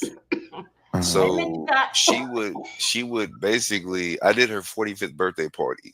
She took a liking to me, so she would show me off to all her friends because she did eyelashes for them. So she essentially would be like, they'll be like, damn, how much is that rodeo? Or so they just call you a piece of meat. Yeah. Do you ever just feel like a black dick? Damn. I have, yeah. You know what I'm saying? Like, how does that feel? You know what? It's like this. A lot of men go through life invisible. Yeah. Okay. So for me, you know, it's always good and bad and everything. Okay. You know, it's always good and bad. It can get me in trouble because, like, most men we're weak, but I'm weak and I'm able to still, you know, maneuver in there. And, you know, I've been good the last 3 years. Been good. Okay. And so they talking about get back to Eddie and Johnny. When you saw Eddie and Johnny tongue kissing, was it like, what was that really quick? give us a, I was like you walked in? No, I was walking down the stairs because I was just checking out. It was in the Hollywood Hills. So I was walking down the stairs and they were kissing at the bottom of the banister, like, and I'm like, damn, the nutty professor really is nutty. like he really is, like, and they were going at it, and like, for real, like swallowing tongues. So it's crazy because I tell people, like, even now, even being a physical stature, I still get way more men that will come up to me and ask me questions. And you're in LA too, so I'm sure the white men are really going crazy. Hollywood white men to go bananas, huh? Yeah, they go. How much for the BBC? So my thing is, so are you stripping now? Are you still entertaining? Is that over? The last thing that the thing that I still do is I'll still do paint parties to where, like, you just take your shirt off. It'll be like a group of 20 women where they'll be sipping paint, they'll be sipping wine, and they'll paint you, and you just interact with them. But we don't get the bottom half. Just like I don't do that no more. Okay, because I noticed you have a ring on your finger. So does that mean you're married now? Nah, that doesn't mean that I'm married. I actually just got an annulment. Forced her into an annulment. She was a liar. She filed a restraining order on me, and she didn't show up to court the last 2 days. She was scared. Okay, but I wear this because I did my shahada in 2021, so I'm Muslim now. Okay, and it just reminds me that I have someone who's holding me down, who's really been there through a lot. And so I always want to, you know, make sure that I remember that. Guys, wait, so hold on I'm not married technically. Okay, we need to get over to here. Mentally, I am. You know. Okay, but you are spoken for Hold on a second. right now. Right. Yeah. And so, no, we're gonna be here what for is a that while, like? y'all. You know, I mean, how was it? Wait a minute, you guys. We're gonna be here for a while, and Point. They mess up again. Okay, here we go for you. And by worst day, baby, we mean the worst. Okay, day y'all. in the world. Where are my people? What is going okay, here we go, y'all. Let's get ready. Everybody. I'm gonna get some hot tea. And y'all gonna run here. What you think? Diddy is having the worst week ever. He is having the worst day ever. He is having the worst year ever. I will say, by Diddy literally trying to be clever, and somebody leaked the fact of somebody leaked something about juror number 7, identifying information that, by the way, only the feds could actually have. Y'all, let's get into this and let's do a big recap, takedown of everything that happened in the courthouse. I had something good for you guys. I taped something special. It'll probably be coming out later on this week. Also, don't forget, when the prosecution rests this weekend, we are Sorry, guys. Don't forget when the prosecution rests this weekend, we are going to have a Is It Rico? We are going to have an Is It Rico just so we can actually talk about everything that is going on. And I'm going to have a whiteboard and an eraser, and we're going to play Is It Rico because, baby, let me tell you something. The prosecution, they did their big one. This summary witness that actually lined up the hotel receipts to this, to that, and the third. The defense came back and tried to make us read all these boring text messages, and I get everybody's point. Oh, you found a few text messages out of a 10-year relationship where Cassie was like, oh, yeah, great. You made us watch basically a half-hour of freak-off tapes, and by we, I mean the jury.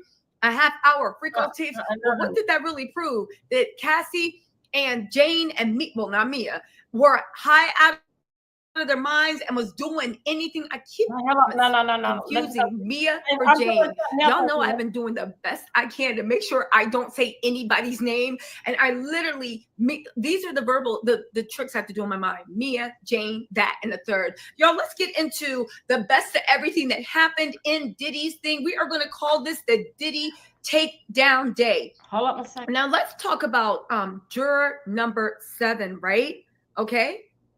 Listen, one of the reasons why, and you got to look at this like this, a lot's been going on with juror number 7.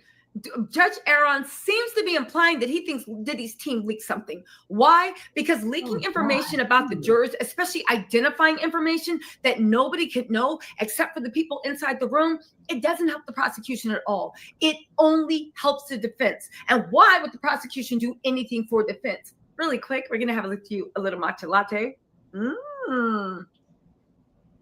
There we go. Karma's chief correspondent. Everybody, you guys want merch? We now have merch. There's Diddy Did It t-shirts, Diddy Did It mugs, Tisa Tells mugs. I'm just saying, y'all, if anybody wants to support, I'm just saying, right? Help me support my foolery. Look, it even grabs lipstick oh so nicely. Anyway, y'all, let's get into this. Why is this Diddy's worst nightmare? Because it seems like he got caught with one of his plans. What is this plan, right? I believe that Diddy can use the dismissed jurors to actually get an appeal. Keep in mind, y'all, Diddy thinks he's going to be convicted. His team seems to think he's going to be convicted. They are setting up so that he can get an appeal. But I'm not the only one that thinks that. Judge Mathis is also co-signed on this. Let me read y'all this article, right? Judge Mathis says Diddy has some more ammo for a potential appeal if he ends up getting convicted, and he will, in his federal criminal trial, namely the juror being dismissed by the judge. Judge Mathis joined whatever on Monday, blah, blah, blah, blah, blah, blah, blah. They said after juror number 6 was shown the door Monday morning after hearing arguments from the prosecution and the defense regarding the jurors' lives, but where the juror lives, but Judge Mathis says the decision came down too quickly. That is 100% not true, okay? The fact that nobody is saying that a juror whose candor has been called into question, when you have 6 alternates in a high-profile trial and you're trying to say it's no big deal, it really, honestly, to God, makes no sense, okay? They said... Okay, you guys, wait a minute. Those that you with me, just hold on 1 second right here. Hold on 1 second. Hold on 1 second. Hold on 1 second right here. Yolanda, I think you probably want to put this on your big screen. Here we go. This is what came out today. I had to run over here to Inner City Press to get this here. And basically it says Tyler Perry sued for, hold on a second, you got, hold on a second. Wait a minute. Get you guys over here. Okay. So they'll keep us up to date so we know how we gonna run. This is gonna keep us up to date, which how we know which way we're gonna run. So I know what it basically what's going on. Don't forget we got Meghan Markle, right? We got her and we got Tyler Perry. Let me get Tyler Perry because as I'm going through everything, Yeah, it's in trouble. Here we go. I'm gonna put this on the big screen for Yolanda, so she can go ahead and follow along with me with this here. Here we go. Now we are right here. It says, y'all just hold on. Everybody just hold back. This is how we do the game to keep everything going smooth. Okay, here we go. Tyler Perry sued for $260 million for alleged sexual assault by the overt actor Derek Dickerson. Okay, Dickerson filed a lawsuit against Perry. In the docket, he claimed he and the director met at an event back in 2019. And this is in Derek words. Tyler picked him out of the crowd and asked, hold on a second.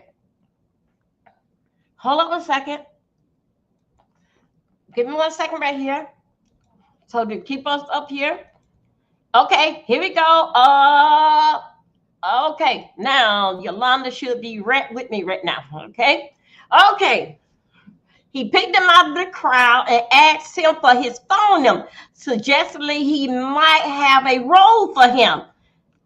Okay, Derek said Tyler gave him a small role in 2 episodes of a show called Ruthless. Then in 2020, Derek said Tyler invited him to his Atlanta home, and he accepted, hoping to build a friendship that would lead to more acting gigs. But according to the lawsuit, while there, Derek drank too much and ended up sleeping in a guest room. Derek claimed Tyler got into the bed with him and started touching his thighs. Oh my God. And thought he rejected the advance that night. He claimed Tyler remained interested. Shortly thereafter, Derek said he landed the role of Dale in The Oval. But he claimed it was around the time that Tyler also started firing off sexual suggested texts, including asking what Drew's sexual preference were. Oh my God. And tell him he had sex with, and telling him he had sex with men. He said Tyler once again invited him to his Atlanta later in 2020 and start a sexual charge conversation, like asking him if he liked it rough in bed, and then grab Derek. Oh my God, Tyler, control yourself. Then grab Derek by the throat while I said, look how excited you would, wait a minute. Look how excited you just got. Oh my God. Y'all, it even get worse. Okay. He said he pushed Tyler away, and that was the end of that alleged incident. The lawsuit includes years of text message alleged between both. Hold on 1 second. Y'all, I see a lie right here. I see a lie right here. I see a lie right here. Okay? Right here.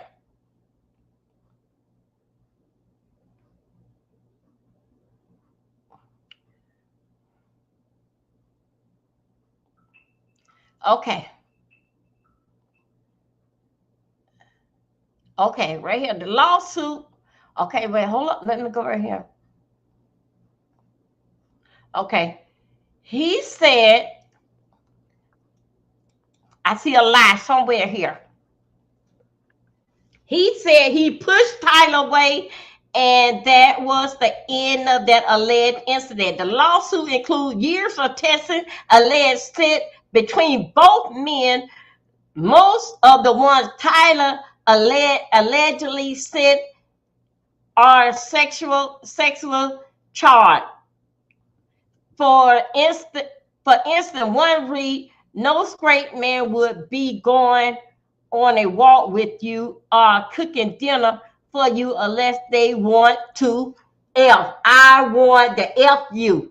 God doggone. Dickens is suing for quadro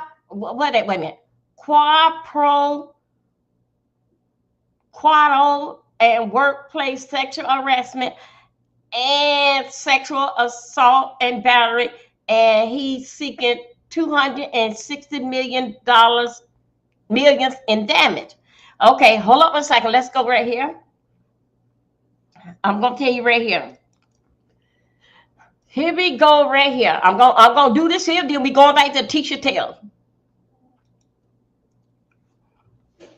Okay, good night, Yolanda. This is some bullshit. The reason I said some bullshit, I'm not saying it didn't happen, but y'all was sending message back and forth to one another for some time now. So why all of a sudden now is now? Why you when he grabbed you by your damn neck? Why you ain't put assault then? Y'all, this shit ain't going nowhere. This here damn dog ain't going. This dog is not going to bark, and the bird is not going to fly.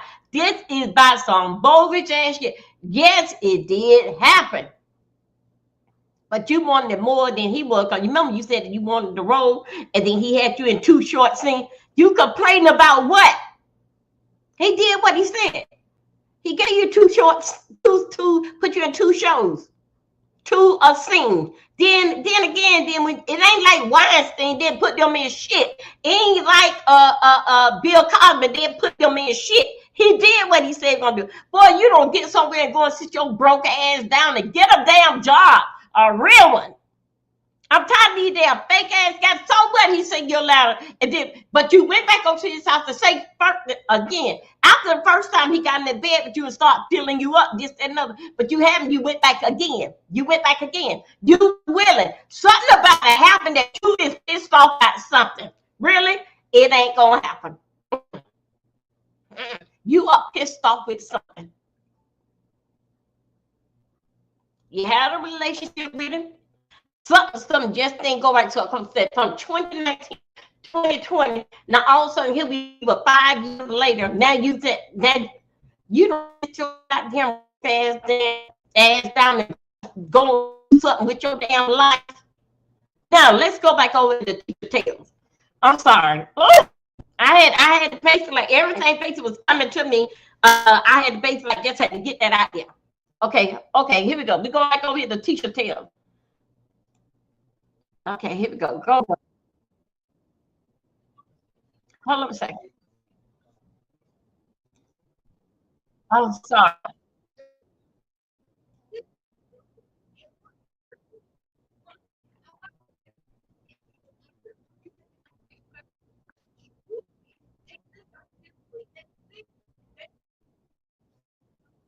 When you cannot even answer the most simple questions of where do you live, and it keeps sliding. So I disagree with Judge Mathis there, right? And he suggests that Diddy's defense will use, oh my God, Sniffer's Pub custom sprinkles. Said $25 for a sweet treat. Oh, thank you, Sniffer's Pub sprinkles. I appreciate that. Or is it Snipers? Snipers Club speakers set up. You'll know I'm dyslexic. Thank you so much for the Cash App, okay? Hold on really quick. Hold on.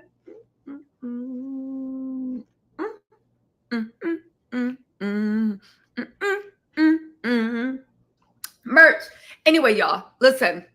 I had to defend your honor today. It was a pleasure to do so. Tisa, the haters are pushing you up. I'll purchase a membership when I can. Linus, thank you so much. I will say one thing, you guys. I am confusing Mia with Jane Doe. Okay, so I don't. Just keep that in mind. All right. Anyway, what is it? Okay, so they are suggesting that Diddy's defense will use this dismissal if they end up needing to appeal a guilty verdict. Listen, they are going to use Diddy breathing for an appeal. The fact that we somehow think that Diddy, through all this, who had his kids sitting there listening to him talking about drop kicking somebody, would have any type of shame or even moral compass. Diddy is going to do a blood ritual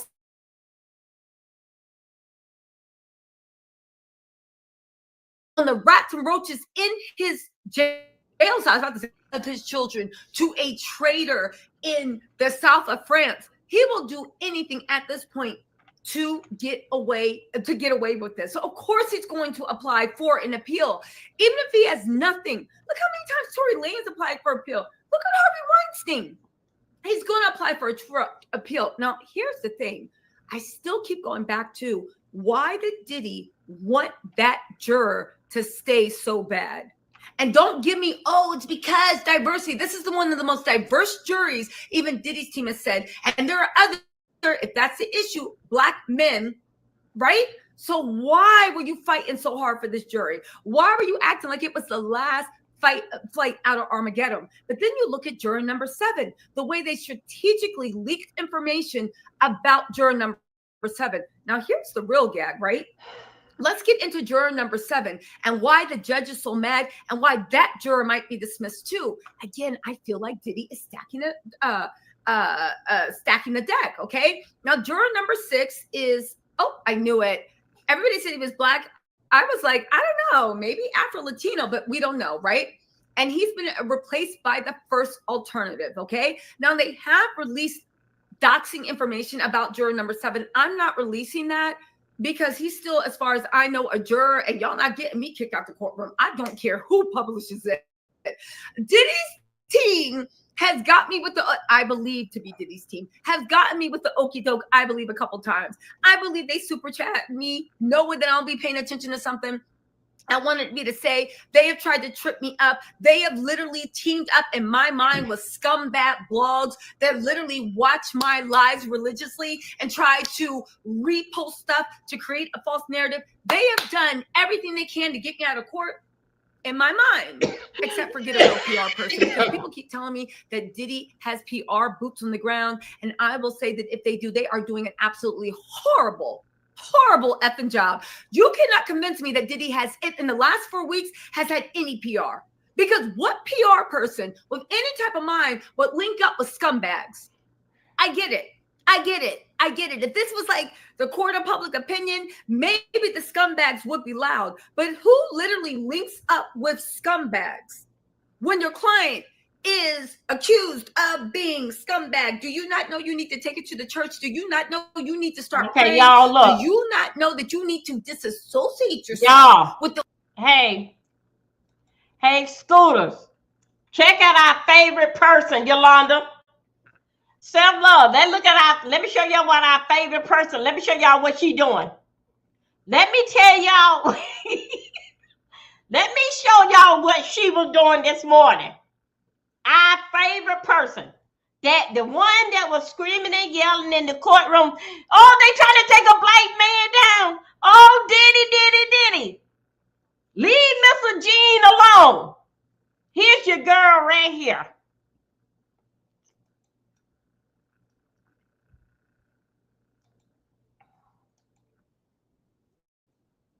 Hold on a second. Wait a minute. Hold on. Let me stop it right there. Let me get right. Woo, boy, let me tell you. Let me show y'all. Let me show you exactly what y'all girl is doing. This courtroom been there since day one, fighting with everybody. They don't throw her out the courtroom. She's still out there. Now, I'm gonna show you what she's doing. Let me show y'all what she is at.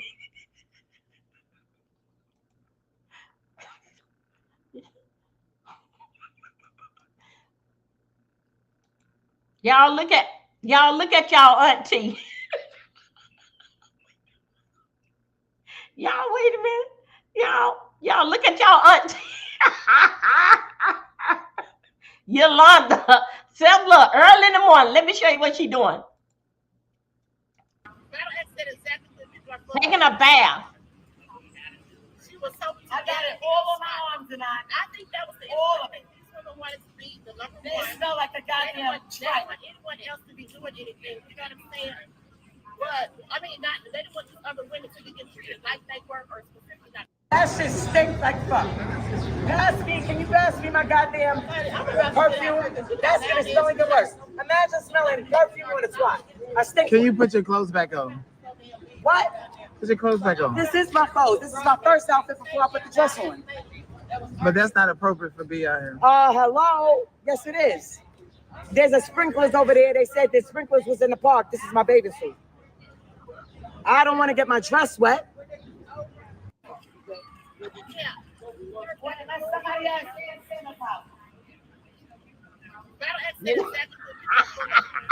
Y'all. Y'all. Y'all.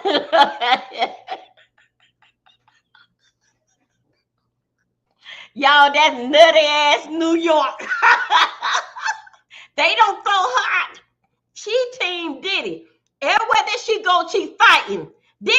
They didn't Marshall had them throw her out of them. They took them for them to get her out the courtroom. She don't went out there fighting and every day. This same one, now she taking her clothes, taking a bird bath. Y'all, all that happened this morning. Woo, Lord Jesus. Okay, y'all. Okay. No. Okay, here we go. I'm finna get us back there.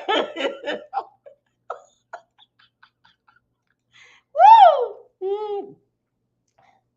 Not that damn on that doing that damn. Woo! Jesus, hold on a second. Let's go, Tita. Tell them. Scumbags and those woman haters and people that would just say everything. You can't link up with somebody to put a good narrative out when they go to, and I'm not talking about anybody in particular, but when they go to the channels and it has a very anti-woman slant, a very misogynistic slant, a very clout chaser slant, where you'll just say anything for whatever. You cannot link up with people like that. You can't.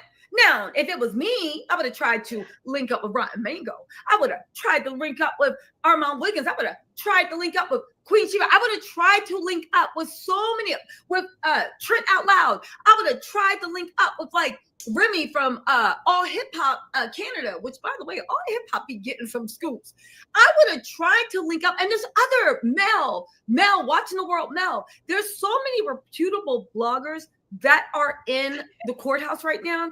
I would have tried to link up with people that had a little integrity. And when you went to their page, it wasn't an all woman hating all the time. It wasn't I just be saying anything all the time. That's what makes me think that Diddy's team never had any real PR in their court. And if they did, baby, they need to get their money back. Horrible job. Oh, Heather Ibarra Taylor said, I was just watching an interview from Christian Rock exposing Young Miami. I was Diddy's paid top freak off person. Apparently, Young Miami was making $250K a month. It seems like she was up there with KK. Let me tell you something, right? Let me tell you something. I do not believe for 1 second that Young Miami was getting $250K a month. That was all lies. You cannot tell me that Young Miami and Diddy's cheap self was giving her $250K a month. It's just not happening. It don't make any sense. I 100% don't believe that.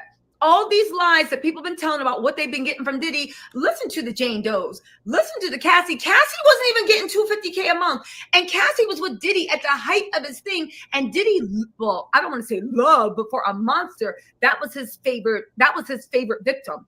If Cassie wasn't getting $250K a month, what made you think Young Miami was getting? Are y'all forgetting that Diddy was playing the mess out of Young Miami before this stuff came down?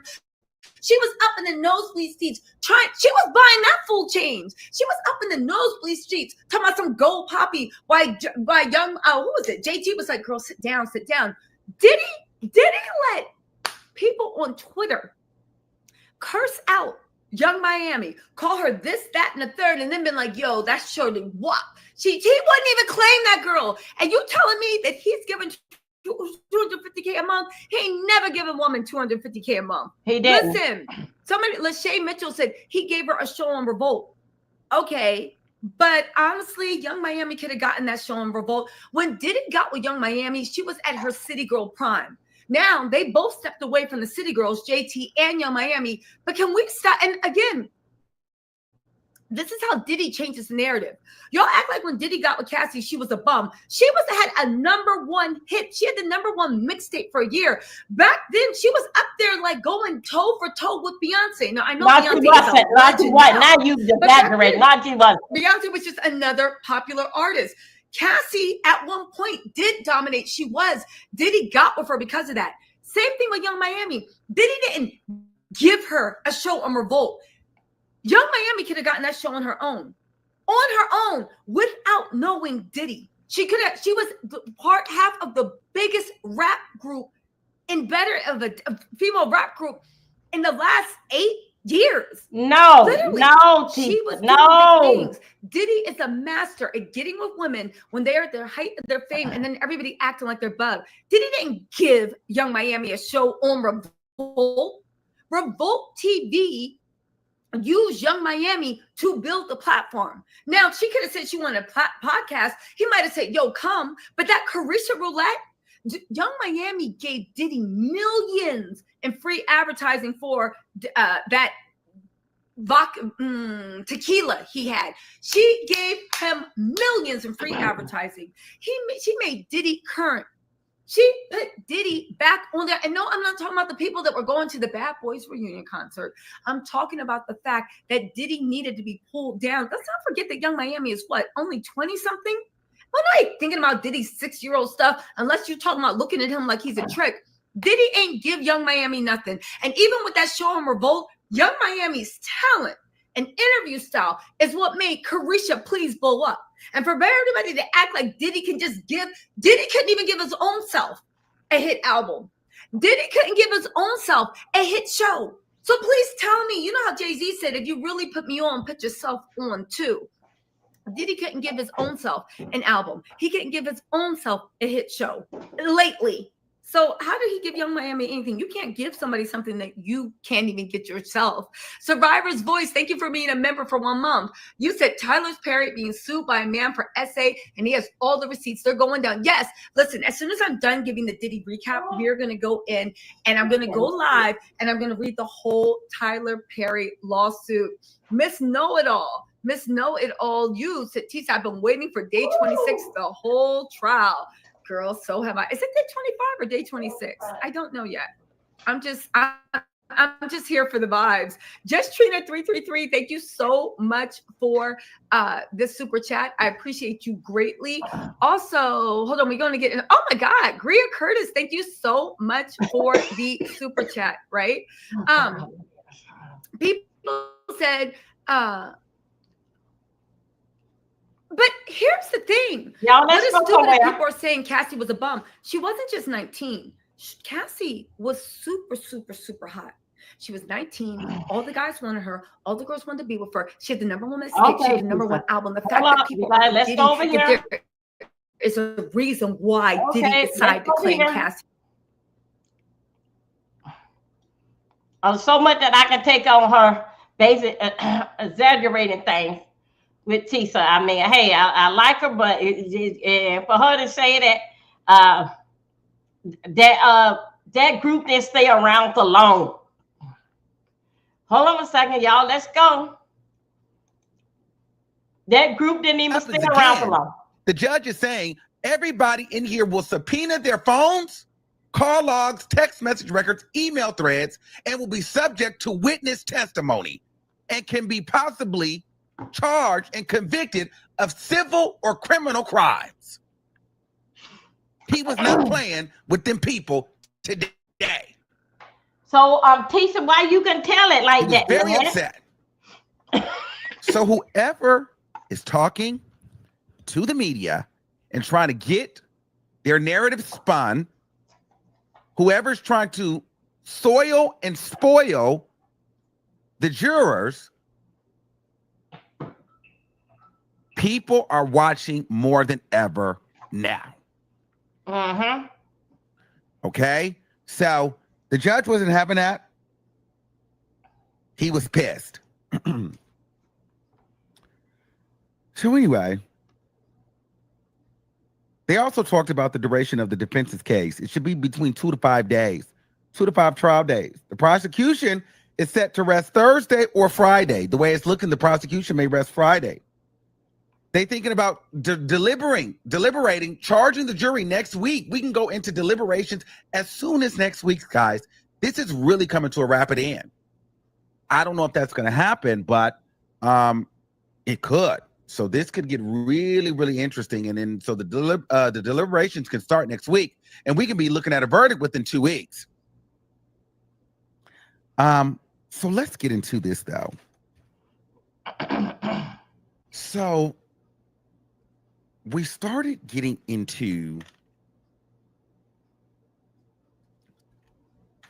forensic receipt grabbing. That's what I like to call it. So we start getting into Diddy American Express receipts. Okay, so this was them showing how Diddy was paying for the escort jewels in his travel, which goes towards the traveling, the soliciting, the prostitution, and the trafficking, and all of that, which goes into the bigger thing, which is the RICO that everybody's trying to prove here. And so they went date by date. August 26, 2009 through August 29th, 2009. The London Hotel in New York City, that's where they stayed. This was all for Jules. Now remember, Jules is the friend of Flash. Flash is the guy that we did the interview with 2 nights ago. So they're showing a receipted breakdown of the money spent on the travel and the payments for Jules, flying the escort out for services. All right, so the dates were August 26, 2009 through August 29, 2009. To grab these statements, it's crazy. So they stayed at the London Hotel. He flew Virgin Air from LA, JFK, August 26th. This was for Jules. There was a travel agent fee, a secret limousine charge to pick up for Jules, and he dropped him off at the London. Then he flew American Airlines from New York back to LA. The card ended in 6009, and it showed that it was owned by Diddy. So then they pulled up Diddy's American Express statement. For that month, he had spent over $218,000 accumulatively in, just doing different things. Okay. But in that month of him spending that money, some of that money was allocated to flying Jules out. So that was one transaction. Then that came from Diddy's device. This came from Cassie's device. Cassie, Jules text message thread, August 26, 2009 through the 29th of 2009. I have your booking information. Jules says, thank you. So Cassie says, I have your booking information. So they're showing, hey, here's Diddy's statements. Here's what he paid for. Now here's Cassie communicating with Jules on these dates to travel to the place. So they're streamlining everything together. I'm going to show you what was charged, their card, the last 4 digits, the name on the card, and then I'm going to give you context of them setting it up. Now I'm going to show you the conversation that was being set up. So him and Cassie have a small talk, happy birthday, have a great day, I'll be on my way, all those type of things. Okay? Now, there's another flight from American Airlines, JFK, LAX, September 15, 2014, by Diddy, flying out Clayton Howard.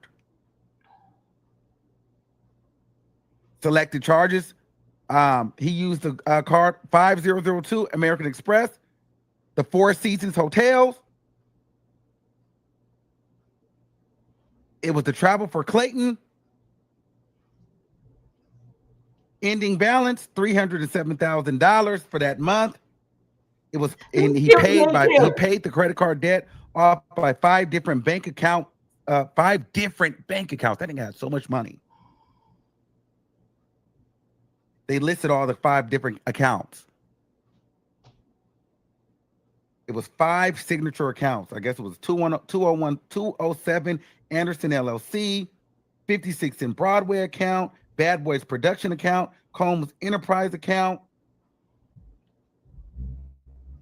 And there was another one, I just can't read my writing. But 5 different accounts where this guy would book these different escorts on different American Express cards. And they were going line by line with the finances. And these were like big amounts. 298,000 on this one, 300,000 on this one. Obviously, it wasn't all on one escort, but it was just like they would find the ending balances of his statements, but in those statements, you would see the travel that was booked, and then they would then position it with the hotel and see, okay, this is where he was that day. This is who was there. Then they found the text message threads. So to prove that, okay, so you were here on August 26th, or you were here on September this day. Let's go look through his financial records. Okay, boom, we see where he booked the flight for you. We see where he booked the hotel. So we see where you traveled out. Like, they forensically went through every text message, every video, every receipt, and every freaking swipe of his credit card and streamlined them together and connected the dots and connected payments to escorts, payments, hotels, drivers, everything. Then they pulled up the 4 Seasons hotel receipt for the September 15th through the September 17th. The room rate, I think it was around $200 and something. All right. He contacted KK to make sure everything is set up. He asked for a room to be added to the reservation on September 15th. Now, his room was $495 a night, and he had KK set that up. The travel info was under Bad Boy and Bad Boy Entertainment. There was another American Airlines flight with Jules, set up the travel, pulled up the statements. That statement came to $108,000. There was another one at the Beverly Hills Hotel, 926. They pulled up where he had to pay $500 in damages because it was so much oil on the drapes and carpets. They pulled up the receipt of him being charged for that. The La Mirage, you guys know I can't say that name of hotel in Beverly Hills. A $950 $950 balance that he was charged for destroying the linens and having that hotel have a deep clean. Almost $1,000 in damages. So I don't know if that was when they had the freaky baby oil pool or what, but they pulled up the hotel invoice. Now, it was originally $1,700, but they adjusted it, took $750 off, so it came out to $950. So when I'm telling you they're combing through everything, streamlining this together, and if you're following this, how is he getting out of the paying for the escorts? They're not. We have the hotel records. We have all the receipts. We have your American Express records, your bank statements. Intercontinental, New York City invoice under the name Frank Black, October 5th, 2012. Lots of penthouse damage. Guess how much that damage was? $46,000? I got $46,000 in damages. I don't know what he did there. But then I got a total of $944. So I don't know. It was like $46,000 in freaking damages. What the were you doing? That was 2012.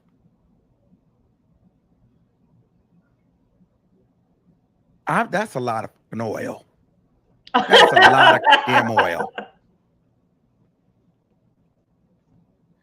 I wrote, they are combing through all of his bank statements to prove that he was booking and paying for all of these crimes and freak-offs. They are coming with receipts and showing the charges from hotels and showing the transactions on his credit cards and proving that it was him. Okay, so on December 9th of 2009, they collected one of Diddy's devices. So this information comes from Diddy's phone. There was a New York trip,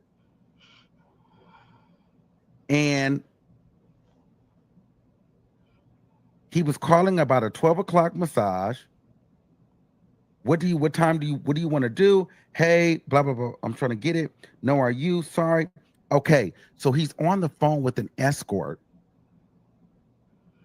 texting the escort back and forth, trying to set up when the escort is going to come into town. That came from Diddy's phone. Setting up everything, how they're going to set it up. They got these receipts proving, okay, you're talking to this man. Then they got a myriad of different addresses. They got a Manhattan address. They got a Hamptons address. They got 20 different flight like details on people, from Cassie, Jules, Clayton, 20 flight like reservations set up. Like, you've just been doing all of this stuff. You have been over 20 different type of itineraries, situations, setups. 20.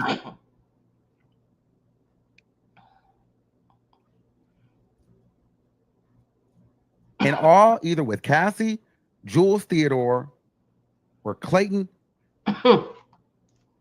Honduras. I can't even read my writing. I got to write better. But I know the first name is Clayton. So, and I'm looking at Diddy now, and I'm like, how is the defense going to skate out of this? This man, they got receipts on this man longer than Walmart. Then, after they went through the finances, right? It got so bad. I'd never seen this before. It was a timeline of events, and they went month by month. They started with the month of March 2016. This is when Diddy beat Cassie in the Intercontinental Hotel. When I tell you they went minute by minute,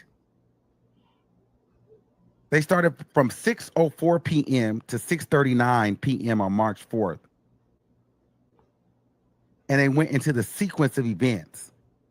On slide 1, Diddy makes a call to Cassie at 6:04 that lasted 41 seconds.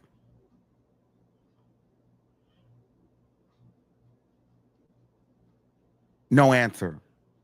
At 6:05 p.m., Cassie makes a call to Diddy that lasts for 17 seconds. At 6:21, there was a text message to Garen.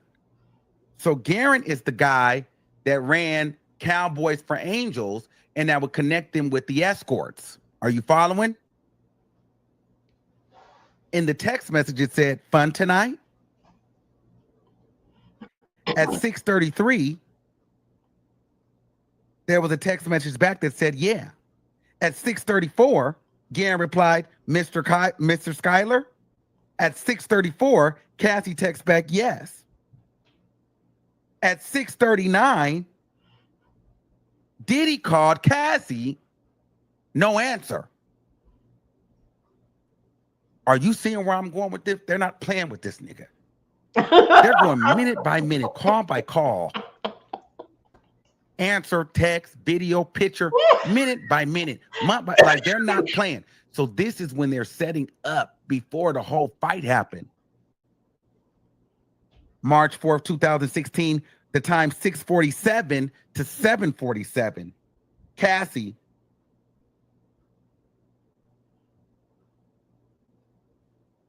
I said, Garen put on notice at 7:30. Garen is the recruiter that's going on, and he's texting the combo from Cassie, and he's setting up the freak off. So Cassie and Garrett are setting up the freak off. So this is what that slide is about, slide 2. So they were reading them so fast, so I couldn't even write fast enough, but they were going minute by minute. So him and Cassie were having a dialogue about what guys that they wanted to set up and bring to the freak off. So they're, you know, in some point, Cassie looked like she was in on it. 6:48 to 11:14 p.m. Skylar, Diddy, Cassie communications about meeting and location times. 3 a.m. Can you meet?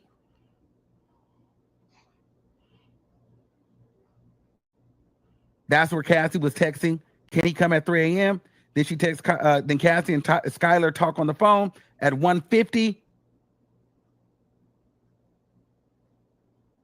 I mean, at 11:50. Like, are you coming through? What's the vibe? Blah blah blah blah blah. So I'm over here gagging through this entire time because it's happening so fast. I can't write. Some people are zoning out because they're thinking this is so boring. But what I'm really getting here is the fact that the prosecution is literally streamlining everything together.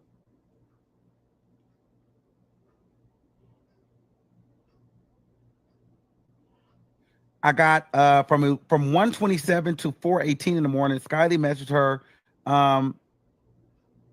like, when do you want to meet? Cassie doesn't know when Skylar calls. She calls Skylar at 3 a.m. Then at 4:18, Skylar called Cassie. Then they're talking for 2 minutes. And I think that's when at 4, he got there around 4 something. They're trying to figure out where he's going to park.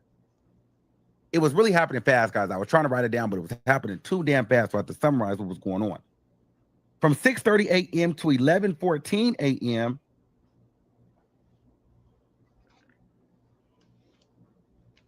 how y'all doing out there? Y'all still the guy with me? texted and said, I know you're doing your thing and you're doing a good job, but I'm going to lay down soon. Call me if you want to get together. 5 hours passed. Then Cassie, five hours passed. Now, she got this from Diddy's phone. Diddy called Cassie, no answer. Diddy called Cassie again, no answer. At 11:28, no answer. 11:29, no answer. 11:20, no answer. 11:32, no answer. 11:35, no answer. I'm assuming this is when he attacked her. So they must have did the freak off. 5 hours passed after they communicated. He must have came over. Now by 11 something in the morning, they're arguing. Because then we see the picture at 11:35 a.m. Cassie's in a car. She takes a picture of herself with sunglasses on in the hoodie that she got dragged in. She was in a hoodie and glasses. Diddy calls Cassie at 11:36, no answer. Diddy calls Cassie at 11:37, no answer. He continued to call her. Diddy called Cassie at 11:48, no answer. 11:53, no answer. 11:54, no answer. Diddy text her at 11:54, text, call me now.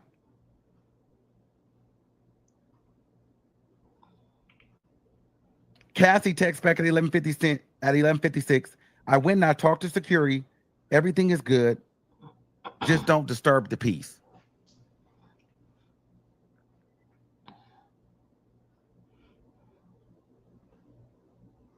$12:57, Diddy calls her, call me. The cops are here.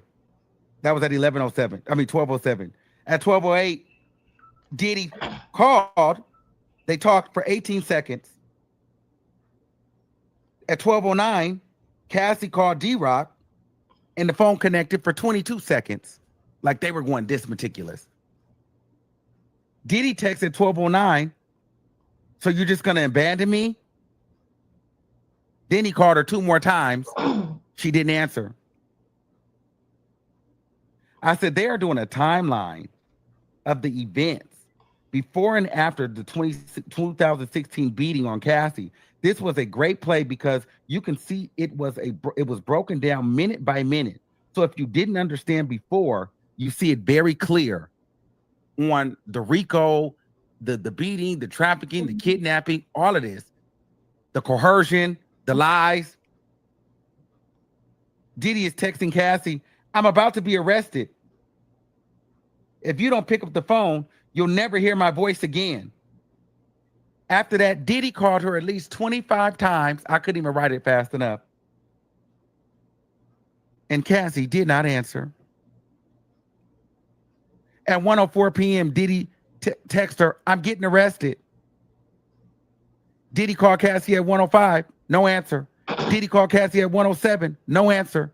Diddy called Cassie at 1:25, no answer. Diddy called Cassie at 1:26, no answer. They just were showing detail by detail by detail timelines of this whole day after the fight happened. KK texts D-Rock. This was interesting.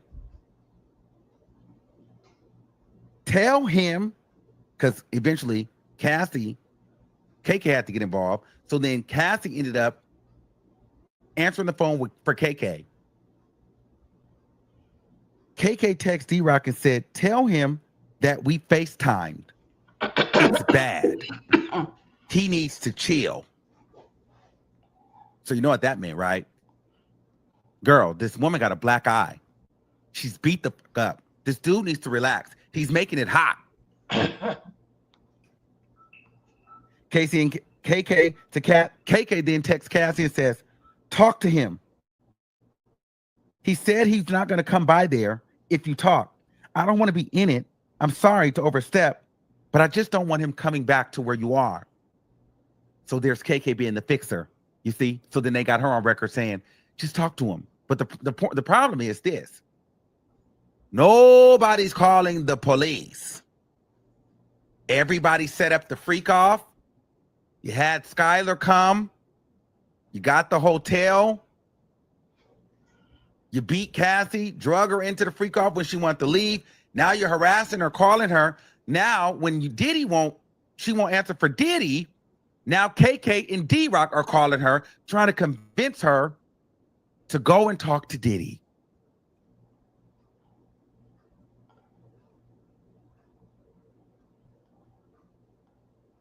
Diddy was frantically calling Cassie all day and lying and saying that he was about to get arrested and the police were there.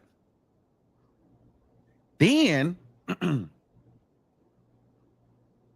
KK says, just say they had a fun, like I guess this was to D-Rock. Say they had a fun, drunken night.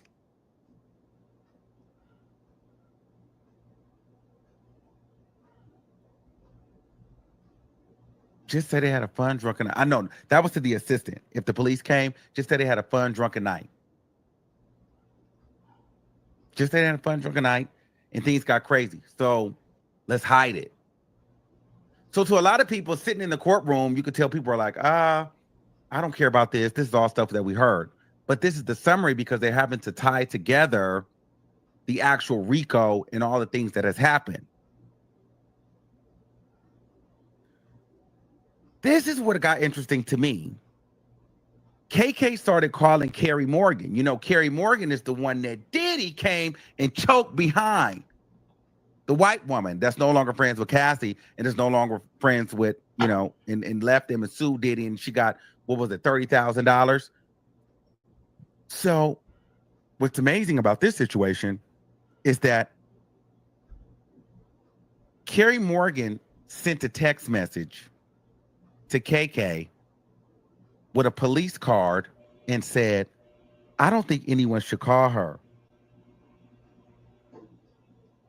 KK said, I'll call when I'm alone. And guess what Carrie Morgan said?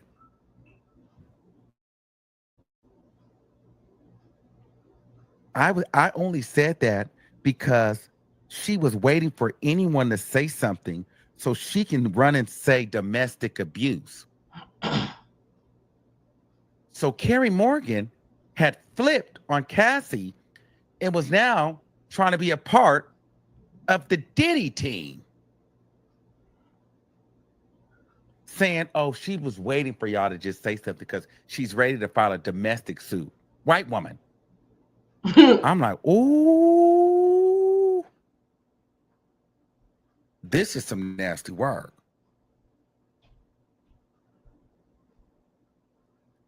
I wrote, Diddy is crazy. When you see it on paper and he goes back to back to back with the calls. See, it's one thing, guys, to hear the story, do the reenactments. But once you get into the other layers in the meat and potatoes and you know the communication behind that video now and how he was frantically calling her and how his whole team and staff, and now you find that Carrie Morgan's involved, trying to make sure that Cassie is quiet and that nobody fucks up the money. Because you know why? Diddy is the money. And nobody wanted him to fuck up. Nobody wanted Cassie. Nobody gave a shit about Cassie. They didn't care about the freak offs. They didn't care if she was getting beat down. They were organized. That was organized crime to protect their own personal assets, which was Diddy and his freaking unlimited American Express card. Isn't that a gag?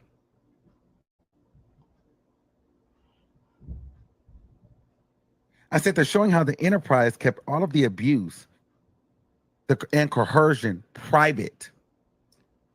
Even the designer had the designer. So this was the same day. Okay, so this was also the same day that Cassie had that premiere for The Perfect Match. And everybody keeps going back when she had the black and gold dress on and she had to do all that makeup and put it on her face. So she had the premiere for The Perfect Match. She ended up going to the hotel or D-Rock's house, one of the two, I forget. But they had the designer come to her and they showed pictures of the designer there with her and she trying on outfits in a dress with sunglasses on. Now, mind you, it was happening so fast I couldn't write the times, but all of this stuff, as I'm telling you, is written down by minute, line by line, text by text, call by call, by the minute of the day, a detailed timeline by minute.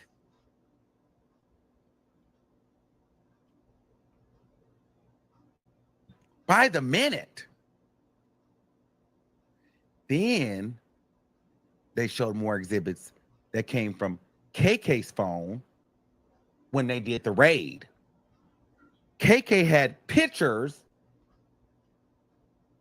of the security guards' ID in her phone. The ones that they gave the cash to, the $50,000, the $100,000 to make the video disappear. KK had the picture of ID in her phone.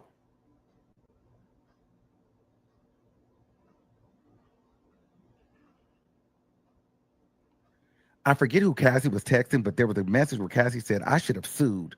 And somebody texted Cassie back and said, yeah, you should have. I wish I would have got that name. I wrote, the jurors seem to be very invested in the details, focused on the money, and they're following the timeline.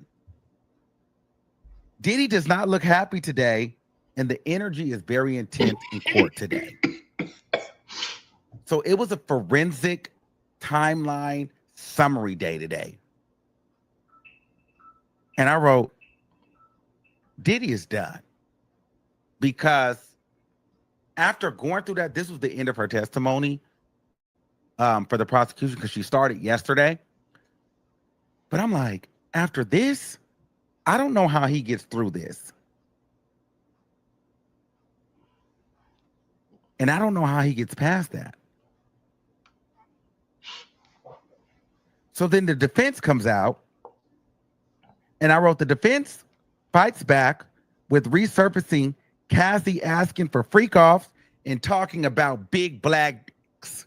Oh my God. I'm always ready for a freak off. I can't wait to have a big black dick in the back of my throat. Ooh, I'm so horny.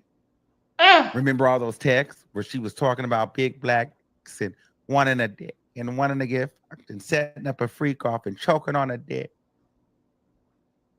So they went through the timeline of that, showing, ooh, she wanted a dick. She wanted a dick. I said the defense is still not proving things, even if they are proving or showing Diddy wasn't freak off, even if the freak off wasn't 100% of the time his idea. He was still paying for everything. The defense started resurfacing love messages from Cassie, but how she loved him and how he was such a good person. So they're going more towards her character. They didn't play with that American Express or those bank statements or those hotel receipts. They couldn't play with that stuff. They couldn't play with that at all. I said, this angle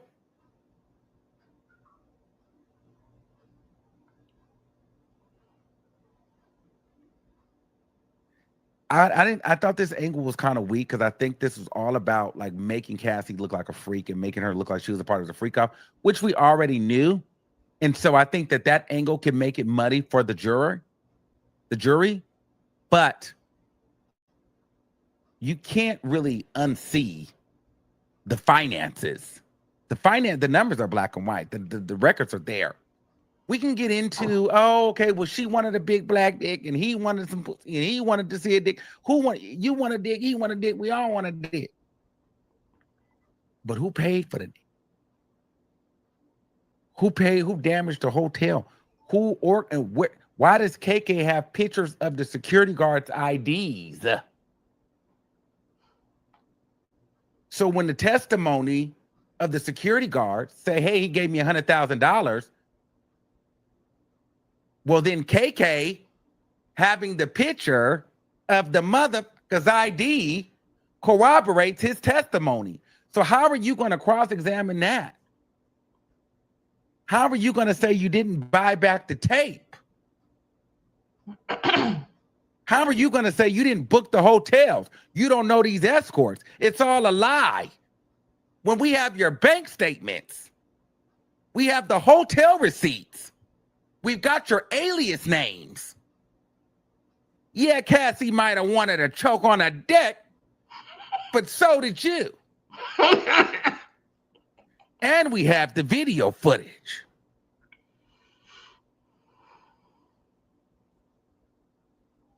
Let's be fucking real here.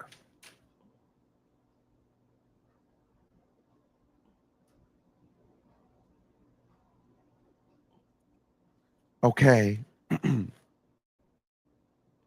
I said, this is not helping D's case.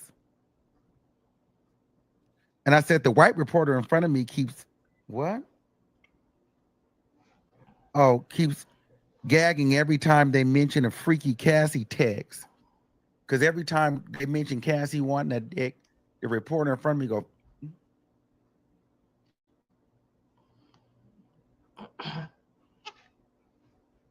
and I was like, ooh, the white reporter's over here. He keeps gagging every time they read a freaky Cassie text. Okay. So this is the cross-examination. So the cross-examiner asks the one of the experts that's on the stand, because they're trying to basically say, well, why didn't you add this in here? Why didn't you add that in there? Because your job was to add these different things. And the lady said, my job was not to add additional items to the chart. My job was to verify that this info in the chart was correct. So what she does is the prosecution set up the chart with the evidence that they wanted to streamline together to do their summary. They bring in this expert to make sure that everything that's added to the chart is correct information.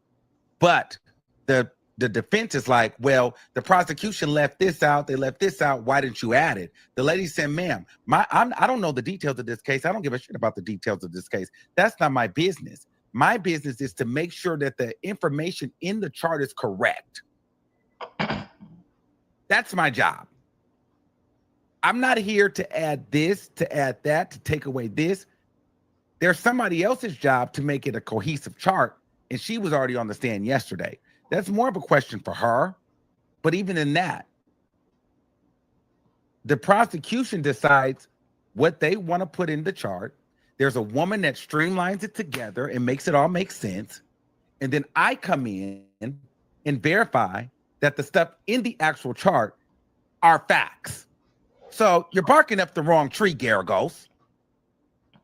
Nice try, but that's not my job. Next question. You know what I'm saying?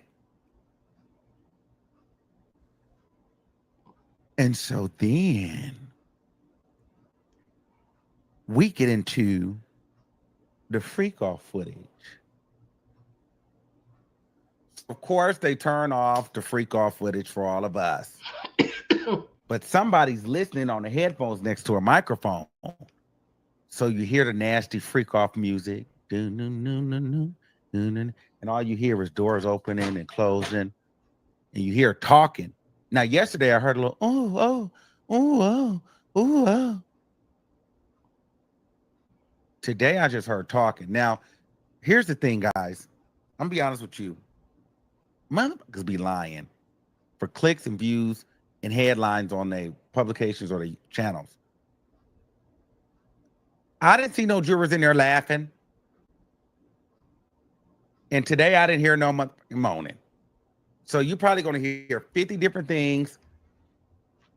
Believe what you want. I didn't hear no moaning today. It was more talking. Now, I don't know if he was talking her through sucking a dick, a duck, or what. But then the bailiff hater gonna tell the judge to stop the audio because we can all hear it in the gallery. So then they turned the audio off. Pissed me off. Turned the audio off so we couldn't hear no more. So I said, well, let me look at the jurors.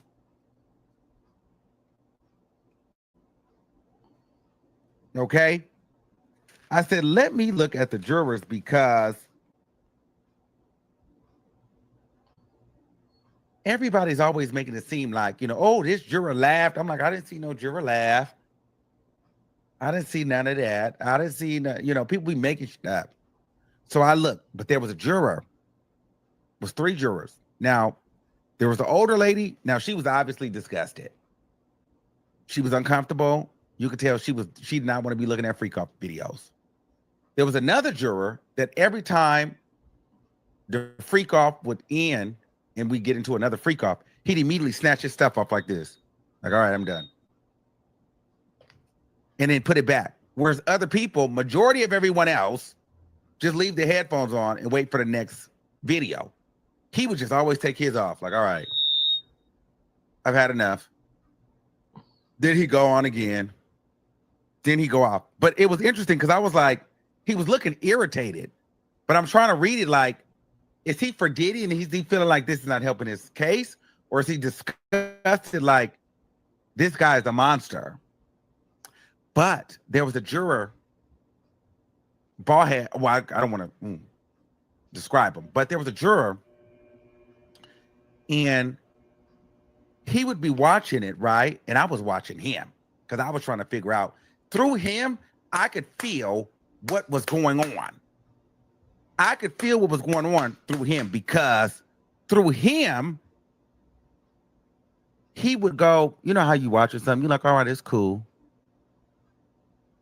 Everybody's like looking around. But then when it would get good or interesting, then he'd be sitting like this at first. Then he'd go, not too much, but maybe that was too much. But then so I knew it had got stern. You know what I mean? He was doing, then he calmed down again. But then once it had got good to him, it got some tea had started happening. He had adjusted and And so I'm like, oh, this man is over here gagging, but he can't really show. But I'm like, oh, this whatever this is tearing this motherfucker up. He's because he had went from here, then he went, and then at one point he had looked over to see if what everybody else was thinking, what everybody else was looking. So you know when when a person is gagging because you start thinking, bitch, do you see what I see? Like so he had kind of broke character a little bit and kind of looked over to see at the other jurors monitor to see what their face was looking like, you know, where are you? But then look back and I'm looking them dead in the face like this. Dead in the face. Do something. So I can write this motherfucker down. Do something, anything. You motherfucker, do it. Breathe. Make a face. I'm waiting. Do it. Yep, you did it. There you go. So he stopped looking at me for a second because I was right here. Look at me. Give me something.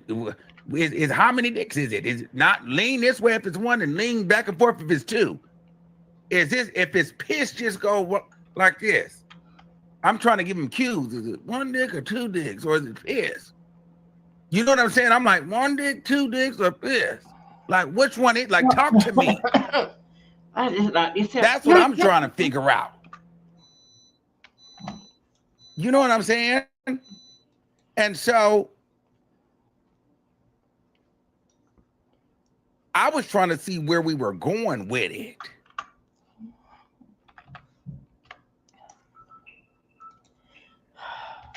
I said, okay.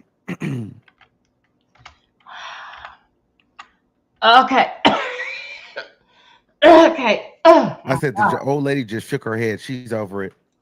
Okay, you guys. So in a nutshell, yeah, I'm gonna end this live here.